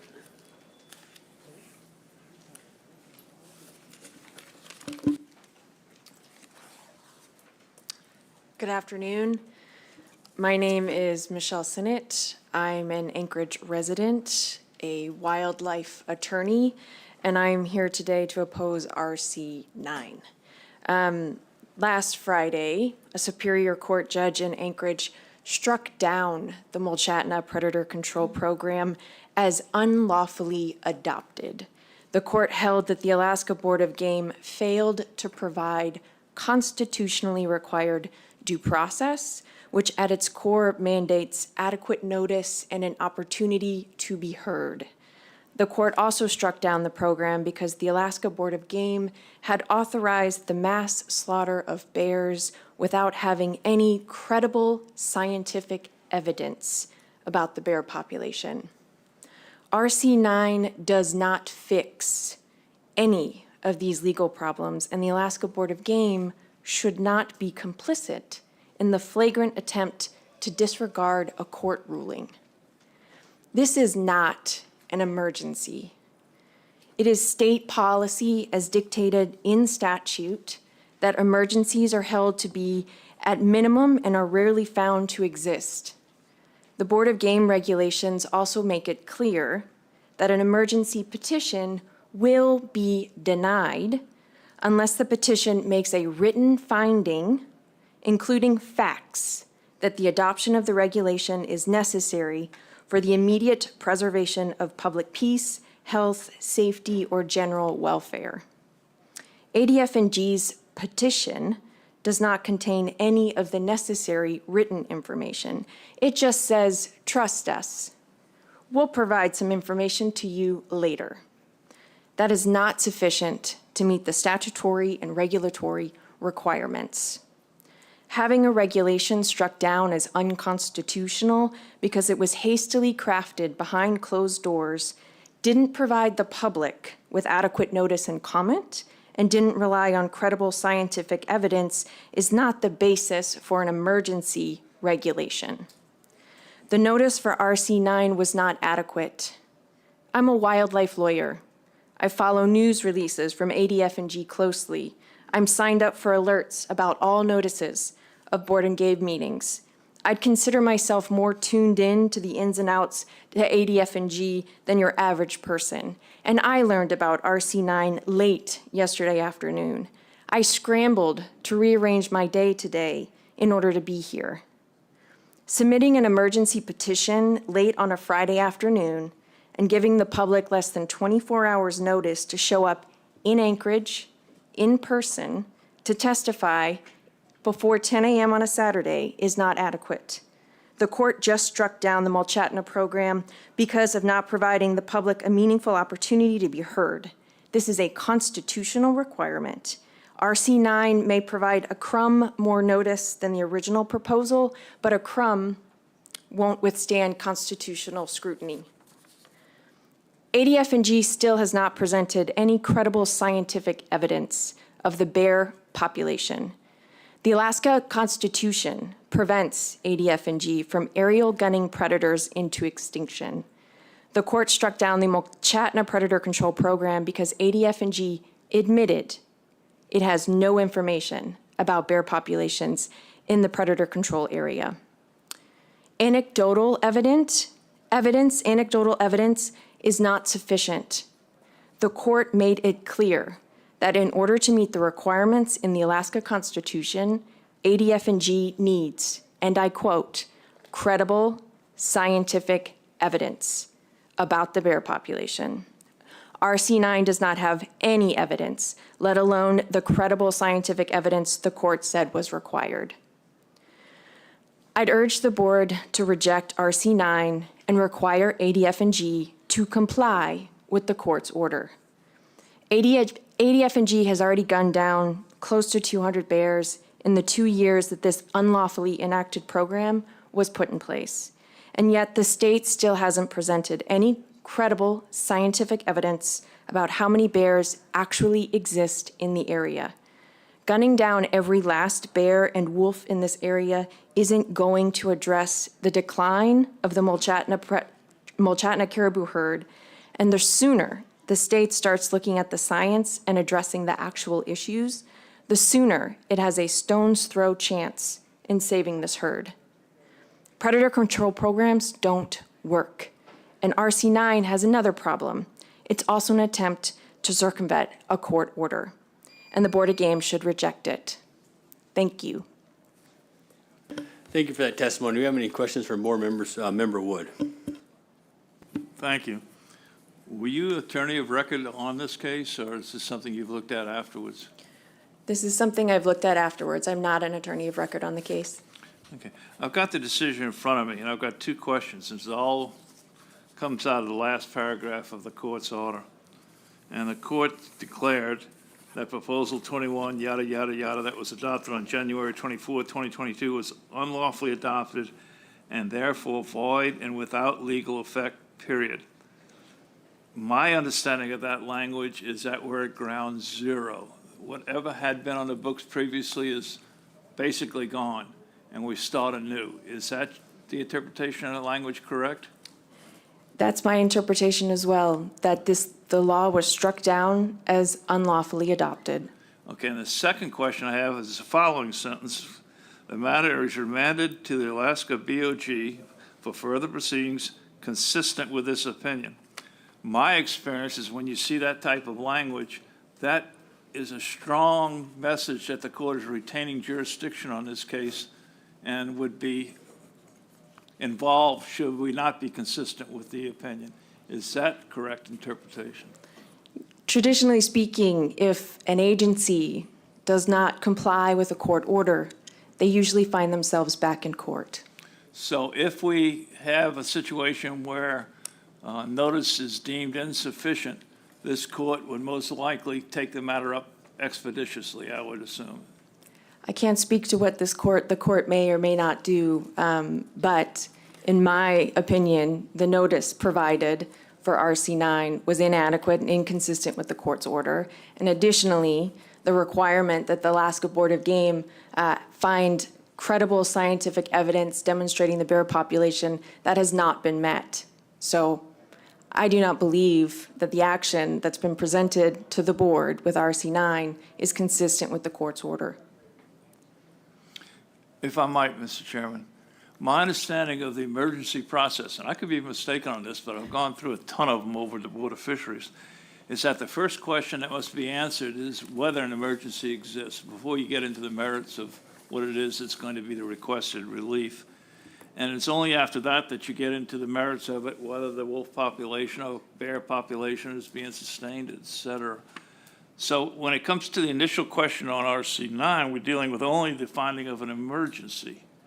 And my reading of the statutes, at least, is if the board were to find such an emergency exists, only then would a hearing be established. I see no waiver of a hearing anywhere in the statutes. So there'd have to be a hearing after that, at which time we'd start dealing with the issues you're describing of sustainability and all the other things that go along with it. Where am I going wrong? The Board of Game regulations make it clear that when an emergency petition is presented and that petition does not meet the requirements, that there's a written finding in the petition itself demonstrating that the adoption of the regulation is necessary, and I quote from the regulations, for the immediate preservation of public peace, health, safety, or general welfare, then it's ADF&G's requirement to deny that petition. My perspective is that nowhere in ADF&G's emergency petition do they demonstrate clearly that this is an emergency. Nowhere do they invoke any of the language making it clear that this is an emergency. And on that basis, it should be rejected out of pocket. Shouldn't even consider it. Should be rejected straightforward. If you do consider it, it should be rejected because it doesn't meet the two requirements laid out in the court's order, which is there was not adequate notice and it doesn't present any credible scientific evidence about the bear population, which is required to meet the constitutional mandates in the Alaska Constitution. So your contention is that the court's opinion requires the notice, adequate notice, even on the emergency finding, as opposed to the merits of whether indeed you implement an IM? If the board was going to take up this petition, and you take it up on an emergency basis, if we're not allowed to provide public notice right now, when would the board allow the public to come in and provide substantive comments on that petition? Now's the time to do it, correct? No, I disagree with you. That's one of the easiest questions to answer. They do it prior to the hearing that's held subsequently when you deal with it. Excuse me, hold on for just a second. I got, Cheryl, go ahead.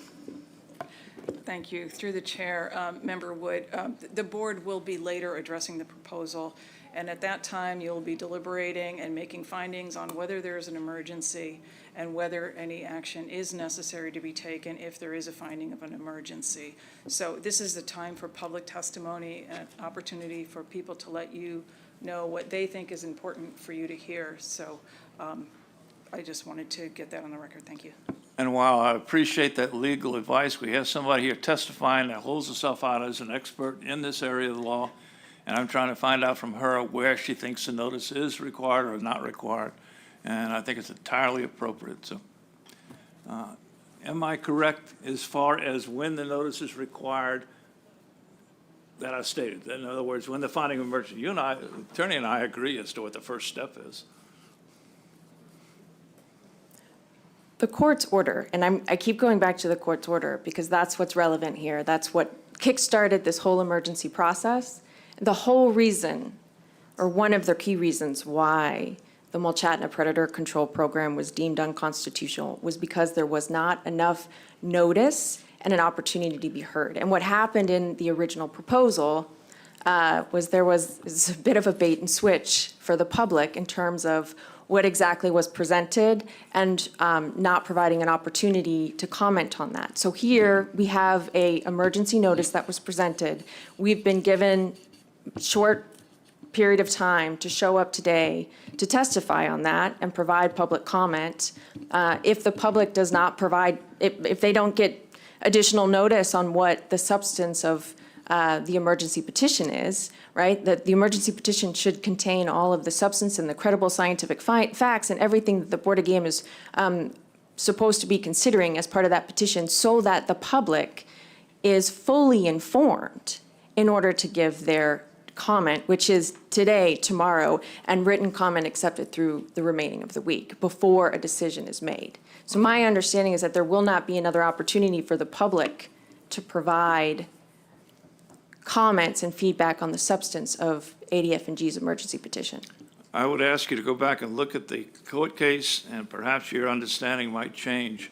The notice that the court referenced was when the initial IM was adopted, when that substantive proceeding took place. And you're asking here for us to expand that and require the same kind of notification due process for the emergency finding. And I obviously I differ with you on that, okay? We can agree to disagree. But I'm trying to understand your legal analysis, and I appreciate it. Any other questions from board members? Michelle, thank you very much for showing up here and testifying. I have one quick question for you. You talked a little bit about anecdotal evidence. Indigenous knowledge that's brought to us by an elder, is that fact? I'm purely looking at what the court told ADF&G is required and what the court said, credible scientific evidence. And before ADF&G implements an intensive management control program where they're going in and are taking hundreds of bears at a time. In order to ensure that that bear population is maintained sustainably, there needs to be credible scientific evidence about the number of bears in that area. That's what the court ordered, that's consistent with the Alaska Constitution, and that's what ADF&G is required to do. Thanks for that answer. Any other questions? Vice Chair Hoffman. Yeah, thank you, Mr. Chair. Thank you, Michelle, for your testimony. I was going through my notes here, and you made a reference to the word extinction. Was that in part of your testimony? That is correct, yes. Can you expand on that? I was writing some notes, and I didn't quite hear what you attached to that. Yeah, so my exact statement was that the Alaska Constitution prevents ADF&G from aerially gunning predators into extinction, and that's a reference to the sustained yield requirement in the Constitution. And that requires all wildlife in Alaska has to be managed under this principle of sustained yield, even predators. So even when the Board of Game makes a determination that it's valuing certain animals over others, so prey species over predator species, they still have to ensure that they're not managing predator species via intensive management into extinction. So you cannot kill all the bears in order to save the predators. That's what the Alaska Constitution sustained yield requirement dictates. Michelle, thanks. And I don't think there's any further questions. Thank you very much for your testimony. Thank you. And I'm going to call Maris Maxwell.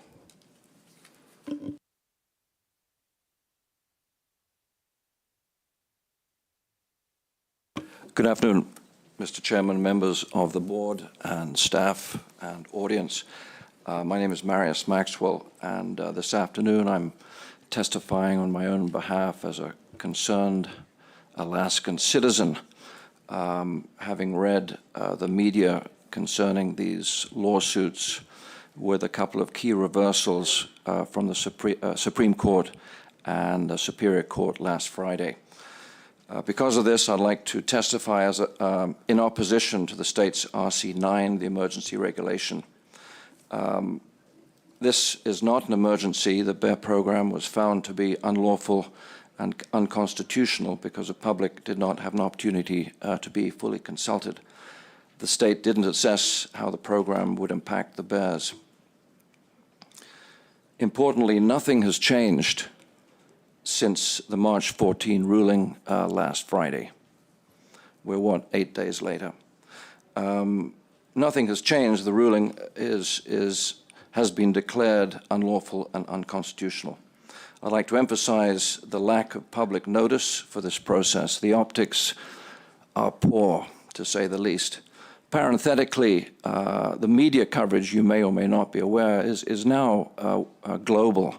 I've had emails from friends in Europe and Switzerland and the UK who have been reading about this unconstitutionality of board actions in the Mulchatna. So it's an extraordinary how last Friday's ruling has ricocheted around the internet to the four corners of the world. In my opinion, as a lay scientist, if that's not a contradiction in terms, what has gone on in the Mulchatna is demonstrably unscientific.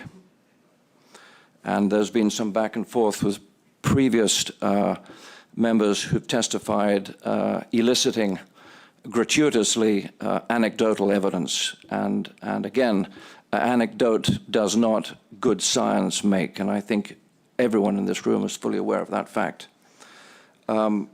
If the board employs state biologists, surely it behooves the board to adhere to their best scientific recommendations. And since I've been awoken to this extraordinary program in the Mulchatna, bereft of any acceptable science, I've read in detail the legal pleadings and the presentations by biologists Nick Demmer and Renee Sattler.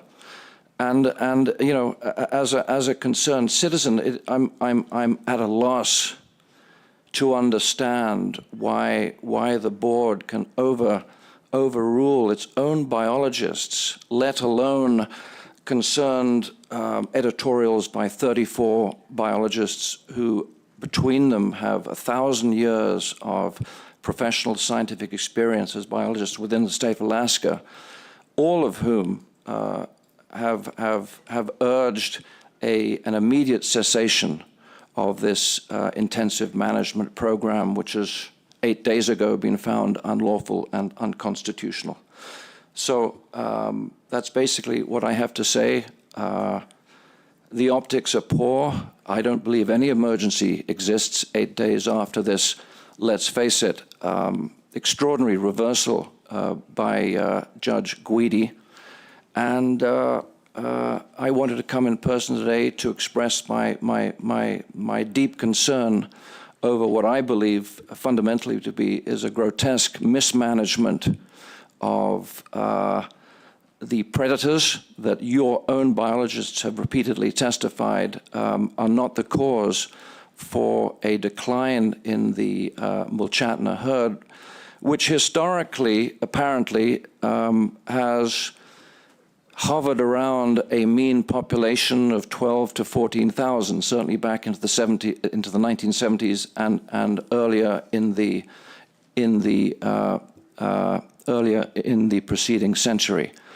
And so this apparently environmentally induced surge to 200,000, which has led to overgrazing of lichen and other herbivorous plant foodstuffs back to a long-term mean, is just a reflection of the ebb and flow of natural habitats. And your own biologists have attested that the eradication or the culling of these predators will have no meaningful impact on the size of the Mulchatna herd. Thank you very much. Hey, Maris, thank you very much for that testimony. Do you have any questions from board members? Member Brett. Yeah, thank you, Mr. Chairman. Thank you, Mars. I would probably just make a statement that I respectfully disagree with you that all the people in the room agree with Western science. There's quite a large contingency here that are elders and those that represent traditional knowledge, and traditional knowledge has a place in our process here at the Board of Game. May I respond to that? Yeah, you can respond to that. Yep. You know, surely the courts, whether you talk about traditional science or Western science, with all due respect, this is not a cultural issue. Whether one believes the world is flat, or whether things are occurring or not occurring, surely we're all subject to the courts. And if, in fact, let's extrapolate, if in fact that now we're living in a parallel universe, whereas Darwinian science or Newtonian physics of gravity are put aside in favor of cultural elders, why, and if you lay such store in that hitherto hidden repository of science, why wasn't that science preferred as evidence for your actions in Mulchatna during the recent court cases? With that being said, Maris, thank you for that. Long silence. Thank you. Yeah, for sure. We're not gonna debate back and forth here. We're gonna call up Corey Lesher.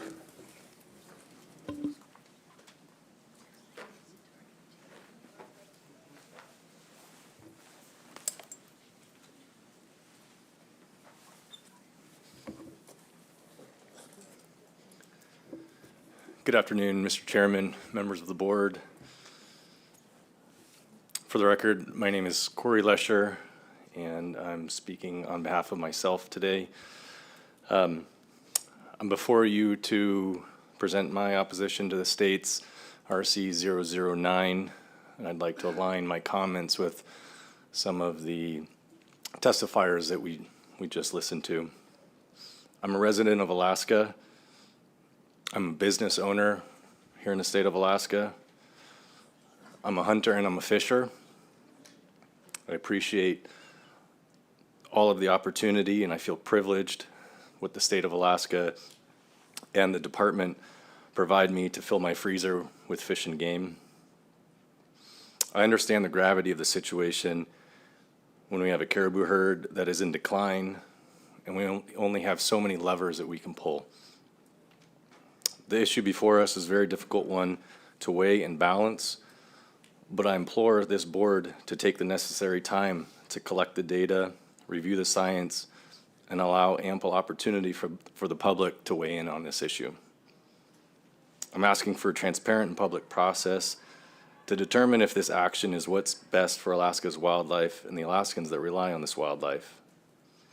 I don't believe that this is an emergency or that this would benefit from, or I do believe that this would benefit from thorough science and research into how this predator culling program would impact bears throughout the ecosystem.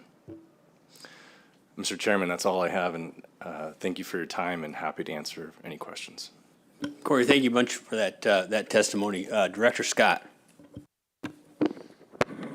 Thank you, Mr. Chairman. Hey, Corey, thank you. Thanks for just very respectful and laying it all out there. Really appreciate it.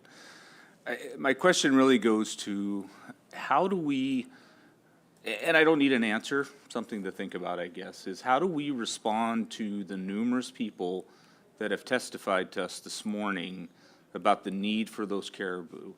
And how do we respond to the legal requirements to undertake some of these programs to provide that?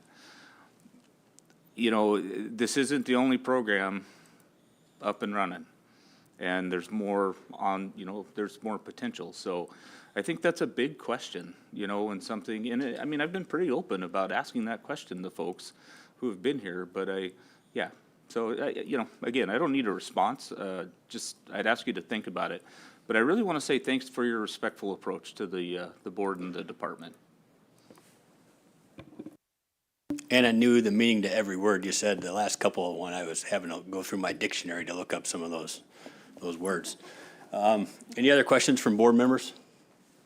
No, Corey, thanks a whole bunch. And we're going to take a 10-minute break here. We'll come back on in 10 minutes.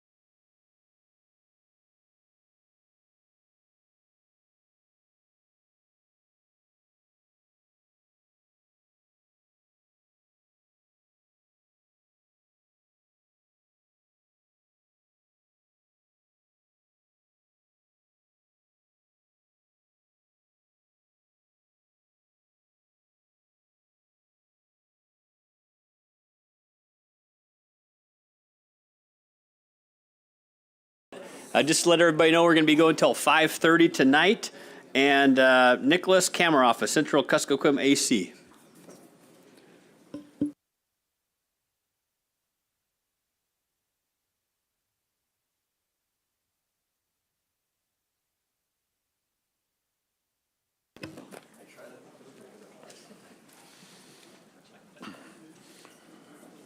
Through the chair, members of the board, and staff, thanks for the time for this opportunity to testify before y'all. Mine's going to be short and sweet. Our advisory committee, we just have two things that I want to push through. Here is number 88 for the wood bison for culture and use.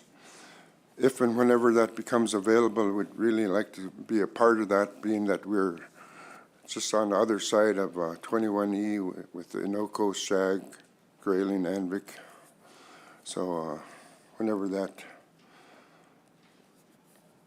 becomes possible, we'd like to be a part of that stuff and look forward to working with the cultural and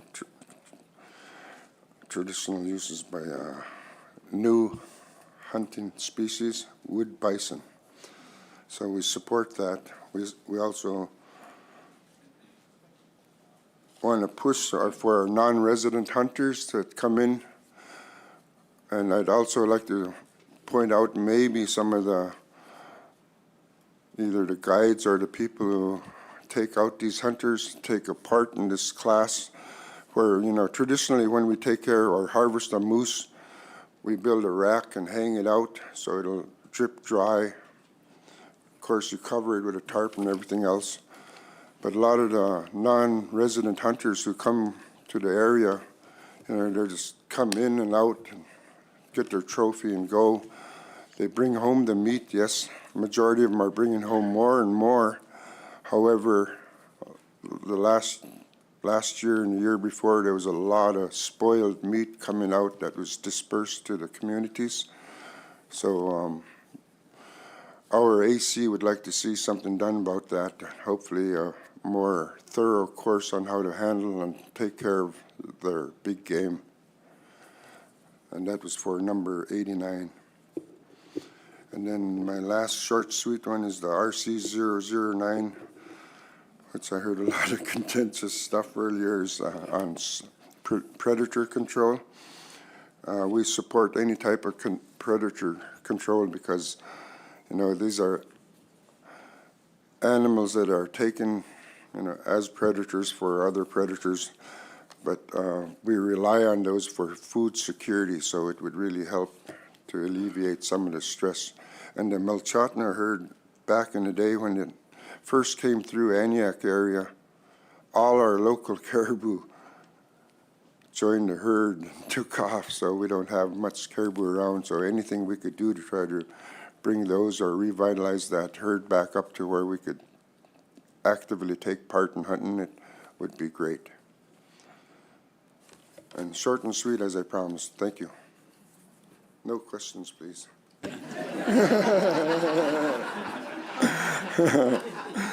Hey, thank you very much for that testimony. I don't think you're going to get off the hook that easy. Member Loring. Thanks so much. This is an easy one.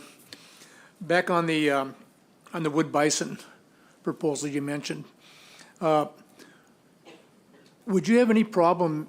Because right now, both those populations that Fish and Game put in are still pretty low, and they don't have a harvestable surplus. They may not for quite a while. Would your committee be okay with waiting a little bit before it actually designated a, you know, customary traditional or some other type of harvest until there is a harvestable surplus, or, you know, and still get the same result maybe in 5 years from now that you would today? Would that be okay with you guys? Yeah, yes, I think I stated that in the beginning. Maybe I was a little too far away from the mic. However, yeah, whenever it becomes possible, we'd like to take part in that. Okay. I guess my question is, we have that proposal in front of us at this meeting, and it's okay if we don't, you know, if we decide not to act on it at this meeting, maybe a few years down the line, act on the same proposal, you'd be okay with that? Yes, I would. Okay, thank you. Any other questions? Member Wood? And I'll honor your request, you're home free. Member Brett? Yeah, thank you, Mr. Chairman, but I always got a question for you, Nick. Okay. So I'm just curious, what are your AC thoughts or your communities out there on the bear populations in the last 10 years? Have you seen an increase? Are they stable, or are they getting into things now, or? The black bears are less, not as much, and they're, you know, kind of holding their own. It's the grizzlies and the brownies that are really pretty aggressive. They come right into town and right into camps and stuff like that. So I think that would be the one that would really want to try and target. And that's something that's changed in the last 10 years? Well, yeah, on account of a lot of, I hate to go this route, but our fish population, both in the Yukon, Kuskokwim rivers, you know, we've never met our ANS in a number of years, over 15 that I know of. So yeah, it's a lot of competition, and they're getting more aggressive and getting into people's camps. All right, thanks, Nick, and thanks for serving on the wood bison reintroduction, too. Thank you. Commissioner? Yeah, so, real quick, so you live in this area where Mulchatna caribou are, and I'm just trying to figure out, we've heard testimony that the habitat is incapable of supporting, you know, an increased herd size due to our IM efforts. What's your read of it, living out in there and seeing the habitat and being familiar with it? We have good habitat. It's just caribou are roamers and joined the crowd, and that Mulchatna herd came from kind of east of here, came through the Kuskokwim Valley, and whoosh, our caribou went with them. So I think it's plenty of food out there, just to convince them to come back home. Thank you very much. Any other questions? If not, thank you very much for that testimony. Thanks for traveling all this way. And, you know, the fact that your AC just kind of commented on just a few proposals, we know those were near and dear to your heart. So thanks a bunch for coming here and testifying. Thank you. We're going to call Robert McMillan.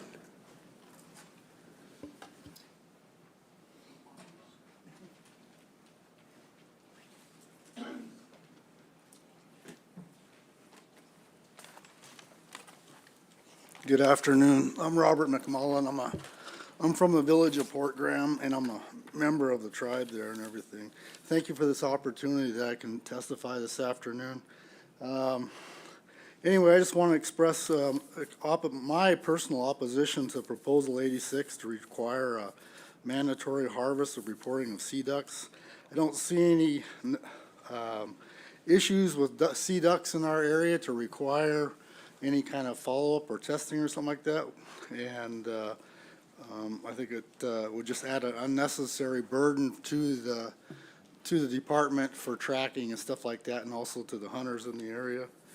And I'm going to leave the other one to my son because we're kind of testifying to the same thing.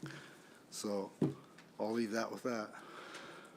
Hey, thank you very much, and thanks for testifying. I've got a quick question for you. Just your general observations. How are in your neck of the woods? How are the sea duck populations doing? Are they steady or? The sea ducks populations all seem to be doing rather well, because in our area we hunt on both the north side of the Kenai Peninsula towards Ketchimack Bay, and we also hunt on the southern side towards Rocky Bay and Windy Bays on that side of the peninsula. So we have a good kind of viewpoint when we're out and about and doing that. And right now we haven't had any issues that I'm aware of with any die-off. There was back in the late 80s, early 90s, and then maybe 2000s, there was a time where there was like a big murre die-off and that kind of stuff, and there was studies that was being handled all across the southern coast of Alaska and stuff like that, looking into that. But I haven't really seen or known of any die-offs in recent years or any issues with any of the populations of the sea ducks in our area. Thanks for that. And is this your first time testifying? First time ever, yes. You're doing good. It's cool. It's neat to see new faces and getting engaged in this process. Any other questions, Member Brett? Yeah, thank you, Mr. Chairman. Thank you, Robert. Yeah, you're doing a great job.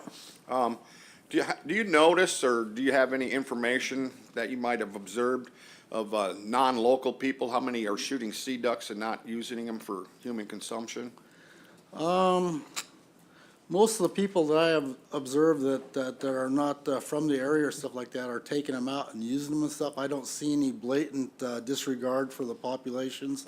If there was, we would address it internally and stuff with our people as well as with outsiders in the area, because you know, we want these populations to exist and perpetrate, and for all of our generations to be able to use down the road.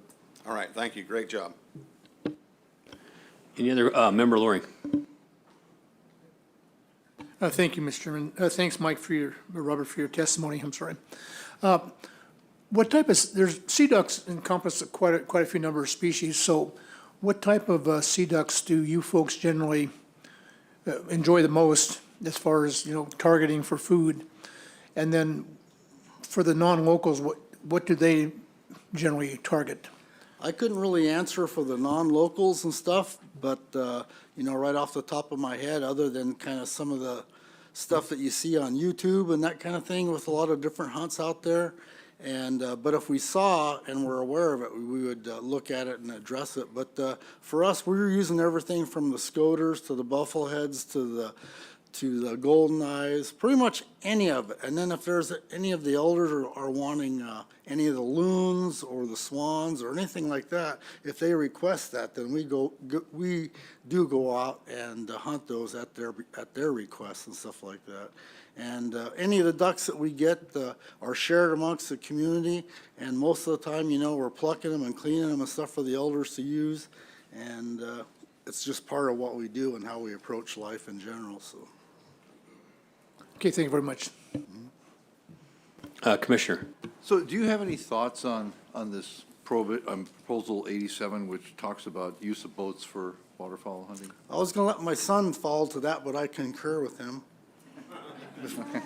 If you can, we can allow us to do it that way. Okay. But I can How do speak. you hunt? I can How do you speak hunt, to that. I guess, is the question. The nature of sea ducks, you got to go out and get them on the water. There's not like they're sitting on the beach waiting for you to come and get them. You know, you got to go out and you got to approach them on the water and that kind of stuff. And you know, there's in however you kind of go out there in some way, shape, or form, either by hunting them with the vessel or drifting, you're moving. There's no way to kind of sit and stop and go and hunt sea ducks on the water and stuff like that. So I would be against any kind of proposal that would restrict the use of boats.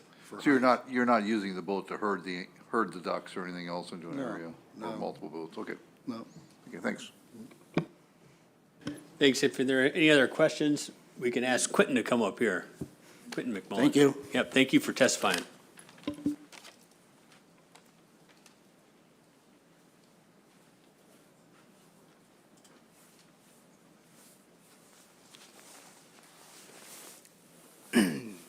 Thanks for the opportunity to come up here. I'm Quentin McMullen, a tribal member of Port Graham, and I'm in opposition of 87 for not being able to utilize the skiff to be able to go out and hunt because of the areas that we hunt in, and I was brought up hunting in, is all coastal waters, and like my father said, we hunt in the bays of Port Graham and then all around down in the outer coast toward Windy and Rocky Bay.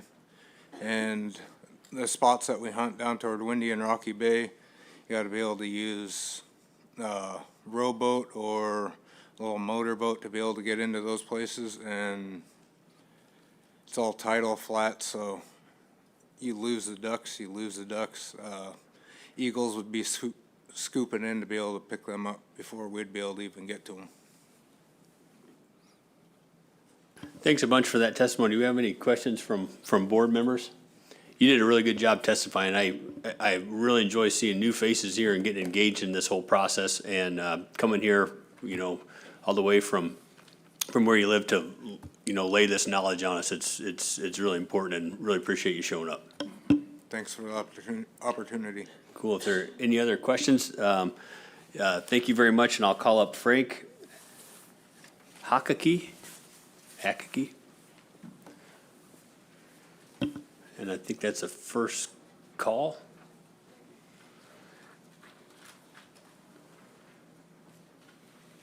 Georgiana Dre? Oh, thanks. Sorry if I mispronounced your name, I'm sure I did.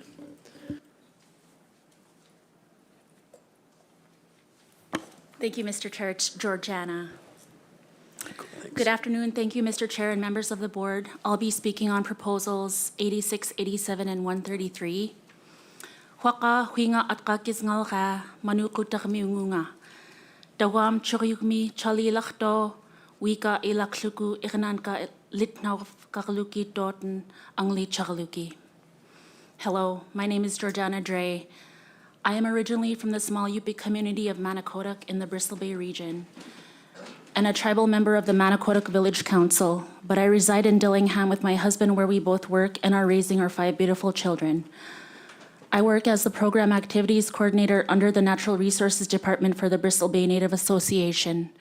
However, I am speaking on behalf of myself, my family, and our background as lifetime subsistence users, excuse me, as fishermen and fisherwomen, berry pickers, hunters, gatherers, providers to our families, and advocates for a subsistence way of life. My late paternal grandma couldn't speak any English. She is the whole reason I can speak in Yupik because I had no choice but to speak it to her. She would always tell us grandkids not to be wasteful and prideful and always take care of our food with love and respect. Now that I'm older, I truly understand what she meant. We, as Indigenous people of Alaska, follow each season as we subsist, guided by our elders and our ancestors that lived this way of life before us. Our homelands are sacred, and our Indigenous beliefs are that we take care of our land and animals, and so in turn, the land and animals will take care of us. With that being said, I oppose Proposal 86, which would require the mandatory harvest reporting of sea ducks. This is just another step that doesn't align with our cultural practices. It is unnecessary and creates extra tasks, not only for subsistence users, but also for agencies. I also strongly oppose Proposal 87, which is asking to restrict the use of boats to harvest waterfowl. Everyone in our villages uses boats. Everyone, the communities that I'm familiar with are Manakotuk, Togiak, Twin Hills, and Dillingham. It is a necessity to hunt by boats. Lastly, I oppose Proposal 133, which would prohibit trappers from using snow machines to approach and pursue wolverine. It's just not ideal for our trappers and doesn't make sense to the methods and means of our subsistence users. I will conclude with, our people have spiritual relationships with our land, waters, and animals that provide themselves to nourish our people. We do not waste anything we harvest. We are not trophy hunters. We hunt to feed our families and to put food on the table. I'm kindly asking you to put into perspective the communities and villages that live this lifestyle year-round, basically all their lives. The people that rely so much on all of the resources to simply survive. I appreciate the opportunity and time to testify before you today, Guyana. I also wanted to thank the board for giving the Kayasak Walrus Commission the additional 10 days to the fall hunt at the January meeting in Wasilla. Providing an earlier opportunity for our walrus hunters. So we appreciate that. Guyana. Georgiana, thank you very much for that testimony. It was very clear. Commissioner. Yeah, so thank you for your testimony. It was great.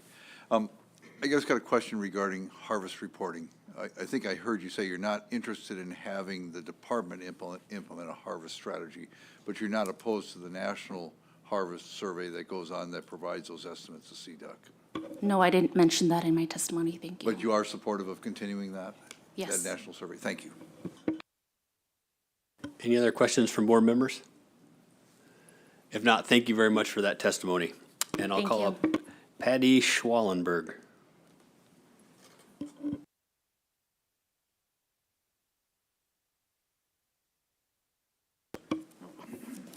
Good afternoon, Mr. Chair and members of the board.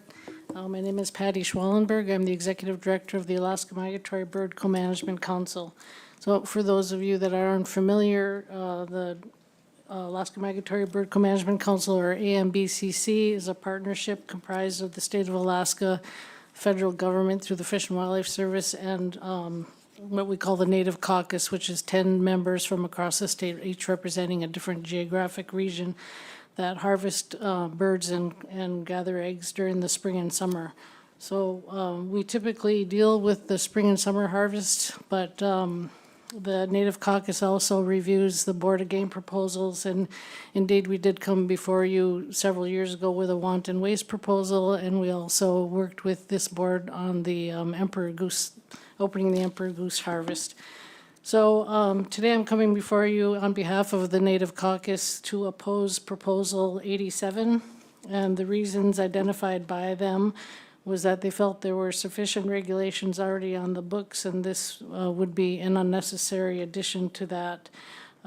They also said that the hunters would not be able to retrieve their birds until after the hunt, so this could potentially result in the loss of dead or crippled birds, also resulting in wanton waste.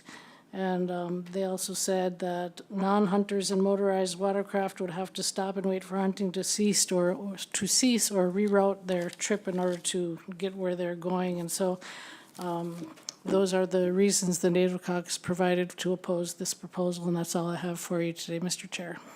Miigwech. Patty, thank you very much for that testimony. Any questions from board members? If not, Patty, thank you. Director Scott. Thank you, Mr. Chairman. Patty, thanks for being here. I don't have any questions. I just want to say it's good to see you again. It's always good to run into you and others from the AMBCC, so thank you. Yes, thank you. He was a former council member on our board, so it was good to see Ryan as well. Thank you. And thanks again. And I'll call up Matt Fullman.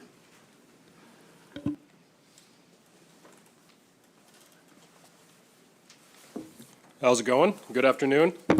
My name is Matt Fellman. I'm an Anchorage resident.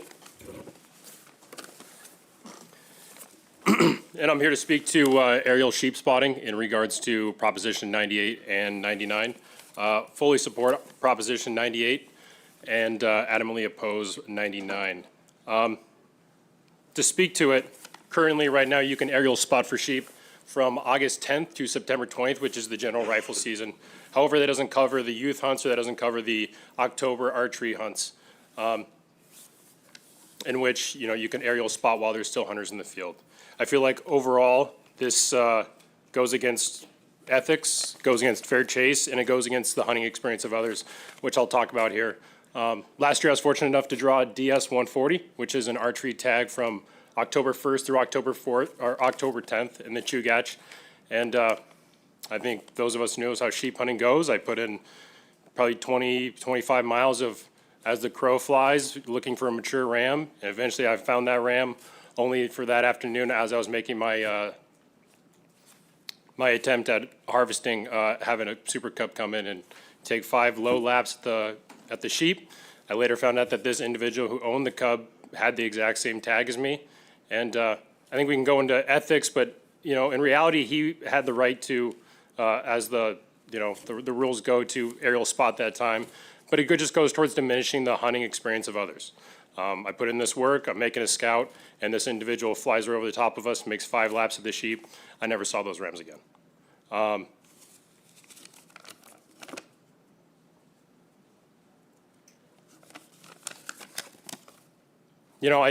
Whether or not this individual made a malicious attempt or anything like that, I can't speak to that. However, I think by extending sheep scouting, the ban from August 1st through the end of season, which is October 10th or October 15th, as it says, it's just going to help with ethics. It's going to help with harvest. It's going to help with what the Boone and Crockett says as far as good harvest. I'm not against aerial flying. I'm not against the transportation of airplanes. That'd make me a hypocrite. I've flown in on sheep hunts. I've flown in on moose hunts. It's a tool that I feel is used for transportation, but it shouldn't be used for aerial scouting. I think we had several other testifiers before here talk about individuals not flying with the intention of scouting at 6,000, 7,000 feet, of saying, hey, there's a sheep down there. They're flying down at dang near eye level with the sheep, of determining whether or not that's a full crow ram. We all know that the sheep populations are going down in our state, and by passing Proposition 98 and opposing 99, I think it's going to help us in the long term. So I can hunt sheep for the rest of my life, and hopefully I can share that experience with my family. Once again, I'm not anti-aircraft, but I think we do need to have more of a fair chase and a fair opportunity for the individuals out there.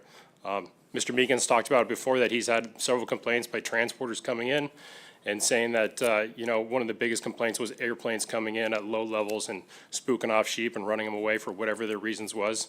And, you know, I think if we're to think about ethics, we're thinking about fair chase, we're thinking about our sheep populations in the state, I think we do the right thing in passing 98 and opposing 99.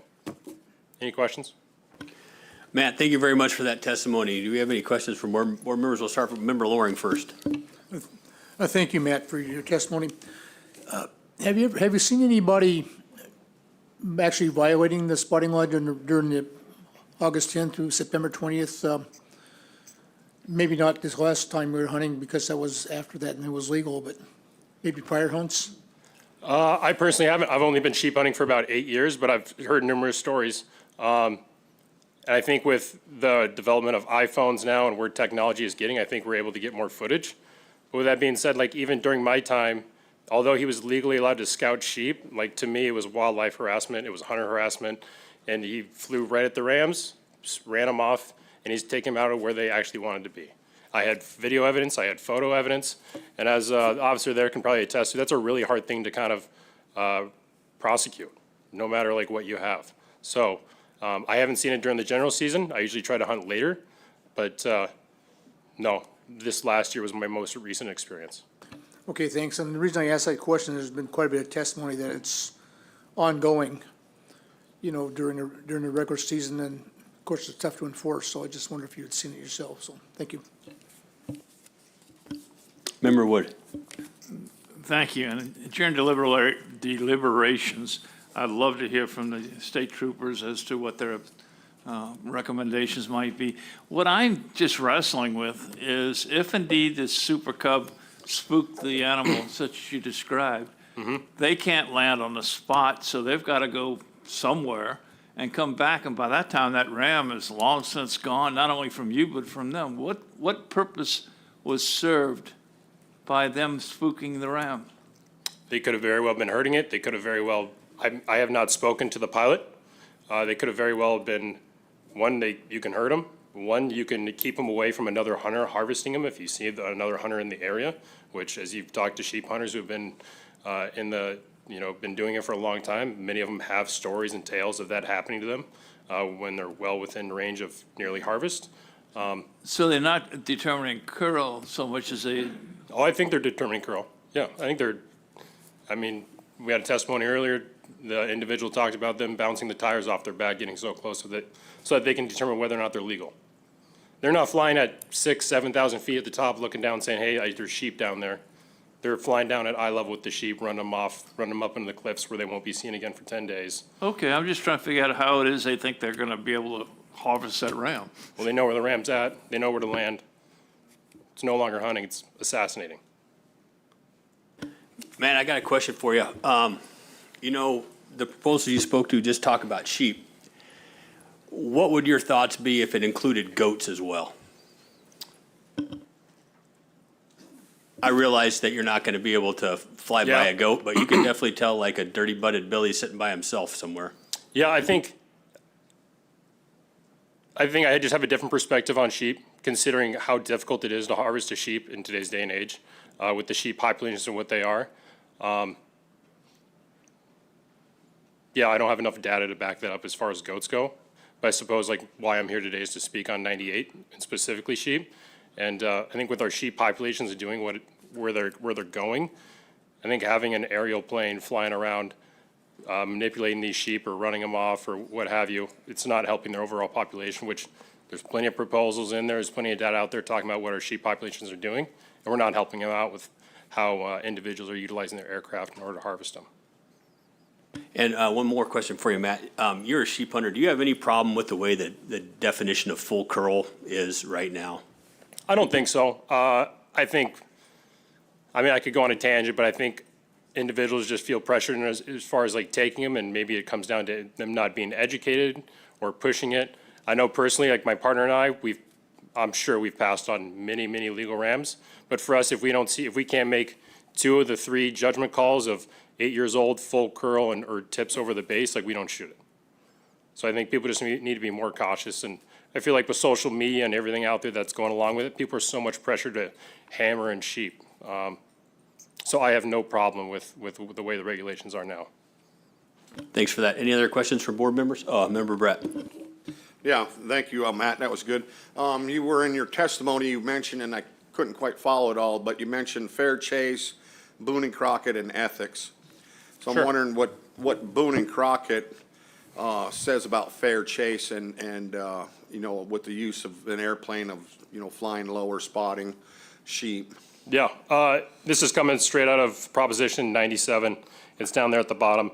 It says, in regards to Boone and Crockett, with the popularity of personal aircraft in the 1960s, increasing and being used for hunting to access remote areas of North America, it's become apparent that most hunters are using aircraft not only to reach their hunting destinations, but to locate their game from the air and in the vicinity and to pursue for a shot.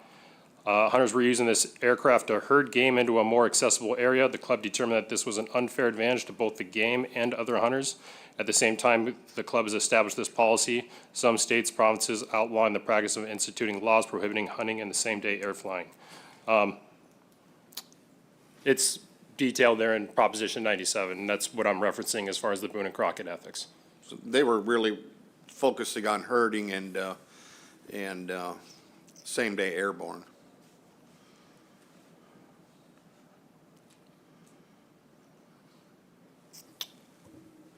Yeah, I had to read Proposition 97, but the way I read it was otherwise. Okay. Any, Member Loring. Thank you. Thank you again. You know, a long time ago, the state passed the same airborne regulation that you can't hunt until after 3 a.m. following the day that you fly. And that's a tough regulation to enforce also, but, you know, that's stopped probably 95% of the violations. There's still a few of that going on, so. You don't think that that regulation itself is sufficient if they aren't actually hurting the animal, if they're just maybe flying by at 1,500 feet, like one of the proposals asked for? That regulation, semi-airborne, doesn't cover that or doesn't meet it to your expectations? No, I don't think it's sufficient enough, no. I think if we're allowing, I get same-day airborne is one thing and then aerial spotting is another. But I think allowing individuals to go out there, spot a sheep, land, and then the very next day you go ahead and harvest a sheep, in which sheep populations are decreased all over the state, I don't think that's fair chase. And I think a lot of that has to go with, too, you know, like my personal experience of being up on the mountainside. One reason I hear oftentimes is, oh, I didn't know there was a hunter there. I think any time that there's a hunter in the field, there should not be aerial spotting for sheep. I think it's like that simple. Okay, thank you for that. And you feel the same way about aerial spotting for moose or caribou or bears or, I'm not talking about the same airborne. I'm following the same airborne, but the spotting part. No, it's a great question. I do feel a little bit differently. I guess I would have to really reflect on that. But to me, sheep's not a subsistence animal. You don't need a sheep to live on for a year. You need a moose, you need a caribou. You know, people live on moose. They live on caribou. They need that meat for the winter. They don't need a sheep for the whole year. A sheep is a trophy experience. Or it's a trophy animal, and a lot of the experience that goes into sheep hunting with the work that has to go in, the miles you have to put in, that's what makes the sheep hunt, not necessarily the animal. You're not gonna live on that sheep for an entire year, but you are gonna live on a moose. You are gonna live on a caribou for an entire year. I really appreciate that answer. You know, it worked, it's just perfect because, you know, it's a whole different point of view, and I really appreciate that. Yeah. Thanks so much. Thank you. Any other questions? If not, Matt, thanks for testifying. I think this is your first time testifying too, right? Oh yeah, first time caller. Awesome, cool. Stick with it. Thank you. Doug Malone, Homer AC.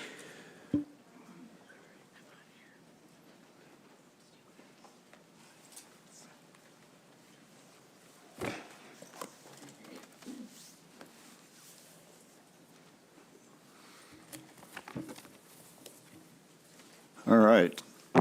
Good afternoon, Mr. Chairman, members of the board, board support, staff, enforcement law. Appreciate you being here and appreciate the process.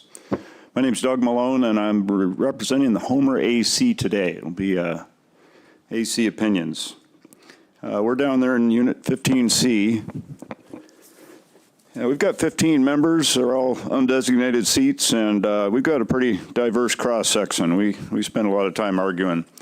Friendly, of course. We meet monthly or more during the winter season.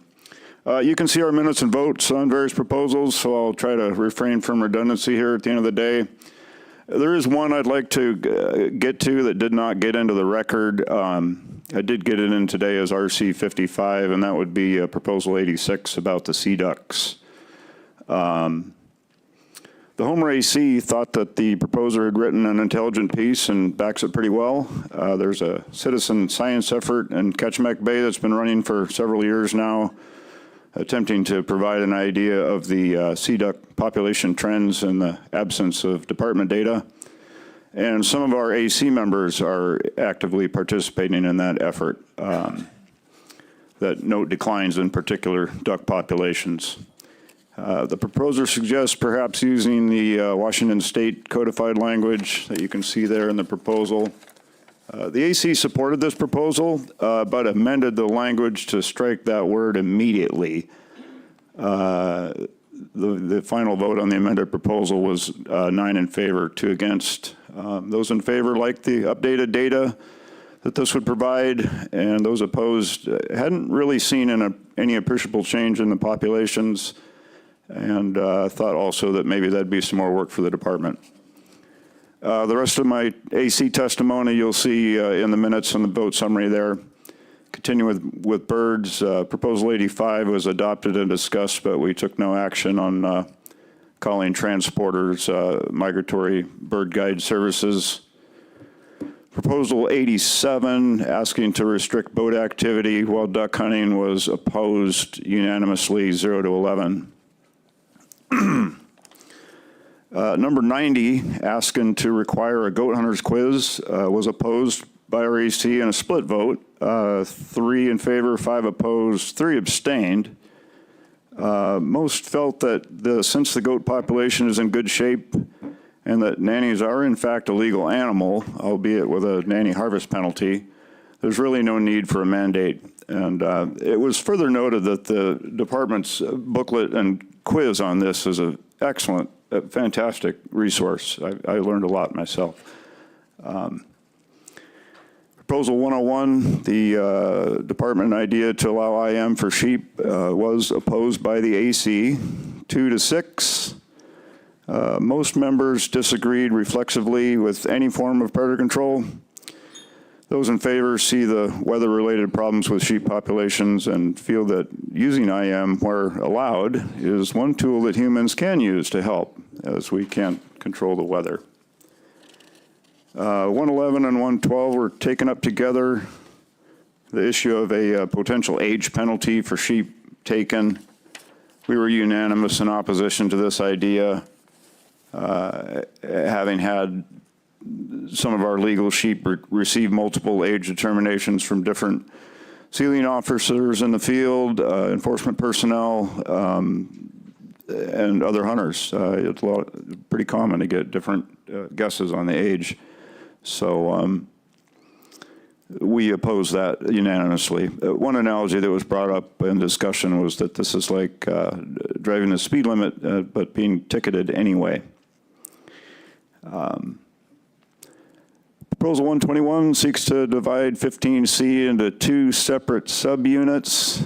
We discussed this and nobody could really find any plausible reason for doing so. Yes, the ecology is different, but the game populations are distinct and don't overlap much. A solution looking for a problem, if you will. Members did not want to bother voting on this one. 122, legalizing proxy hunting for bison. We were unanimous at 0-7 in opposition. The sentiment that these are arguably the most sought after draw permits. They're all administered by draw, and that further additions to the draw pool would reduce an already pretty small chance of being drawn even further. Proposal 123, remuneration to proxy hunters, unanimous opposition. Pretty short discussion on that one. Proposals 124 and 5. This is the one about the definitions of dwelling regarding bear baiting stations. This one we had a pretty robust discussion on. Both were unanimously supported, 8-0. This has been a long-standing problem. I believe it's been before the board before. And we've had quite a few members of the public approach RAC over the years, having had some problems being cited after having been told it was okay by someone else to go put their bait station there. And so we really feel that this needs some better definition to keep with the spirit of the law of not, baiting next to somebody's house, but we could certainly omit all of the abandoned structures and trapper cabins and fish camps and trailers, et cetera, that currently qualify as a permanent dwelling. 129 and 130 minimum caliber, the former for big game and the latter for moose. AC vote was opposed 0-5. There were 3 abstentions who got a little bit lost when we got into the minutiae of bullet construction and sectional density and energy retained at range and such and so forth. Generally, we all know there's some level of a problem out there, but it's really more of a common sense, poor judgment on the hunter's part on this. So it'd also be pretty difficult to codify such a regulation since the market's changing pretty quickly in bullets and calibers out there. 134, the AC sees a problem in some areas with moose allocations. The Homer AC agreed with this one, but ended up amending the language in the first part to read, in moose drawings statewide, a maximum of 10% may be issued to non-residents instead of allocate or issue 90% to residents, which we believed was clearer. As amended, it was supported unanimously 8-0. It was also noted that the hunt area that the proposer uses is split into 3 separate draws. There's a resident draw and a non-resident draw, and a non-resident must-be guided draw for the same small area. So the idea of allocation in these drawing hunts is somewhat diluted. In other words, it could be said that there's no such thing as a lopsided allocation when there's a specific resident drawing hunt and a specific non-resident drawing hunt. However, in keeping with the spirit of the proposal, in a small area, it certainly is so. This kind of led us directly into Proposal 135 on the same topic, which we felt was a little better written. We also amended this one, the first line, a maximum of 10% of big game permits may be issued. We felt this wording would close a potential loophole of possible undersubscribed hunts. We like the spirit of this and the previous proposal with a heavy preference to people who live here and call Alaska home. The last 2 here, the antlerless proposals. 156 is the annual reauthorization for DM 549, also known as the Homer cow hunt. And attached to that is also the AM 550 targeted moose hunt, which was a Homer AC proposal 6 or 8 years ago. It's never been implemented. While this hunt has historically gotten pretty heavy support from the AC, some cracks are beginning to show in that. The vote this year was split. We ended up supporting it. It was 5-3. Those in favor pointed to the long-running meat opportunity, and those opposed did really not understand how taking cows leads to more moose in an area that does have an abundant food supply and is under the carrying capacity. Some concern was also noted for the meat quality of the freshly bred cows in the current regulatory time frame for that. And proposal 155 is the reauthorization for Calgan. This was supported unanimously, and you may wonder the vote difference there in these two hunts. This one is utilized by a lot of local folks, and this one, however, isn't any moose hunt. And they are limited by browse over there. The department's been trying to reduce this herd for years on Calgan Island. So that's all I've got for you. Appreciate y'all being here. Thank you very much. Doug, thank you very much for that that testimony. Thanks for coming here. Any questions from board members? No questions, Doug. You're very precise. You got great notes here, and thank you very much for testifying. All right, thank you. Next, we're going to call Christy Hune.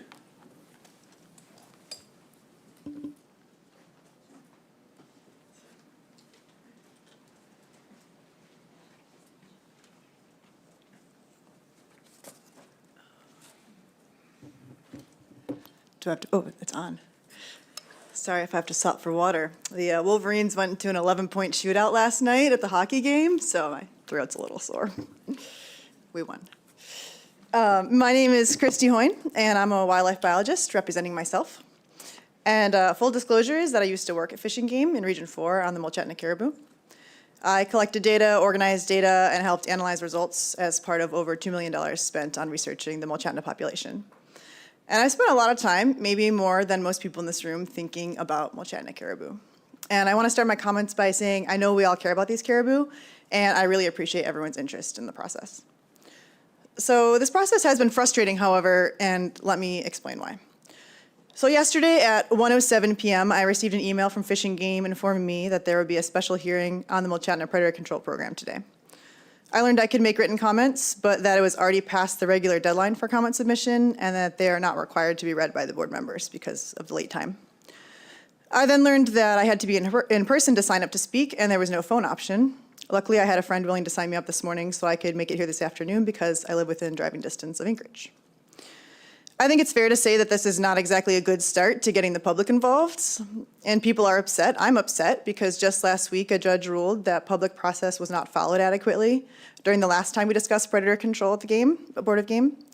So I would hope that the board would be extra cautious and extra certain that public process was followed and even perhaps exceeded this time around. In that same email from Fish and Game, it said, quote, "Department-led efforts have resulted in positive growth in herd abundance and improved calf-to-cow ratios while not impacting the sustainability of regional wolf or bear populations. It is critical for the continued recovery of the herd to continue predator control efforts," end quote. Now, as a scientist, I will say that this language is inaccurate and misleading, and here's why. So scientifically, you cannot say that removing 200 brown bears from a population has not impacted the sustainability of the brown bear population without any pre-treatment control data. So there's no pre-treatment data because Fish and Game has never had the opportunity to conduct a brown bear study in the area to estimate things like population size, diet, range, fecundity, or any other kind of basic demographic information of bears in the area. So there's no way to determine if an IM program is effective. And it's deeply concerning that the department would issue a statement making claims that are not based in scientific findings. So when you hear this statement, correlation, not causation, this is the kind of stuff that people talk about. This is what we mean. Fish and Game is continually making statements about the Mulchatna, saying X led to Y. In this case, fewer bears meant improved cow-to-calf ratios. And you simply can't say this because it wasn't studied.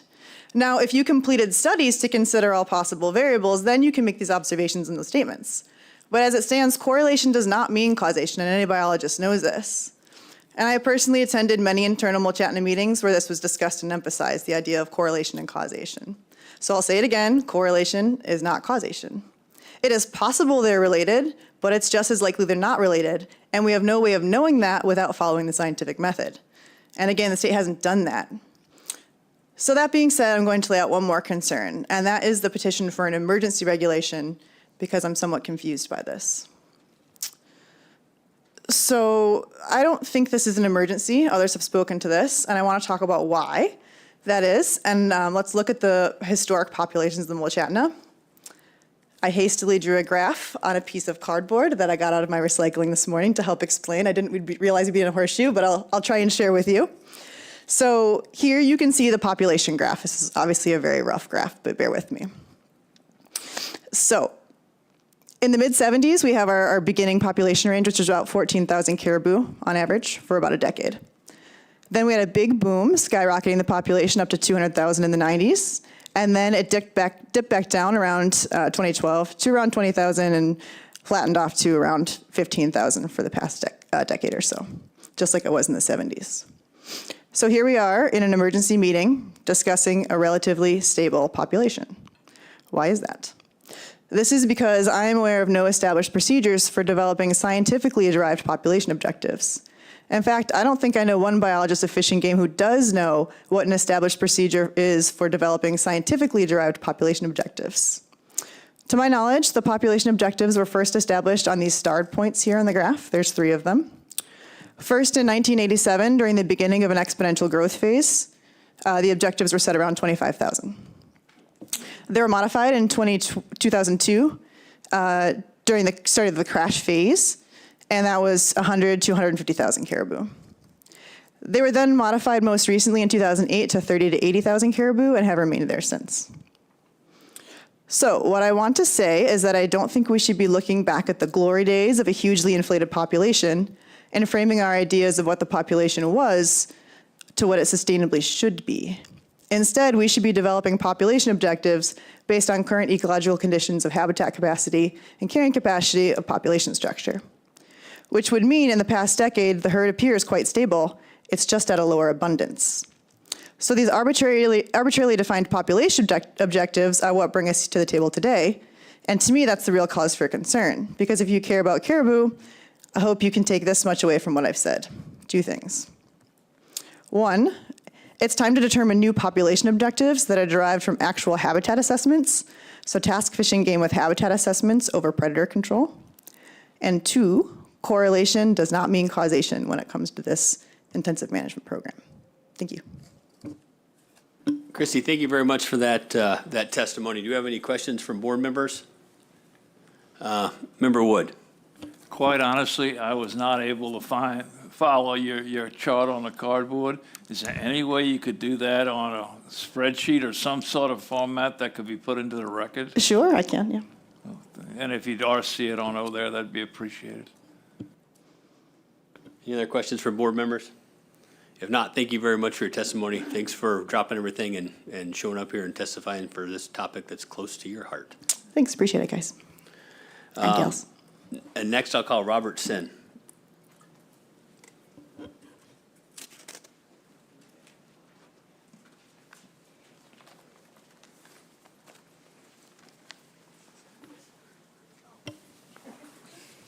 All right, thank you. Actually, it's Robert Sear. You'll get it next time. That's all right.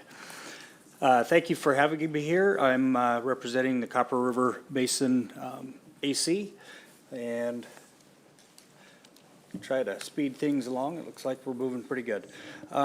85 and 86, we took no action on. 87, we had some good talks on. We did oppose this, the restriction of boats for waterfowl hunting.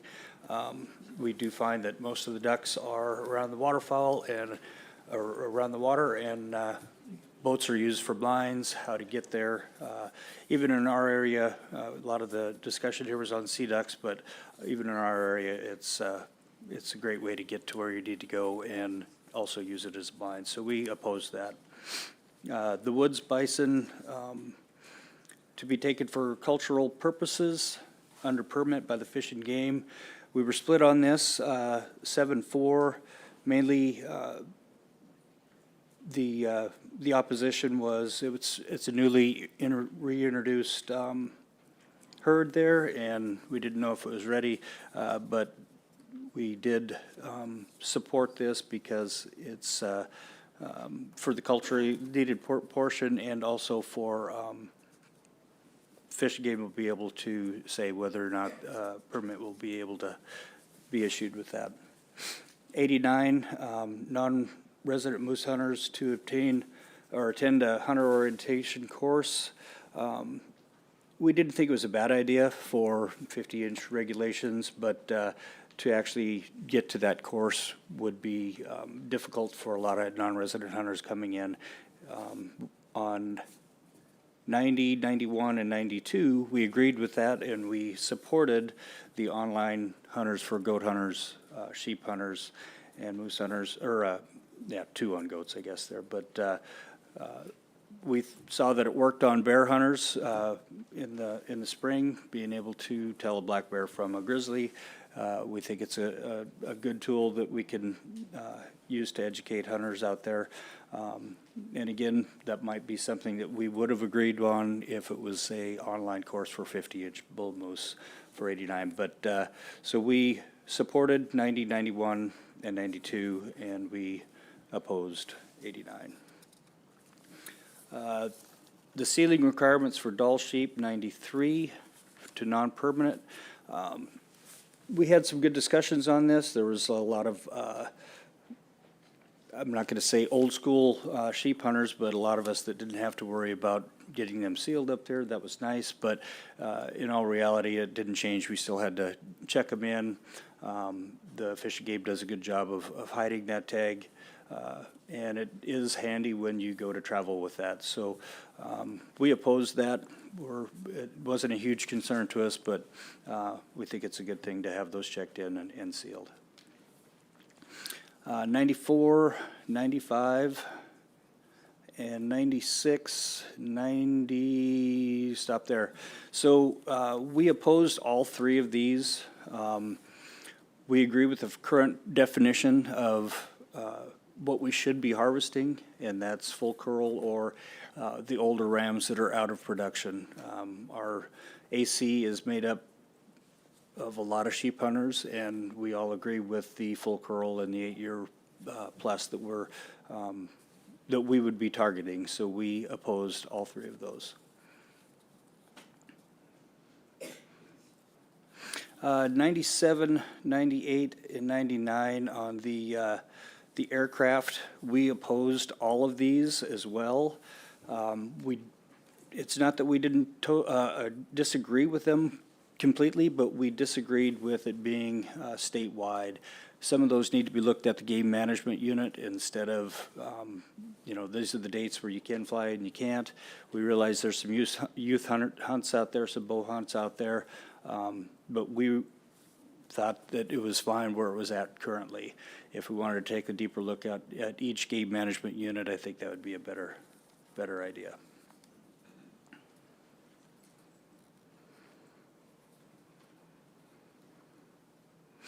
Uh, 100, limit non-resident sheep hunting opportunities statewide. Again, we oppose this. The workload on the Fish and Game on figuring out how many tags would go here and how many tags would go there, we felt it was best to keep it how it is currently, and if we wanted to look at different game management units individually, that would be a good time to do it. But we opposed that one.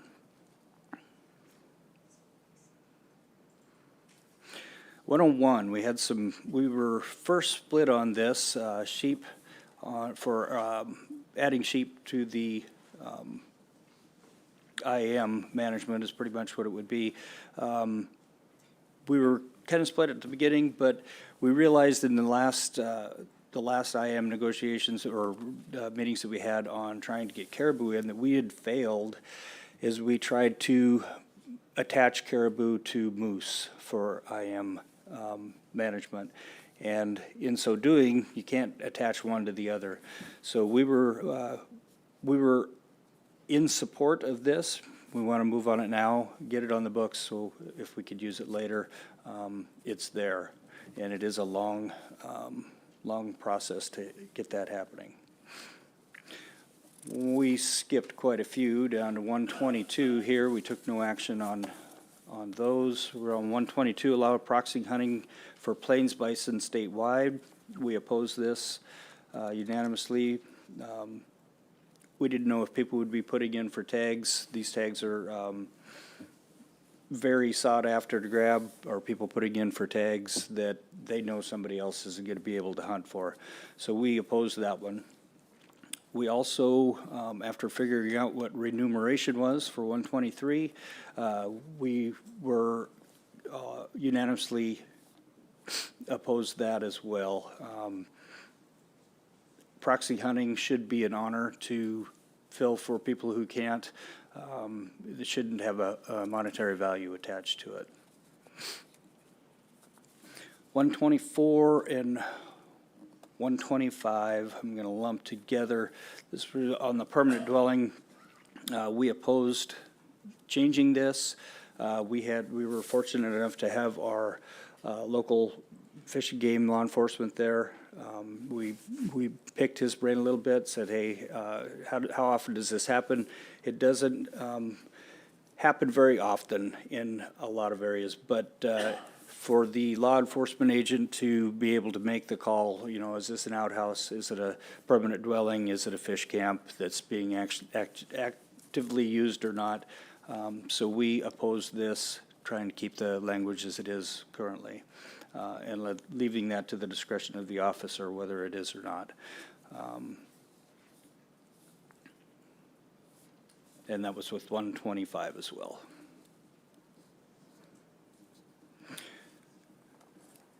126 through 128, we actually lumped those together as well. We only voted on 128 because we preferred the language in that one. We did not prefer the language in 124, 126 or 127. We are very split on the use of night vision, thermal optics.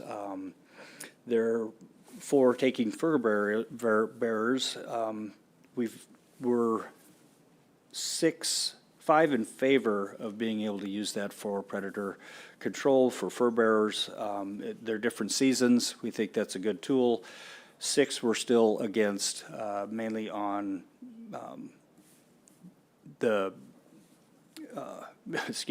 mainly opposed to it because of fair chase. Don't feel it's fair chase. There was no safety concerns brought up in our AC. It was mainly fair chase against what is fair chase for fur bearers. We took no action on 129 and 130. Even though we think we're firearms experts, we don't think that that should change, so we took no action on it. Require identification tags to be attached for traps or snares, 131. We were in opposition to that. We don't think that that should change at all. There's been a lot of good comments here. We didn't make a lot of comments. We've got a lot of trappers on our board as well, and we were against that.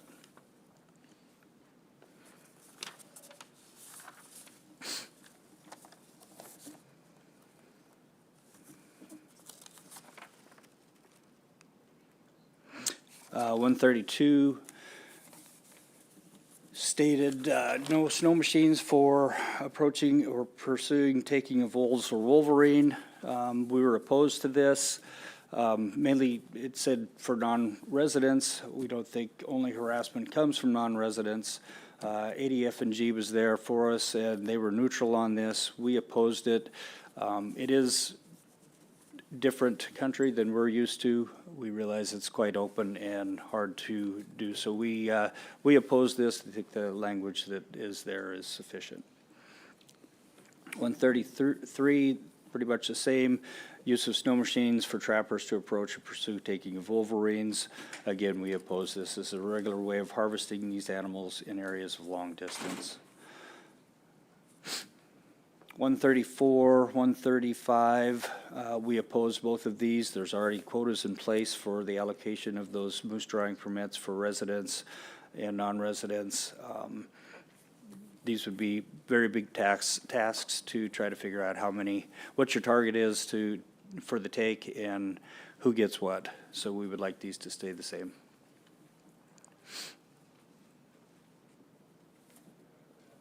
We were opposed to 136 and limited bison and muskox drawing permits hunts to once in a lifetime and allow applicants to apply once per hunt.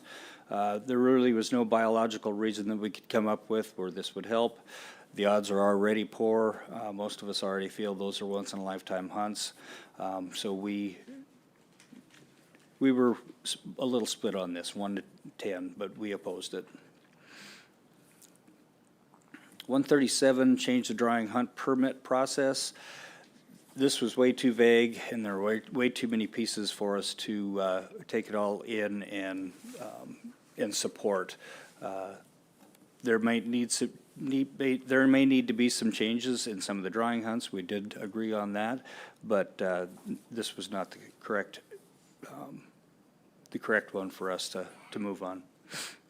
138, remove the requirement for locking tag in subsistence hunts for muskox. We supported this 11-0. It's pretty much house cleaning, I would see. So there is no charge, but you have to have a locking tag. That's a cost to the state to make the locking tag for the person to come get it. So we were in support of this unanimously. Change the evidence of sex on 139 requirements for horned big game animals. We did not vote on this, but we had a lot of good discussion on it. The only thing that we were unsure of was how this would affect law enforcement in muskox areas where we're not familiar with as much. We knew that nobody was going to pack a 40-inch ram back up the mountain and shoot a ewe to come down, so we didn't think it was that big of a deal there. But we did not vote on this. We took no action on it, but there was some good discussion on it. 140, we did take action on eliminate the evidence of sex requirements for big game, having bag limit restrictions to one sex. We opposed this 0 to 11. There was talks of DNA testing in that. There's no way that we can afford that as a state DNA testing. We need law enforcement to be able to make that determination in the field and have that in their toolbox as well. So we oppose this 0 to 11. 141 we thought was a great idea. Allow the transfer of possession of game meat and game parts to be captured on digital video. We supported this 11-0. Anytime you can make it easier to do the right thing and make it easier on the guides. We had testimony in the last meeting. The transfer process from one to another to another to another, the guides sometimes see. This would definitely make it a lot easier. So we supported that 11-0. 142, 143, and 144, we struggled with these quite a bit. We ended up opposing 142. There was some language in it that we did not, that we couldn't agree on. We opposed it 4 to 7. We know there's a need for some taxidermists to be able to sell stuff that is left with them.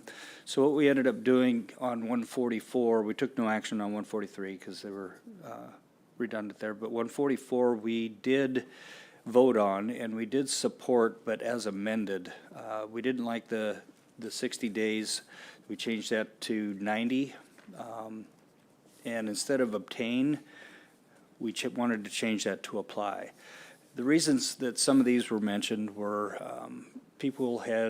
there was talks of people having, trying to obtain a permit, and they were not able to obtain a permit in some areas, but they could apply, and that would start the clock ticking. But is that time? Yeah, but if you have a couple other high points you want to definitely hit on, maybe ones that the AC was contentious on. There really wasn't. We were 147 delegate authority from the Board of Fish and Game to the commissioner. We opposed this mainly. It would bypass public comment. It might streamline the ability to permit animals on the clean list, but it would bypass public comment, and that was the same with 148. We opposed that as well to bypass public comment, but those were our main ones. So I'll stop there. Robert, thank you very much for that testimony. Do we have any questions from board members? Member Brett. Yeah, thank you. And thank you, Robert, for testifying for your AC and being part of it. On proposal 144, which was the taxidermist wanting to shorten a period so they could do something with their hides that they've been holding on to, did your AC discuss that, how many other businesses are allowed to not take action for 60 or 90 days on a past due bill? No, we didn't discuss other businesses, but we all know the taxidermy business. They're, especially in the state of Alaska, people come in, get a trophy, they leave, and have no way to get it back and end up not paying for it. So we mainly focused on the taxidermy portion. And you thought them having it for 60 to 90 days past their time was reasonable?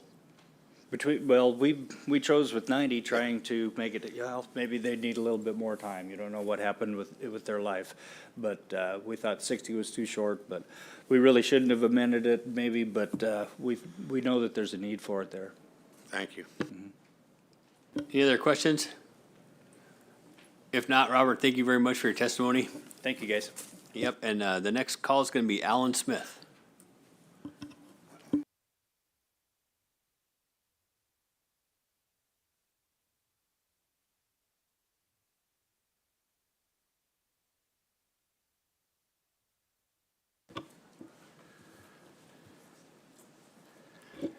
Thank you, board members, for this opportunity to speak today. My name is Alan Smith, born and raised East Anchorage. I'm speaking on my own behalf. I hunt caribou, though I feel out of my depth compared to experienced voices we've heard today. I'm here to oppose RC 009 about the proposed emergency reopening of predator control in the Mulchatna region. You've heard a lot of arguments in opposition, and I basically agree with most of them. I'm not an expert. From a public perspective, the optics on this proposal are terrible, and it doesn't pass the smell test. I appreciate the board's request for personal perspectives on factors affecting the Mulchatna caribou population. These insights are valuable and necessary when making your decisions, but they're not sufficient. Personal experiences, no matter how well informed, can't replace scientific inquiry. The board must not mistake these perspectives for a comprehensive understanding of the issue. It is your responsibility to demand answers that only rigorous scientific research can provide. Without that foundation, this decision risks being driven by anecdote rather than evidence. Thank you. Alan, thanks for that testimony, and I got to visit with you on a break there. Thanks. You know, I know this is near and dear to your heart, and you dropped everything and came here and testified, so thanks. Any questions from board members? If not, Alan, thank you very much. Thank you. We'll call Wayne Hall next.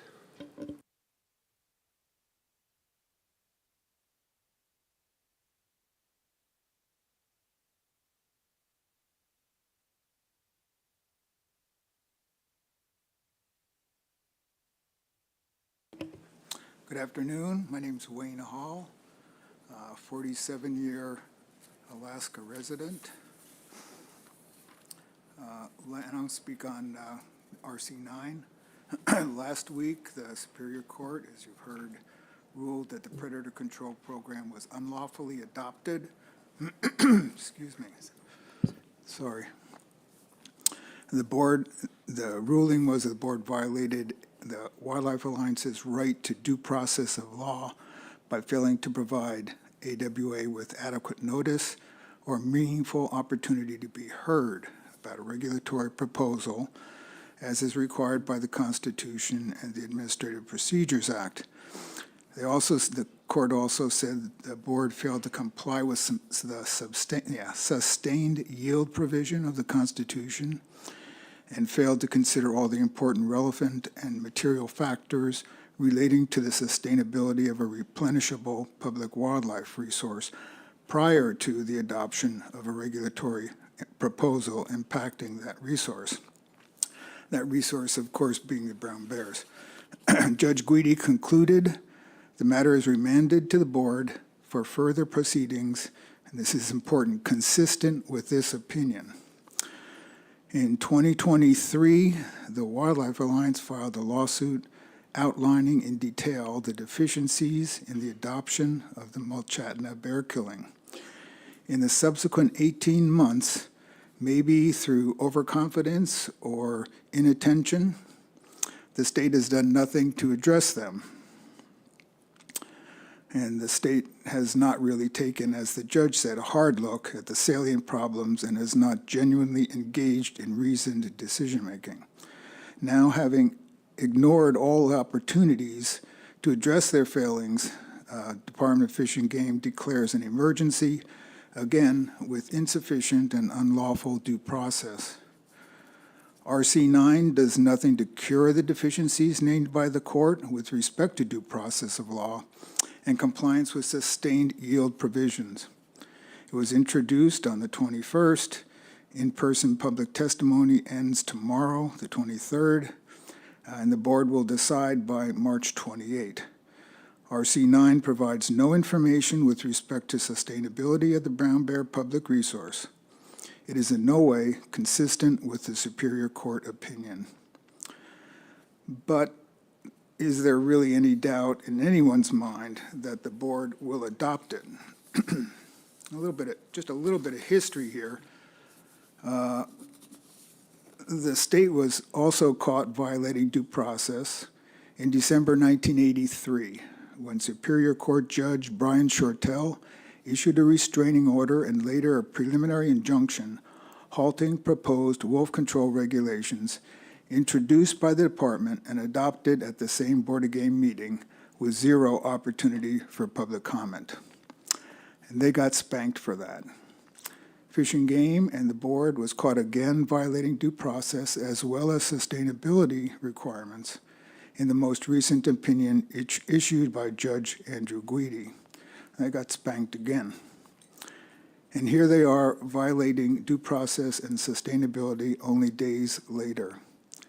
Rather than doing their job and complying with the Constitution and the law, they can only repeat their errors, and they will suffer the same result, another spanking. And again, I forgot to say, I'm testifying on my own behalf. Thank you very much for that testimony. Any questions and comments from, I presume you mean by spanking, not physical spanking, correct? No, I was just trying to decide whether I should say slapped down or wrist slapped. I thought spanking was quicker for the time allowed. Okay, thanks for that clarification. Any other questions? All right, thank you. Karen Linnell. Did she step out? All right, we'll do a first call for Karen Linnell for both of her testimonies. Is Mark Richards available? He might be upstairs getting ready. Jake Davis. And Jake Davis is bailed out too. Tom Lamal, I see him back there. Former board member too.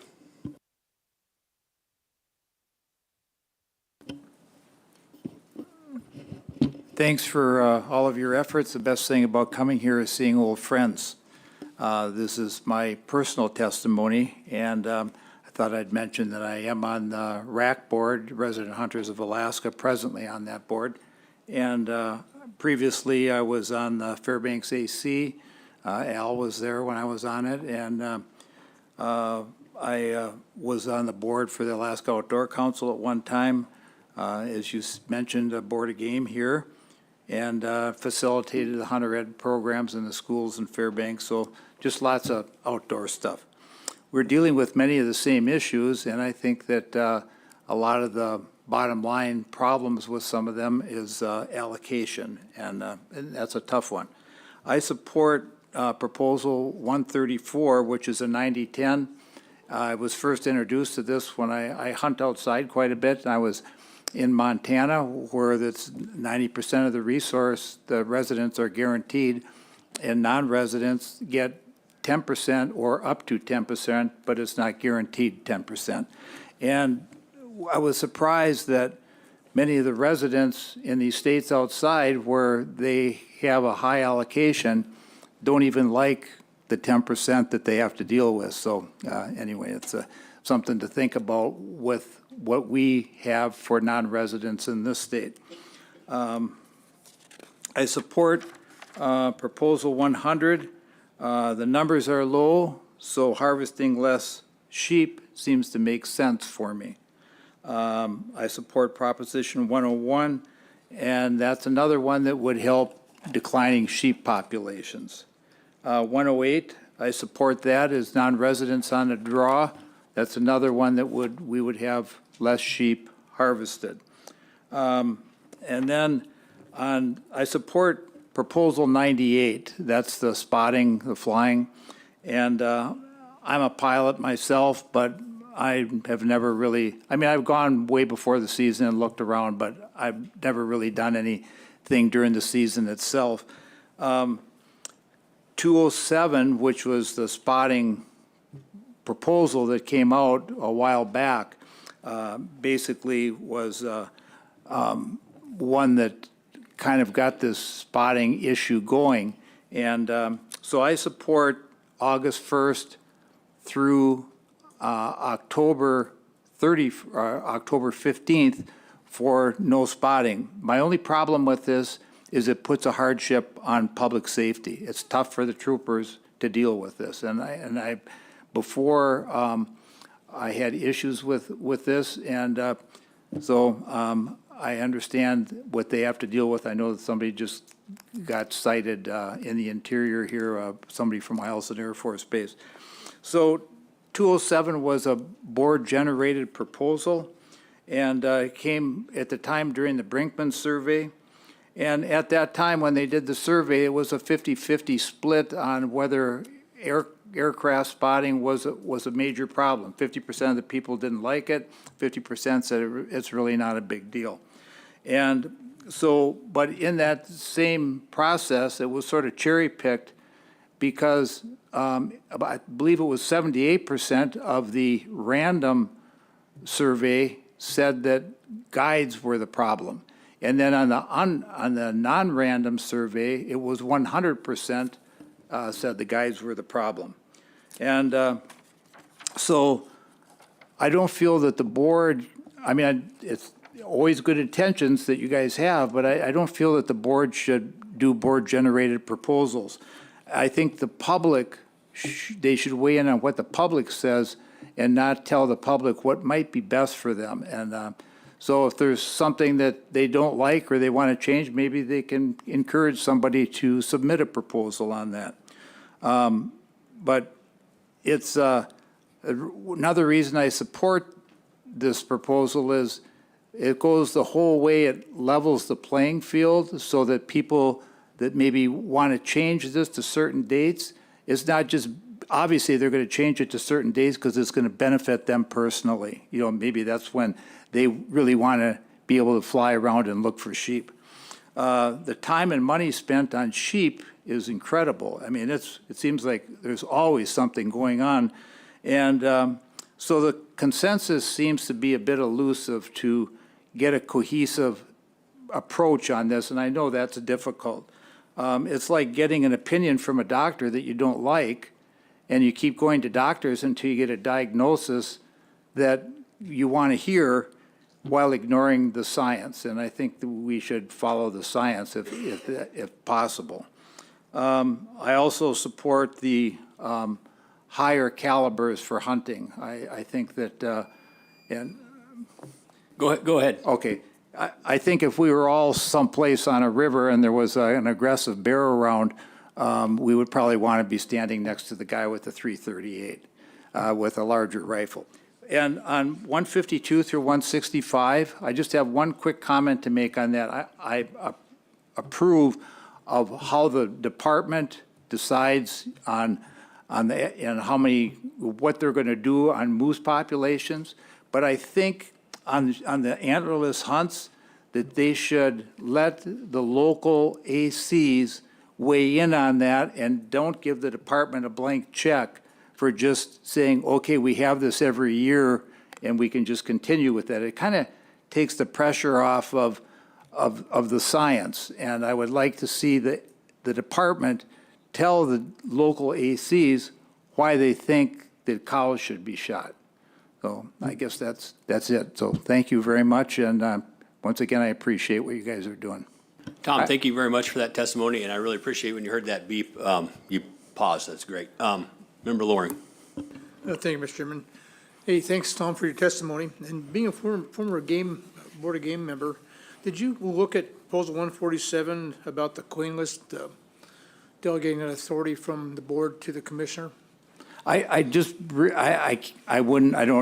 look at it long enough to comment. I don't want to say something that you're going to go back and say, why did you say that? So, okay. Okay, thanks, Tom. You bet. Any other questions from board members? If not, Tom, thank you very much for testifying. No, thank you.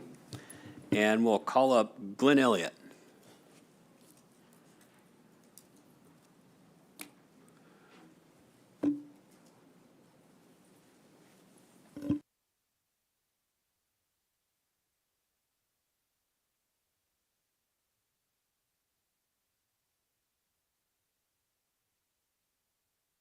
Oh, Yes, good afternoon. My name is Glenn Elliott. I am a registered guide in 19C. Well, I'd like to say I'm a sheep hunting guide, but since the moratorium and other things, I never have really guided a sheep hunter up there yet. But I appreciate all the hard work that the 19C working group and all of you have been doing with regards to the concern over the health of that group of sheep. I would like to express my appreciation to the indigenous people whose air we breathe and whose land we walk on today. I would like to also thank everyone involved in this process to resolve issues and improve the Alaska hunting experience.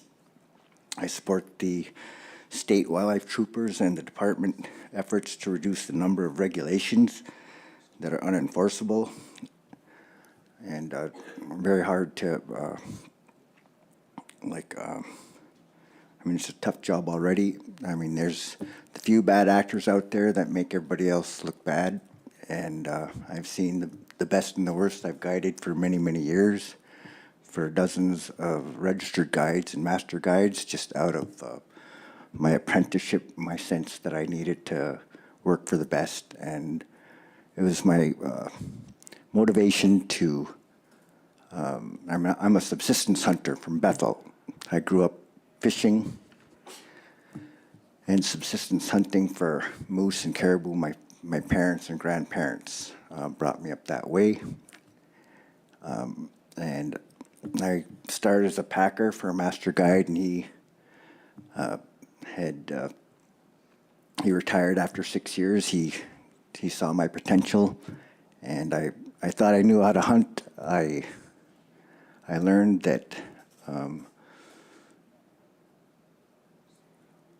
I learned so much. I like to think and I like to say that I was taught to not only look, but I was able, and he taught me how to see. Everyone looks around, but not everybody sees. It took me a long time to really learn how to see. The proposals, I'll jump right to my commentary on the proposals before us. I oppose Proposal 86 and 87 with regard to mandatory reporting requirements of seabirds and restricting boat use to hunt waterfowl. I lean towards support or not supporting proposals to reauthorize non-resident sheep hunting in Unit 19C. Proposals 103, 104, 105, 106, and 107. My opposition to the non-resident hunts are due to the conservation concerns, and I feel strongly that subsistence and resident hunters have priority over non-residents, as it should always be. The old rams will die of old age. It's the waste of a precious resource that will not affect the long-term viability of this population, in my belief.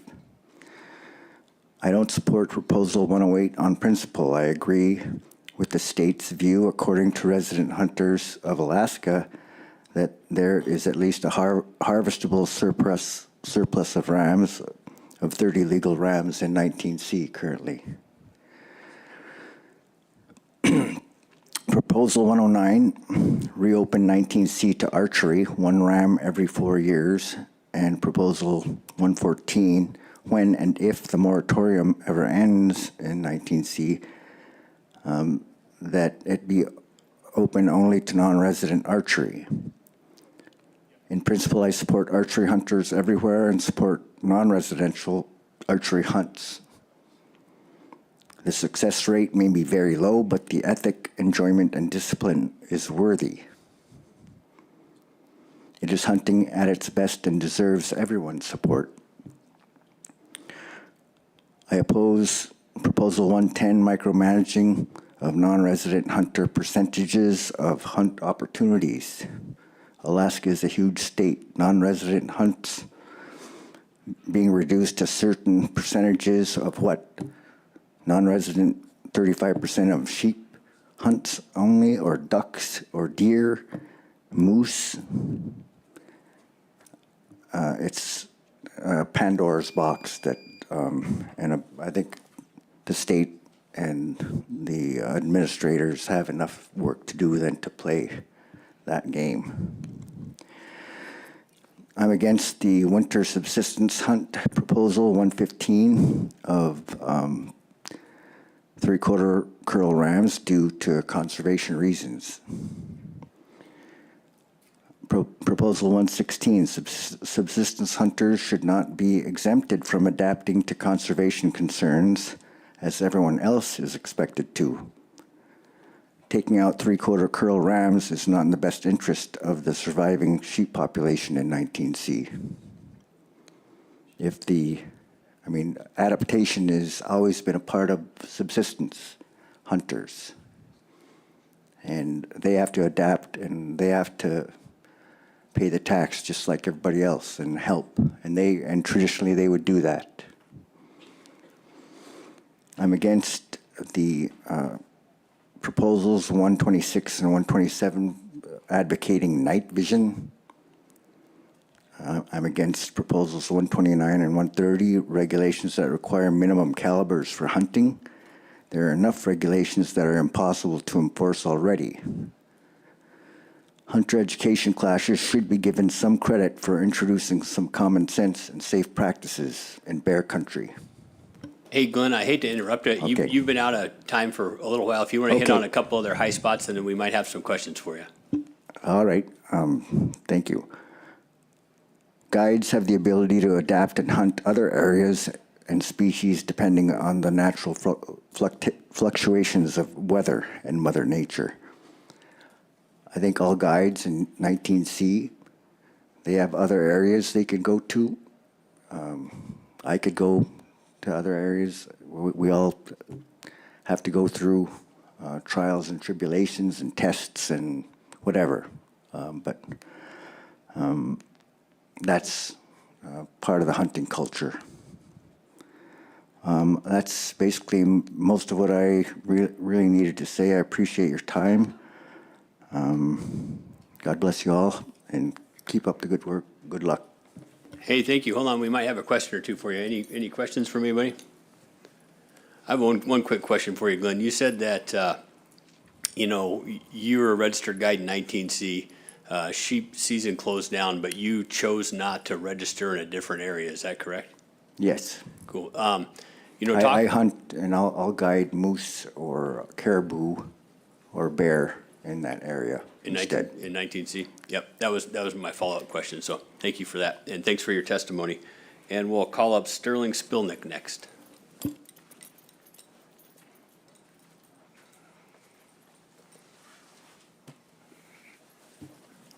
Thank you, Mr. Chair, members of the board. For the record, my name is Sterling Spilnick. I am a wildlife biologist by training, but I will be speaking on my personal behalf.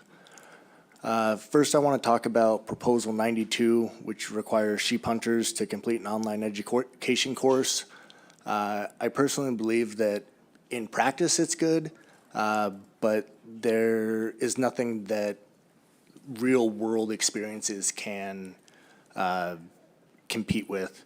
I also think that the board should consider having some sort of offline or hard copy for people in the rural communities, and also some sort of kind of statutory age, just like with the hunter education where you're kind of grandfathered in.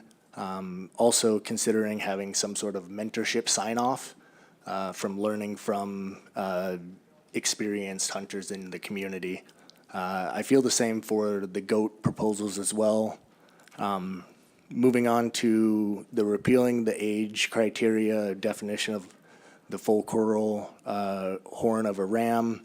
I support that. I think that keeping that option on the table for hunters to try to guess what an age is in the field leads to harvesting rams that are sublegal. And in a day and age where our sheep populations are very low, I think that that should be removed so that it's not a temptation.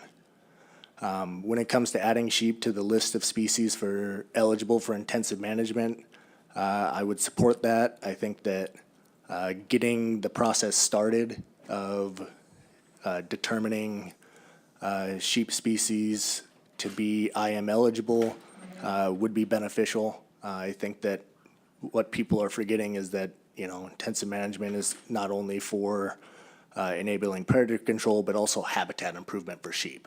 So there are other options in the IM program that's not just predator management. Moving on to proposal 132, the prohibit of non-residents from using snow machines to approach and pursue wolves and wolverines. I support this. I think that it should be kept as a mechanical pursuit privilege tied to local and subsistence needs.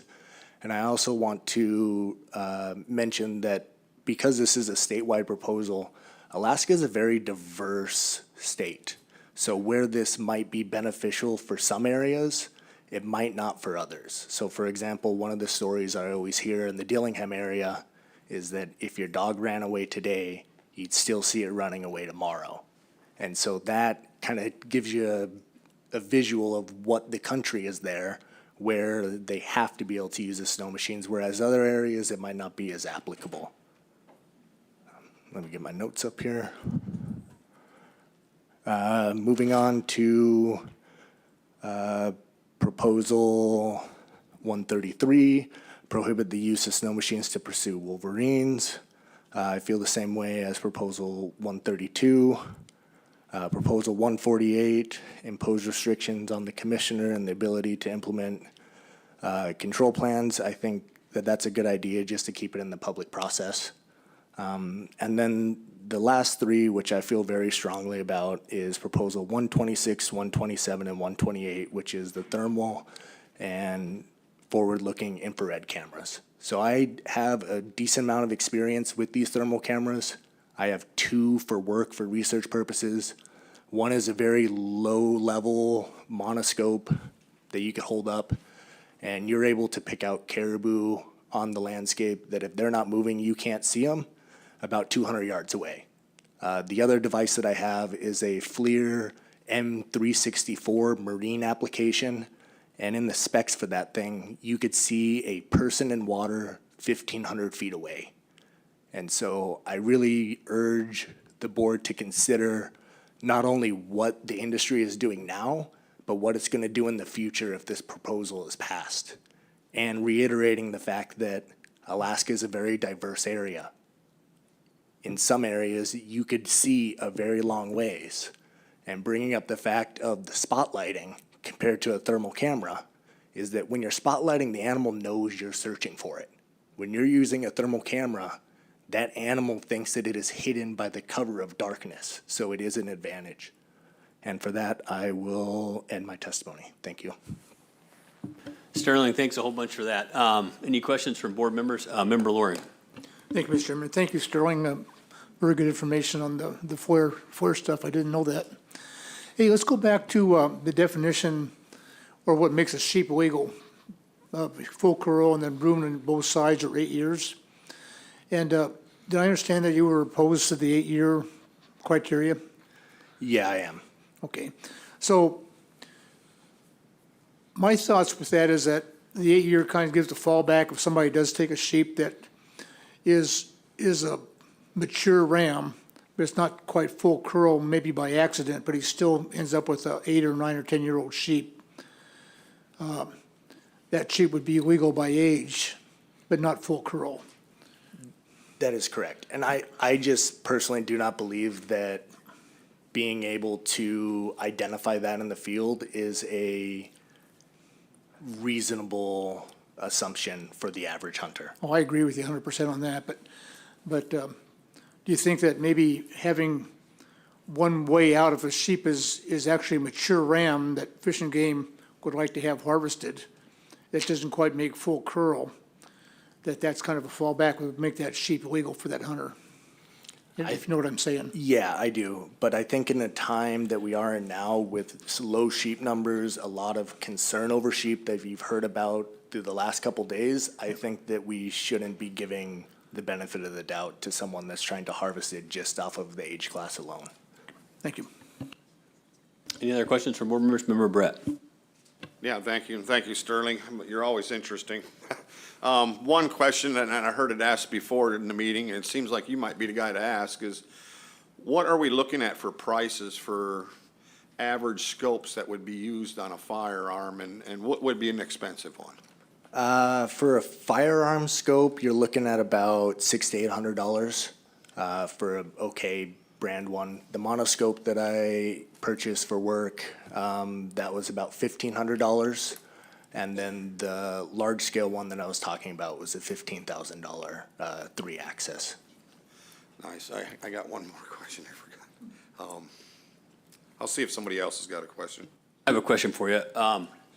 So when you talk about like your FLIR camera or your FLIR binoculars or your optics, how hard is it for you to determine the species you're looking at 1,000 yards? I mean, can you be like, oh yeah, I know that's caribou. Does it kind of look like a bear sometimes? I mean, can you tell pretty definitively, oh yeah, I'm looking at a coyote or a wolf?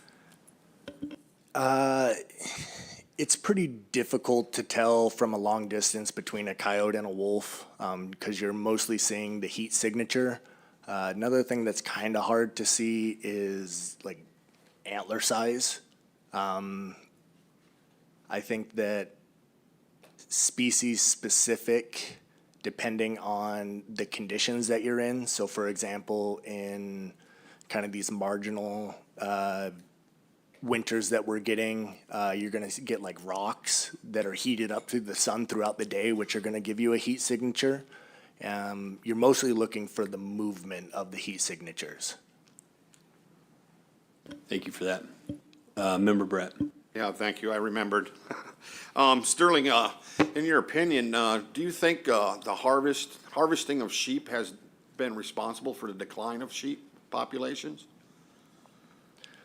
I don't think it's been responsible for it. I personally think it's more environmental factors.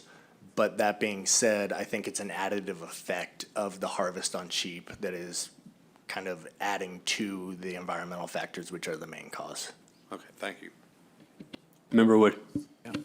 On the cost for these optics, I just can't envision somebody paying $15,000 to go after some fur bearers. The middle one was $1,500, correct? Yes, sir. And the lesser quality was what? I didn't catch. The rifle scopes are around $600 to $800. Thank you. Okay. Which is pretty comparable to a nice rifle scope. So you could essentially get a rifle scope with thermal for the same price as a normal rifle scope, in my opinion. And if we're going to use that rifle scope, do they have the same range you've just been describing? The rifle scope is based off of what the optic multipliers are, whereas the thermal is more digital. The larger one is a more digital zoom. Okay, I told somebody earlier I've never used one, so I have no idea as to what I'd be looking at or what I would see if I looked through one of these scopes. Yeah. What would I see on a rifle scope? You would be able to, for the monoscope that I have 5 different settings, which you could have a hot white, a red, a green, a multicolor. The nicer ones will actually like put a box around what they think is individual, so then they could kind of piece out the kind of rocks and everything else. And does it have the ability to distinguish between the species that was being discussed a little earlier? It doesn't distinguish between species, it mostly just picks up species all at once. Okay, thank you. Vice Chair Hoffman. Yeah, thank you, Mr. Chair. Thank you, Sterling. It's really good to see you. Quick question. Earlier in your testimony, you stated, if I heard you correctly, that you do support IM for sheep. Yes, I do. I think that getting it on the books is worthwhile, but I also wanted to mention that predator management is not the only justification for IM. I think that habitat improvements would do great for sheep. Okay, yep, that's, thank you for that. And so earlier in this meeting today, we had some people testify that, that they didn't support IM for sheep because that sheep wouldn't sustain them through the winter. Because, I assume because they're smaller than, not as big as a moose. So what are your thoughts on that? I think that traditionally the Ahtna people were sheep hunters, and it all comes down to what's in your backyard, what's near you for hunting. Sheep numbers have been in a dramatic decline if you look over the last 5, 10, 15, 20 years. Talking with the old area biologist, Bob Toby, he saw more sheep in one pass back in the 70s that they counted in the entire southern portion of the Wrangell Mountains. Any other questions from board members? If not, Sterling, thanks a whole bunch. Thanks for coming down here and testifying, and appreciate it. Thank you. And with that, we'll wrap it up for today. We're going to meet tomorrow morning. We're going to start a little bit later. We're going to start at 10:30, but this board fully intends to get all the way through public testimony tomorrow. So if we have to work a little bit later, we will work a little bit later. So thank you. Easy for me to say.